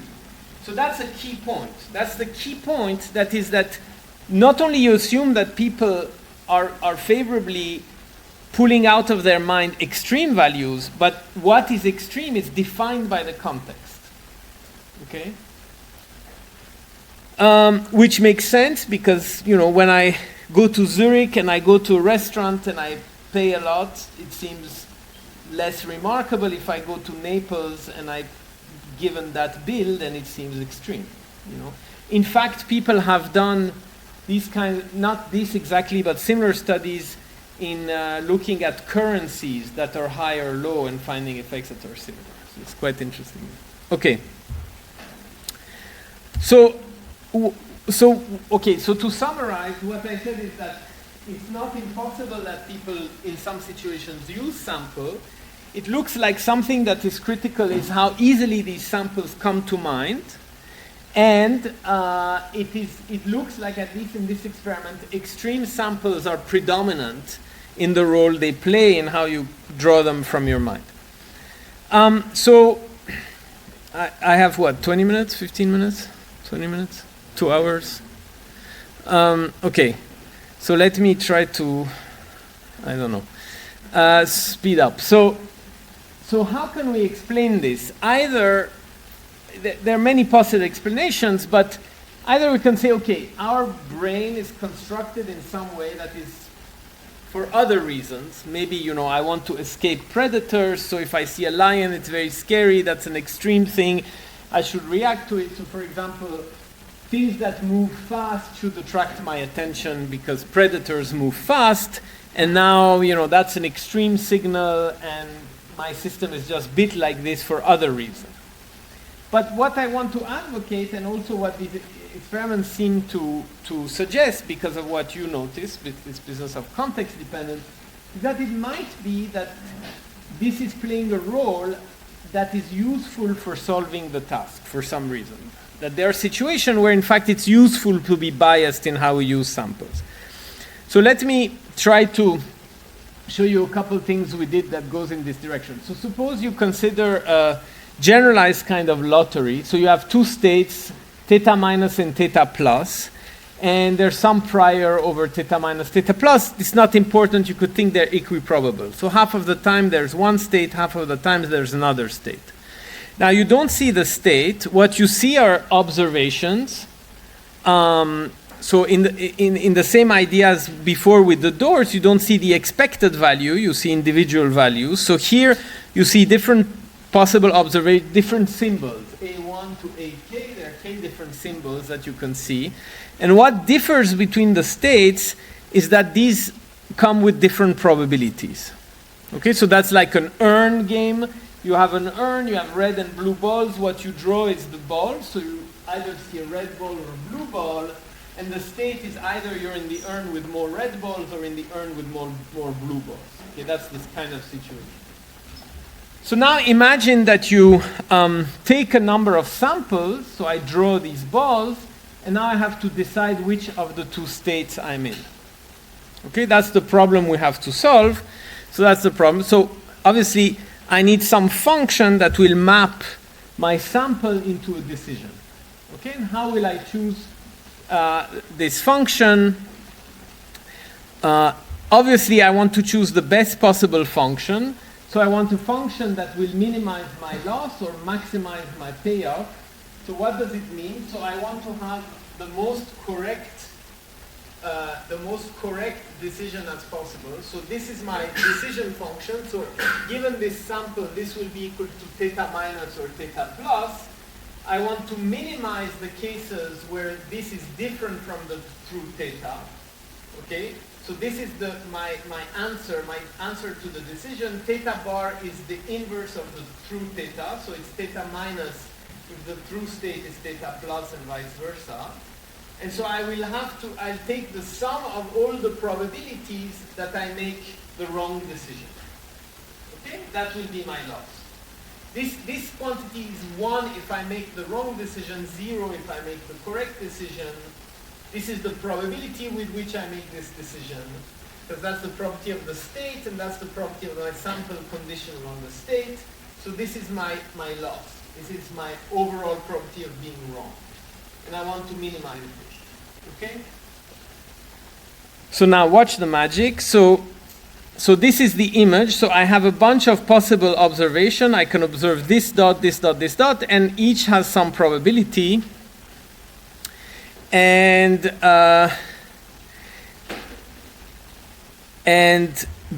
for the other states, I have a different set of probabilities. Okay? So you're now sampling from here. You take n samples from here. So I draw one time, I draw this one, maybe I draw this one again, then I draw that, then I draw that. I do that n times. I have these n samples, and now you have to say whether it's whether the state was plus or minus. Okay? So if I just had that problem, then I would just design my decision function, the problem would be finished. But what I said before is that it seems that the mind will call up some samples more easily than others. And so we're going to model this as a filter. So assume there is some function on these states, and I can choose what this function is. The mind can choose what this function is to make my decision more effective, more precise. Okay? So in fact, the mind, instead of sampling with probability P, will sample with a probability Q, which is proportional to P, but modified by this number V, this filter V. Okay? So this object here, for example, will not be sampled by that probability. It will be sampled with the probability V times that. Okay? And it will be the same V whether I'm in state minus or state plus. So that's kind of a filter that my mind applies to these states. So if you go back to the urn example, you can think that the filter is such that, for example, I decide I only sample blue states. So if I look at the red state, I throw it back in.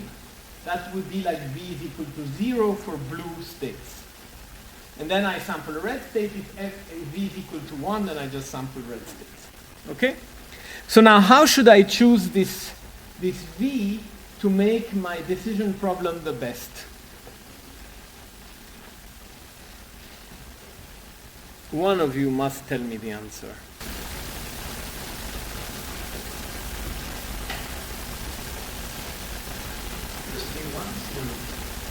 Yes, exactly. So this is what you want the V to do. So why? Yeah, because you want to have a bigger difference. Exactly. So this seems intuitive, right? So you will want to have this. Why does Ruben say this? Is that if I see this state, okay, I know that it's most likely coming from theta plus. If I see this state, I have no information for my decision. So I might as well never draw this state, okay? But still you could ask, why do I need both? Why do I need the two extreme ones? Maybe I should need only this one, okay? Or maybe I should take the three more extreme ones. So in fact, you can prove, and when I found that, I was very happy. So you can prove it in one line, essentially, and it goes as follows. So this is the matrix. This is a matrix of conditional on a state, all my possible samples. So I have k samples for this one, k samples, k possibility for x2, and so on. So this is k to the n. Okay, so it's a k to the n by k to the n. So it's a huge matrix. Okay, and now what you can show. And that's the magic. What you can show is that you can write this matrix as another huge matrix times this matrix. This matrix is a distribution only on the extreme samples. So you have only two samples, the smallest and the most extreme ones. Okay? And what you can show is that it's possible to construct this matrix in a way that is independent from the state, and in a way that is a stochastic or a garbling matrix, meaning it's essentially a noise matrix. Okay? So what does this line mean? This line means that you can take a probability that looks like this, which is on the extremes, and no matter what these probabilities are, you can always find a noise matrix that will map it into that. In other words, what it means is that this is a noisy version of that. And there's a theorem that tells you that if I have a distribution and I want to make a decision based on this distribution, and I have another distribution which is just that first distribution plus noise, I cannot do better. Okay? It's called Blackwell ordering. And so so this shows you that for any distribution, there's some extreme distribution of which this is a noisy version. And so you'll always do better with this distribution. Okay? Now, this is only possible if these are the extremes. You cannot achieve that with only one extreme, and you cannot achieve that if you have more than the extremes. So you have to have the two extremes, and that's it. Okay. So I find this very beautiful. If you don't find this very beautiful, you don't have a good life. So now this is I will skip the last part, which is in fact the main part of this talk, but I will skip it. Basically, the last part is a extension of this, which is much more complicated to do, but it's basically an extension in the continuous domain. And if you want to make a decision in the continuous domain, so now you don't have a set of discrete states, but you have continuous states, then you will want to have a filter that looks like this. And so what will happen is when you see many samples, like you have a true distribution that is like this, and you see many samples, you'll always take the extreme samples. Okay? So this is telling you that, let's say that just in 1 minute, if you're in a restaurant, if you're hesitating, am I going to a restaurant which has this distribution of the values of the meals, let's say the taste of the dishes they serve, or I can eat my sandwich, which has value 0 and it's sitting in my fridge. Then I go back in my memory and I realize I went to this restaurant many times. And one time I had this dish, one time I had this dish, one time I had this dish. Well, what this calculation is telling you is that you're better off ignoring all of these and just taking into account the extreme cases. So the time that you started vomiting after going to the restaurant, and the time that the dish was so good you didn't want to eat anything else for a week. And you should make an average between these two, and that should give you a better decision than if you took, say, 3 samples here. Okay? So that's basically the upshot of the model. So is this framework related to the importance sampling? Yes, that's right. So it's a form, but the very good question.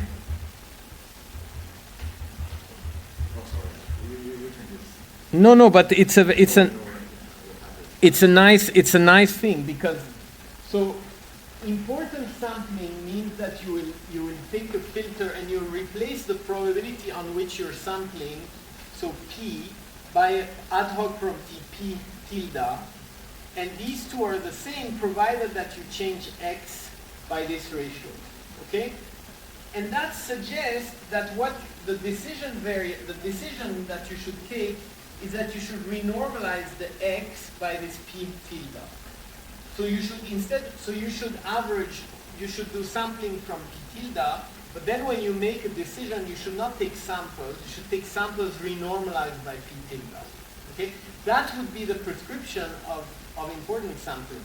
Now, there is no reason that in our case, it is a form of importance sampling, but there's no reason that this normalization should hold. We can take any decision function we want. And in fact, the decision function we find is that you should completely forget the value x and just have zeros, -1 or 1, depending on whether x was favorable or unfavorable. So it is important sampling, but if you want, the decision rule is completely distorted with respect to important sampling. Okay.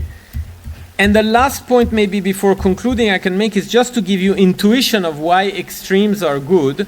So suppose that you have this distribution, which has a mean which is slightly to the right of 0, and you have another distribution with a mean which is to the left, slightly to the left of 0, and you have to have only one sample to distinguish them. Okay? So do you prefer having a sample here or a sample there? Well, what you want is to maximize this log likelihood, okay? Because if this log likelihood is very large or very small, it will tell you with more certitude that you're in this case or that case, okay? Now, what's this log likelihood? This log likelihood is the difference between the two, the log of the numerator and denominator. If epsilon is small, that's essentially the derivative with respect to theta of the log of the distribution. Okay?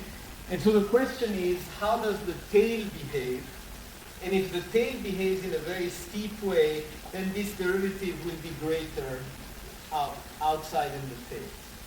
And so it will be most discriminant outside in the tail. So imagine that these are Gaussians. The ratio between these two here is of order 1.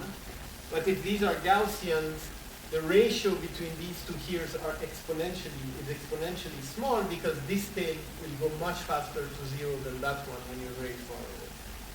That's the intuition why extreme values. So they are derivative of theta equals to 0. Yes, but x is very far.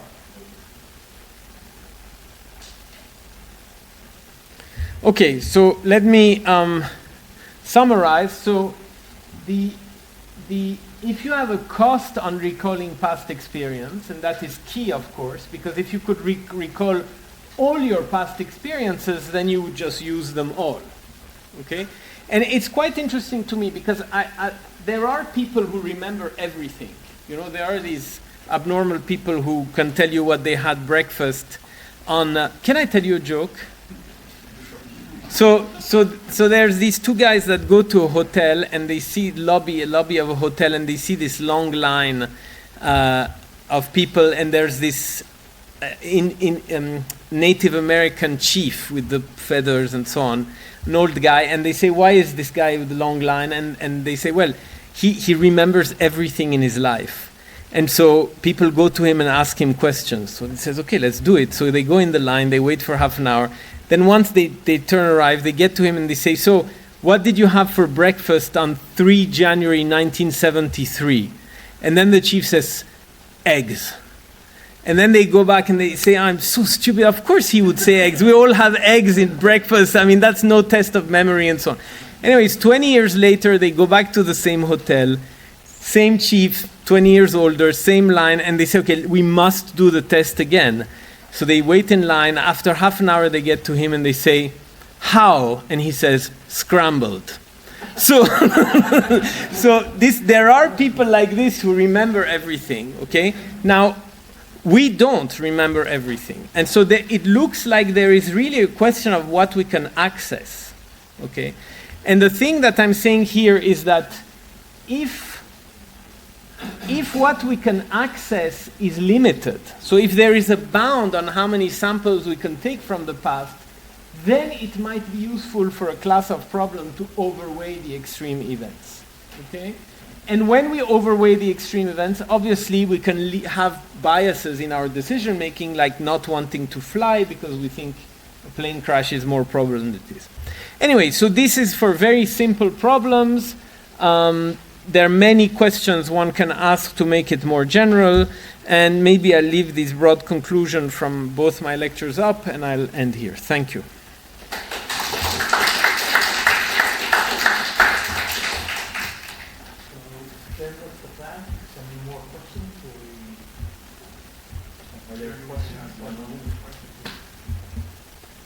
So sample-based versus model-based, I think it's real life, you don't have a chance of something so much to form a perfect model. Imagine expert player. After a lot of playing, the perfect model of estimating real volume. Right. Then it's a total model. They learn real correct model for that. Right. For the actual, this time, you don't have a chance to play once or twice. Yeah. You have very simple. So maybe you are forming some kind of model that's far off. Yeah. I think that first of all, I think that most likely there is both going on. For both, probably, and maybe there's different way. My guess is that it might be easy to keep samples and harder to update your model, and so you kind of keep samples and sometimes you transfer them to the model. So there is some coupled system. I haven't thought at all about the motor part of things. What it seems is that some field of experts. But the thing is that there are many experiments where people learn by experience, and they seem to keep these biases for a long time. Some of these biases that can be explained from sampling. And so in the context of decision making, I'm not sure, at least it's not clear to me from data that what you say happens. It might happen in the motor domain, but it's not clear to me, and maybe the reason is that our brain are just configured in a way that they should be ready for changes in the context. And so, but I think it's not studied enough, these kind of questions.